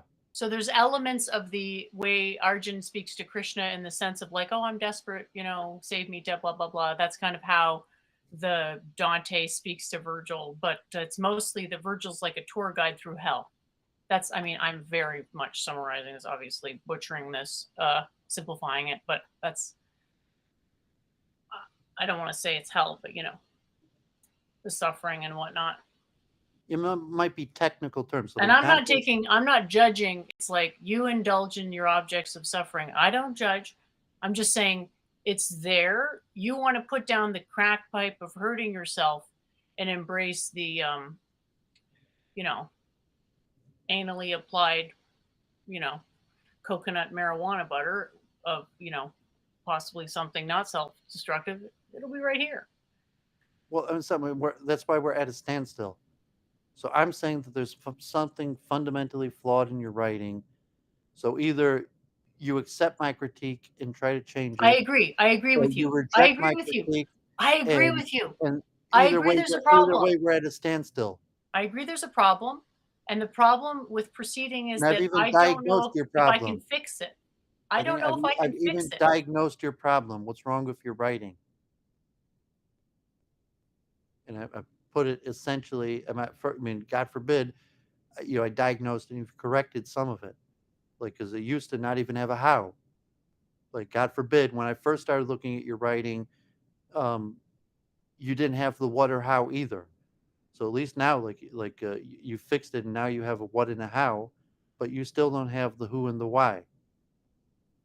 So your reading has markedly improved, but until you have all four of those elements, the who, the what, why, who, and how, it's fundamentally flawed. It was really bad when you didn't have any of those, and like at least now you've you know basically consistently had the what and the how, and you still need some work on the how because just because you had the how, it may not be accurate that you said how, but you didn't actually do it how you said it. But so you've markedly improved your writing that now you have a what and a how, but it's not going to be writing until you have the who and the why.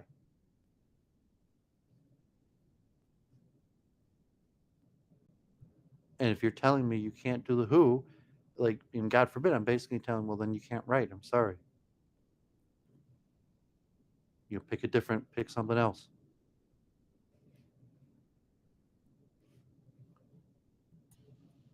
Well, I was doing really short form proofs. I mean, whether those are writing or not, sort of a matter of interpretation.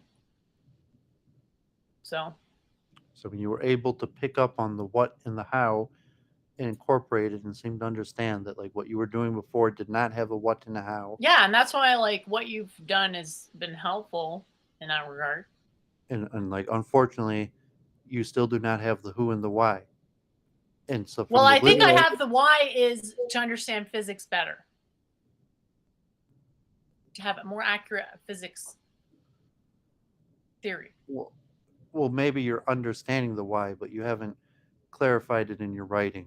Okay, so the And the why reason I'm for the putting, writing is better physics understanding, and the problem with the understanding is integrating math and physics. Okay, and then it's a question of how much time do I have to spend explaining that concept? Because I'm worried that the more I go into it, the more possible confusion I'm going to create. I think if you had it clarified in your own head, the writing would probably just flow. You wouldn't need Chat GPT. If you had the who and the why clarified in your head, the writing would probably just easily flow. And if I had a who and a why, I might not understand the quantum periodic table. So it's let's be realistic here. I mean, possibly. And I already told you the why was to help people understand physics better. So what is wrong with you keep sort of rejecting that it's not good enough. It's what's wrong with that again? The why have to I this not essay, made the why to every essay. the why to every essay is the ahimsa principle, but I don't want to assert that every essay because the number of steps to go from ahimsa to the essay is it's 1,000 steps. The why. You don't want to do that. Now, why on is its not own, why. you can just say it would be good to have accurate physics theory.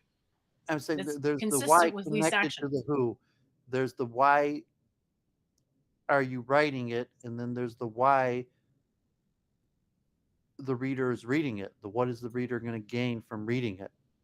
And what I'm saying is that the why I'm writing it doesn't matter, and the why the reader's reading it is to get a better understanding of physics. And I appreciate I haven't made that clear. No, the why you're writing it does matter.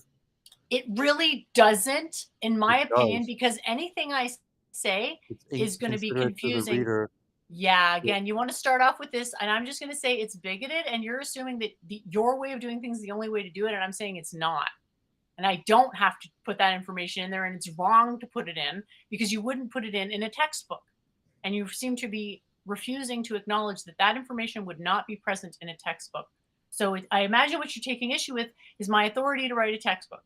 And the problem with qualifying authority on It would consciousness be. I is mean, that once you have to you're wrong, qualify, you have to have qualified authority all on textbooks consciousness have to qualify authority all on textbooks consciousness. have these And the whys. average person doesn't have qualified authority on consciousness. So do you see how at some point there's an appeal to a deeper understanding of consciousness?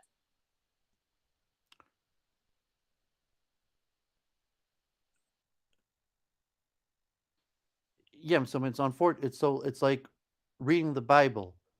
So like, okay, I read the Bible and I think the author's God, and so when I read the Bible, I think it's that I'm reading God talking to me. However, a lot of people are Uh, skeptics, and they don't think the Bible's written by God, and they think the Bible, a conspiratorial written by man or whatever reason, and therefore they understand the Bible differently.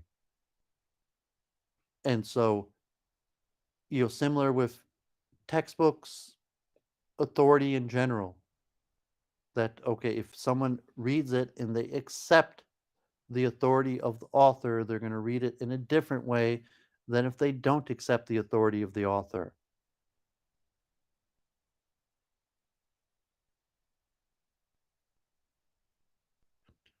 And so if you as the author are writing for people who accept you as an authority, and for those who don't accept you as an authority, there's no reason for them to read it. Or if you're writing in a way that's clear, saying, well, some of the readers might accept you as authority, some might not. I'm perhaps trying to open with why are we are we skeptical of our own apprehensions? How much skepticism ought we accord our own apprehensions?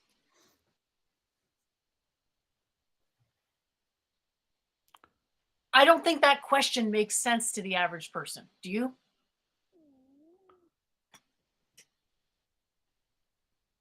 It could make sense to anybody, but I'm not sure like what this has to do with what we're talking about. Establishing an authority on consciousness. Well, I was saying that if your point is you can't establish an authority on consciousness, you could attempt to. I don't think it can be done. Yeah. Some of the readers might, if you're trying to establish yourself, if you consider yourself an authority on consciousness, you personally consider yourself an authority on consciousness, some of the readers, I consider authority to be conferred by other people. So authority wouldn't be something I'd be considering for myself. It would be something I would hope other people would accept for me. And then my concepts and opinions about it are good. But yeah, I don't think about my own authority, but obviously I want to be as authoritative and accurate as possible with everything I say. I just don't think I can define my own authority. Kind of. So do I try to present the idea that it's pointless to try to establish authority on consciousness because it's subjective? And that therefore you can anybody only really write textbook style if you're an authority. Uh-huh. So if you're not an authority, even the Well, let's assume that I am. Well, no, saying if you're assuming you are, and that's why you're trying to write a textbook because you think that you're an authority. Well, that's what I just said. I don't think about my own authority. I put the textbook forward. Other people decide if you're writing a textbook. Step 1, I put the textbook forward. Step 2, people decide if I'm an authority.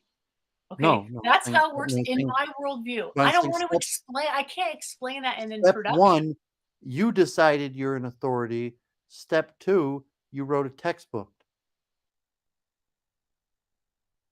So you only would have wrote a textbook if you No, I think you didn't have think I authority. had authority. I And didn't why are think you about it writing a that way textbook? If you didn't think you have an authority, why are you trying to write a because of textbook? helping people with ahimsa. How are you going to help people writing something that you don't know what you're talking about? Well, you think I don't know what I'm talking about, but you have no basis to ground that claim, so I can dismiss it like every other But you think unevidenced you know claim. what you're talking about. You think I you're an don't authority. think that. You're presuming I have So this why are you writing a self-concept, textbook?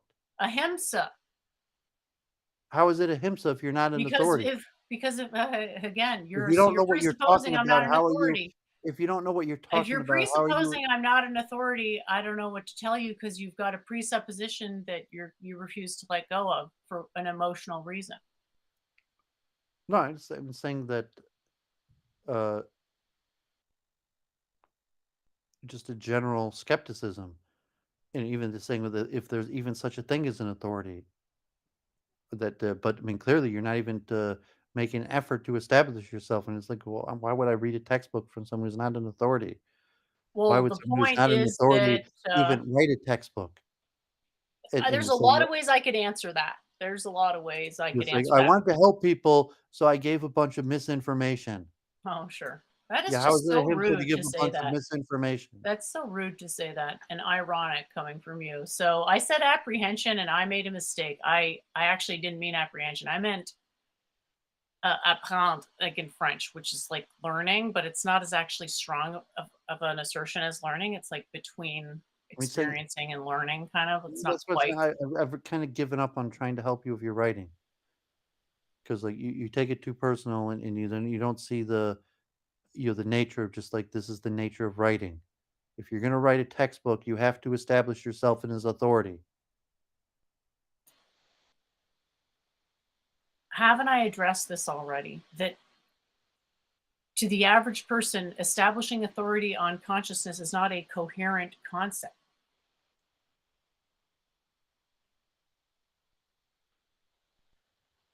Yeah, I'm saying even the author, like no one's really seeking for if I mean a textbook on consciousness. But I mean it's problematic, and we don't have to get you know too often this and like how do you establish this? Are you authority? Are you even writing a textbook? To just to conceptually understand that your writing needs an answer to the who and why question. However, you're going to answer that, you need to be able to answer those questions for your So writing to I progress. told you that the who has no answer because I don't experience personhood, and the why is ahimsa. And past that, I don't mind adding more, but past that, adding more is a Yeah, but huge step I mean, when into. you're incorrect, that's the why you're writing it. I'm saying the why the reader's reading it, why you think the reader's reading it. So if okay, you're writing The it, reason I think the reader ought to read it you're is because writing it it's for good to ahimsa. understand physics in a way that accords with the least action principle. Because you can actually, there's a lot of reasons, but if I was somebody who didn't have any exposure to this stuff, what I would want would be like the fact that it has a practical logic in it that you can actually apply Again, so the why without is anybody connected there. to the who. The So why is connected to the who. Sure. for I don't want to the make, I reader, don't want to make, why am I I don't want to reading what over this assert person the is claim. writing? And there's the Sorry. why connected to the subject matter. Why the reader should be. There's a whole bunch of aspects to the why. So there's the Yeah. why in relation to the who, what, and how. Do you mean when you say why in relation to the who, are you saying what I get out of it? Because I don't understand what you mean by that. I'm sorry. I'm Why in saying it's relation not. to the who? I mean, God forbid. Like I mean, you're kind of demonstrating my point about your poor writing is caused by your selfishness. The why is about the reader, and it's not about you. It's about the reader. So the fact that I never think about myself, that makes me selfish. The fact that you never think about the reader is why you're selfish. Well, I think about the reader all the And time even why I ask these questions, you're constantly thinking about yourself. So it's saying why because you keep saying who. You're forcing me to do that. So it's like, when are for you the going to sake of the realize? reader. Yeah, The okay. For the purpose of sake the of the who reader, is I for the have to benefit of lie. the reader. It's not for the benefit of Okay. you. It's for the benefit of the reader. That's why you're writing is unreadable because you're not thinking about the perspective of the reader. You're thinking, oh, the who. I don't want to answer who the who is. I don't know who the who is. You say, well, think about the perspective, the reader. The reader necessitates for the sake of the If reader. I don't experience personhood, how the hell do I relate to a reader who experiences You personhood? don't, and then there's no reason for you to write. Why would you say that? You say if you don't experience personhood, why are you writing? To help people suffer less. For So the who's the who? quadrillionth time. Who's the who that's trying to help There isn't a people? who. There's It's just a who. suffering being bad and consciousness fixing it. But no, it's saying it's your consciousness that's you that thinks No, that the perception of a you is that a thinks that you limited can help thing. people I'm limit their sorry. suffering.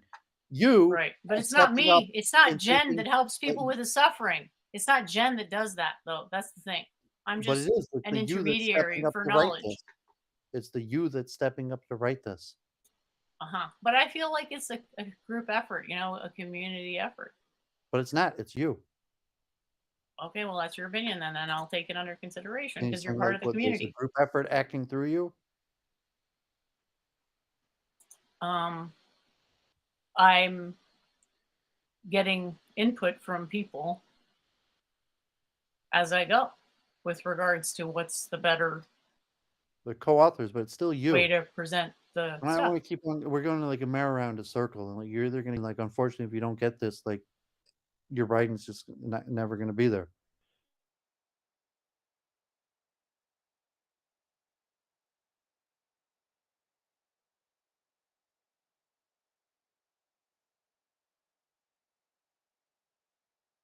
It doesn't matter in that at all. It does though. The why. The why a children's author wrote, does it matter why Dr. Seuss wrote those books? No. Stop being so selfish. I'm talking about the reader. I'm not talking about you. I'm talking about the reader. Okay. Why should the reader be interested in what the subject is? Why should the reader be interested in what you have to say? Why should the reader be interested in the journey you're going to take them on? Stop So I thinking guess about yourself. the idea would be about the reader. I can't understand the reader. So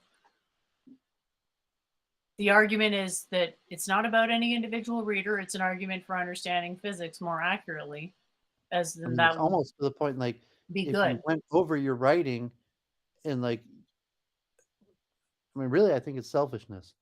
I mean, God forbid that you can't see from the perspective of the reader.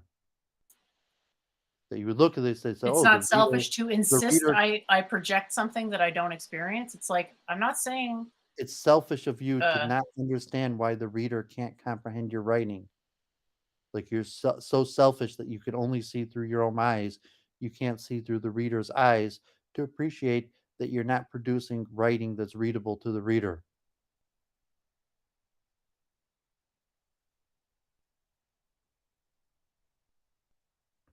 And that's why every time I ask these questions, like you confuse it to you as opposed to the reader. No, I just feel like we could pull up a scientific publication right now that wouldn't have any reference to the author, and it would be like, well, are you saying that doesn't make any sense? Well, it does make sense. It's just you're insisting I have an agent in the writing for whatever reason. You're saying it makes no sense unless I'm there as part of the plot of my own book. The author is always there. What do you mean there's no reference to the author? The author is the one who wrote it. Any paper, the author is there. They're the one who wrote it. And they're not referenced. You have to reference it to be. The author is implied. The author's there. The author's factual, whether it's referenced or not.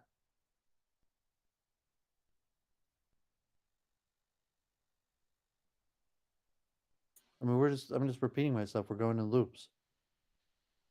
There was one thing that I don't think we got to yet, which is like, I don't know if you're interested in like the AI stuff at all. I could skip it because it's like I had a prompt that just looked so much like a Tim Burton animation. And I don't know if you had any thoughts about like intellectual property for stuff like that. Because I didn't even put Tim Burton in it. I just put Alice in Wonderland, but I guess he did a movie of his, I guess, is it claymation? I feel like I'm sort of like a Philistine with regards to Tim Burton movies. They're just a little creepy for my taste. But yeah, there we go. His most recent one is Alice in Wonderland. Yeah, I've heard the name. I'm not sure of the copyright in the sense that if you were going to generate a picture and then try to publish it or make profit from it, and that he could sue and say that he's got some sort of, and he might not have a patent, like even if you were directly copying it, I'm not sure if even then you could sue, even if you directly copied like the pumpkin from his movie, that he would have a copyright claim on that, let alone if the AI generated picture that looks similar to it, as opposed to like a published. Yeah, I'm not sure. I haven't thought about the copyright implications of AI. I mean, my father was a patent attorney before he went back to medical school. Um, but I mean, it's possible that I don't even know if that's that similar to Tim Burton. Saying that he's got like a patent on pumpkins. I'm not even sure if you're accurate on that. That those are like Do Tim you Burton. honestly think I was saying that Tim Burton has a patent on pumpkins? I hope you don't think that that's what I was saying. Well, that is what you said. My question was about like whether there's any concern for intellectual property in this, given how similar it is to Well, of course there'd be concern. I Tim mean, saying that. Burton's quote claymation. Excuse me if I got the term wrong. Yeah, I don't know in the Tim Burton's case of that, but I mean, of course there'd be intellectual property rights and concern if there was a case of profit or fair use, and if the AI was generating things that were you considered someone else's property, that and then you published it, it could be. So I haven't read about that. I don't know if there's any cases like that, but it'd be conceivable that that you'd be like, oh, like and I don't even know if you're allowed to use the AI software and then use it from your own publishing and profit. If you own the picture or they own the picture. I mean, saying if you use the AI for this software, who owns it? You own it or they own it? I'm not sure. It's an interesting topic of Yeah, discussion. I haven't looked into that. I mean, there might already Oh, be I don't answers think to it. that it's been decided yet. I mean, the stuff's progressing so quickly that sort of got to wait a while for the dust to settle. I think, but I If just you thought it was wrote a book interesting. and it put that on the cover, and Yeah, God if forbid. you'd have to do like a profit share with the company and saying, well, it's their picture, or you're saying like, no, you paid your 50 cents as your picture, or if there's some sort of you're saying, oh, well, you have the picture, but if you're going to use it to do something that generates profit, then they have a right to a share of that profit. I have no idea. That's complicated, eh? I don't know how I thought it was super complicated it is. I interesting. mean, it could reason it out. In the U.S., it would be decided by case law, so it would someone would have done it, and then someone would have sued. So for example, if it was Tim Burton sued you, if you publish something, and then some representative, I mean, whether it's Tim Burton owns it or Miramax or whatever company owns it, sued you, and then that would set precedence for U.S. law or international law. It is sort of hard because I get the I'm not, sense anyway, just looking at this image. This is my prompt to Midjourney. It just seems like it. I don't know that you could actually identify a single artist style based on this image that I've got here. I don't know if you're much of an art buff or what, or if you can see what I've got there. Like, is that something you use the AI to generate? or is that Yeah. some that you yourself had that generated? That's your unique image that you generated? Well, someone may have generated it for me because I ran out of credits, but it's my brainchild, yes. So I came up with this idea of a gin and tonic, which is like a gin and tonic, but you add an R. So it's a gin and tonic. And so I put pounding gin and tonics at this week's Conspiracy Theorists Anonymous meeting, which I got that inspiration from someone else. So it's very exciting to see what it can do. But I was just really shocked at how, like, I didn't prompt this thing with Tim Burton at all. Although I realized, like, it totally makes sense that there would be a, a reference to There's it only because minimal. Alice in It's Wonderland got really not made that. not that long ago. It doesn't really interest me that much. I mean, I've looked the how the program operates interests me more than looking at this stuff. If you're Yeah, showing but you don't think looking at this stuff might help us understand how the program works? well, I mean, looking at the actual code or algorithms probably be more informative. Really?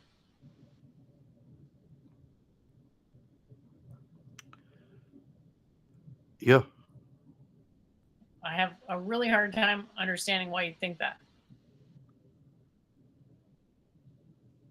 how the program works.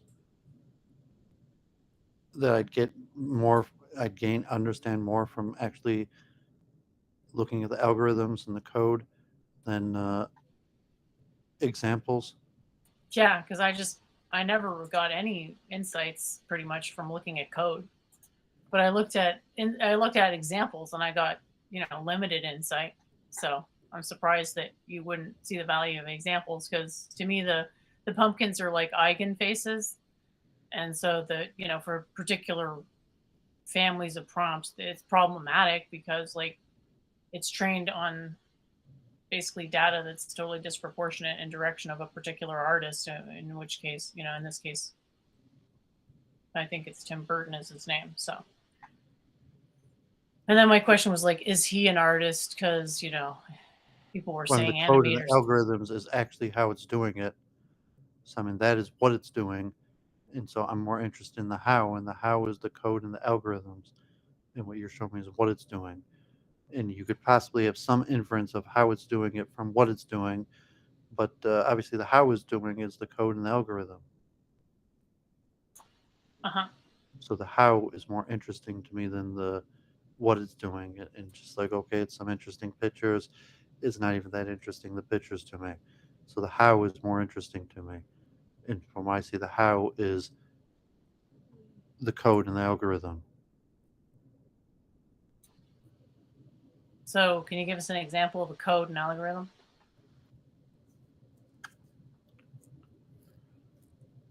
An example?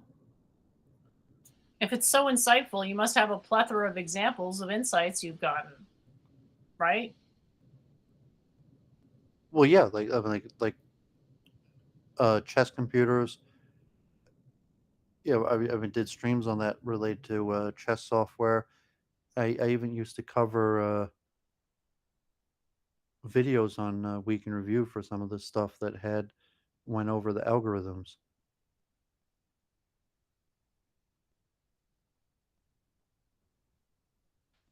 It's just sort of to me, it's like, how well could you understand the algorithm if you don't see the utility of the examples?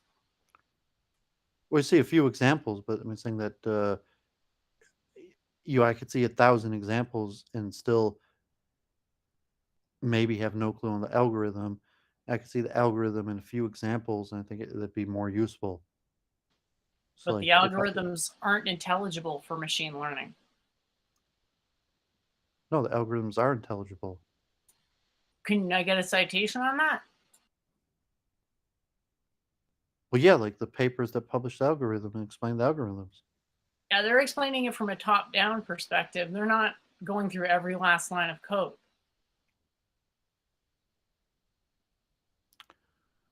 Well, I They're say I don't making know it, if there's hundreds of thousands of line in code. I'm not going to go through all the code, but there'd be an essential algorithm and how the algorithm operates.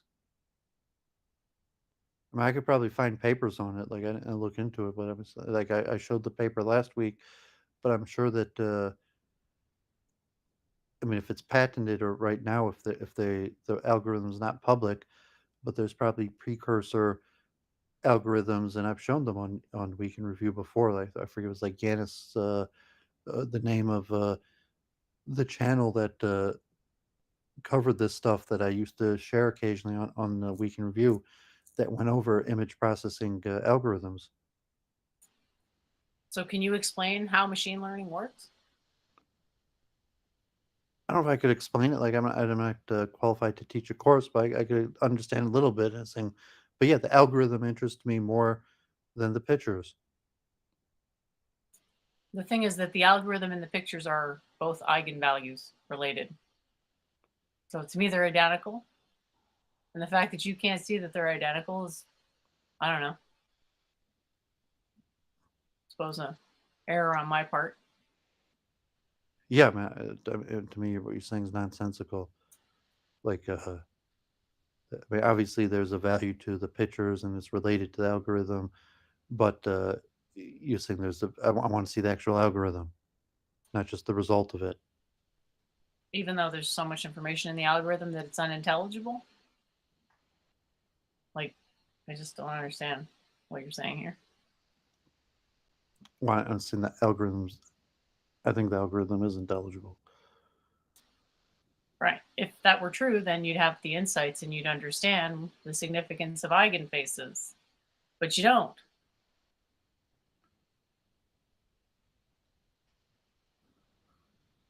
Uh-huh. Okay, so anything else?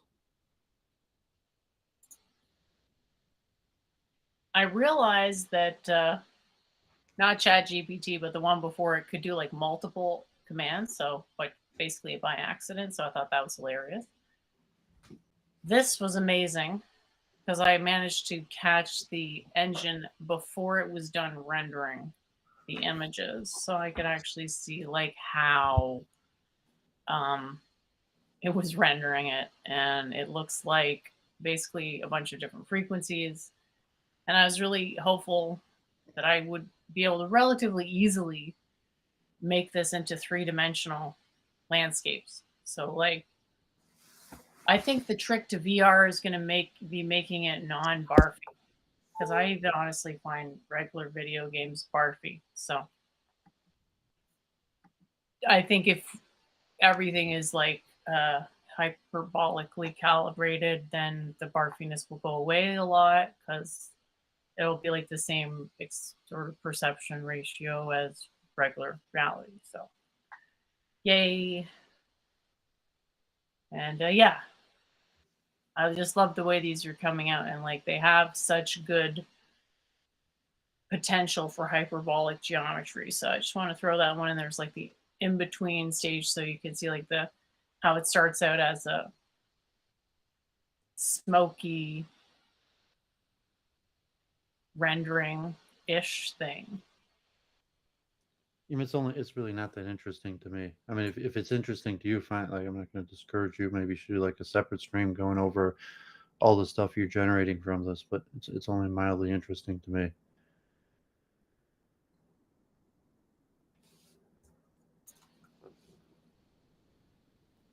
Yeah, so for this was an example for like how to define definitions. I guess you're not interested in that either. Well, I mean, just mildly. I mean, if you're saying you spent like 100 hours this week and generated like 1,000 different pictures, like, and you want me to look at all of them. No, you don't have to do that. I mean, that sounds like it was something you would not want to do. Is that right? Just reading your tone there. Am I right? You don't want to do that? I've never felt compelled to generate a single AI picture. Okay. Does that also mean you don't ever want to see an AI generated picture? Like, is this annoying to look at? One of them is annoying, but I mean, see, like, I mean, it's similar to your writing, like the why. You're just like, okay, like I did this and it's interesting, but I guess like, like why should I care that you made a bunch of AI generated chairs or whatever? Oh, because the point is like, how many chairs can you see?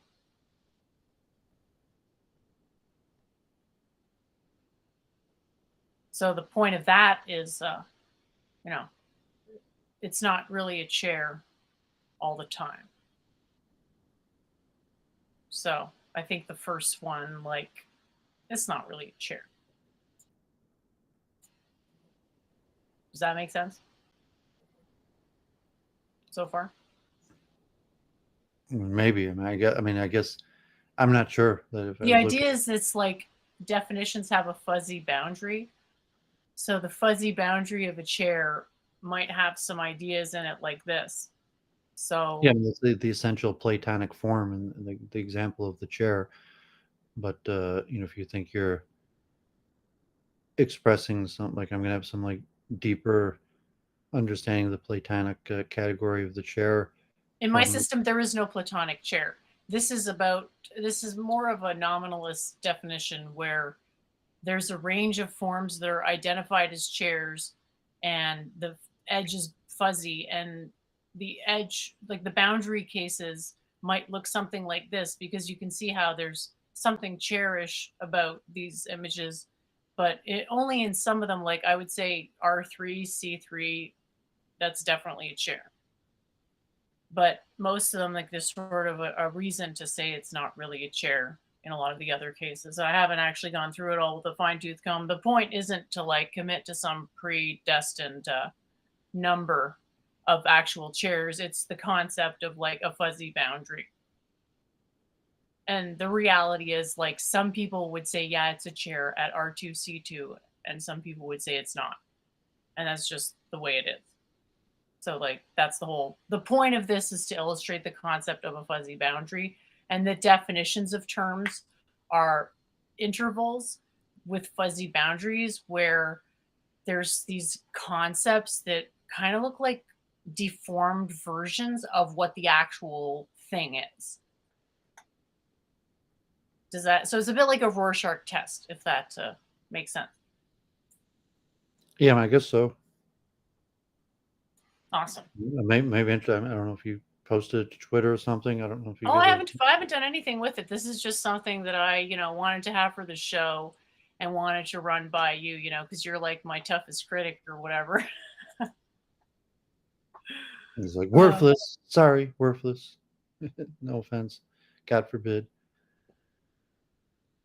oh, okay. Yeah, it's like it's a definition for definition, so I think it's pretty useful. But yeah, that's about I think all I had for the show.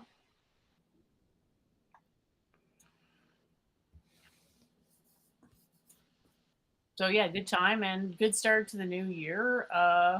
Any resolutions for 2023? I guess you're not the type. Yeah, just keep on working. You're like I should do I got organize my library so it'll keep me active to try to do the tour of my library stream, and I might run out of StreamYard, so I might actually buy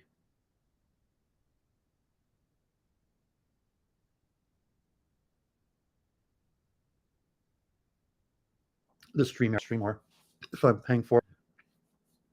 And you will see. So you are making progress in your writing, but it's still hard to read. So if you just try to understand what I was saying about the who and the why, because you definitely made progress on the what and the how. Although I think you still need a little work on the how. But good that you're working on it. You keep on working on it. You should see progress. And like I said, try to read it from the reader's perspective to put yourself in the perspective of the reader who's reading your writing. And you can see multiple perspectives of like a beginner versus an expert, and from there you could hopefully edit your own writing as by reading over your own writing and putting yourself in the perspective of the reader. But yeah, that's about it. So God bless. Have a great week. I'm not sure if you have more stuff or you're going to ramble on. Feel free. No, I think I'm just about done. Been a good show. Okay, so you don't have plans this week? You don't have Uh, enough. You could attempt like a solo stream on your chat box. I even saw like a few people had their JF did a stream on trying to red pill the chat GPT. Jai Mungle did a stream on discussing consciousness or something with chat GPT. But I don't know if you're gonna attempt a solo stream on that, but you don't have to. yeah, I don't want to write anything from the first person in the book, but I want to solo stream myself talking to Chat GPT. No, just kidding.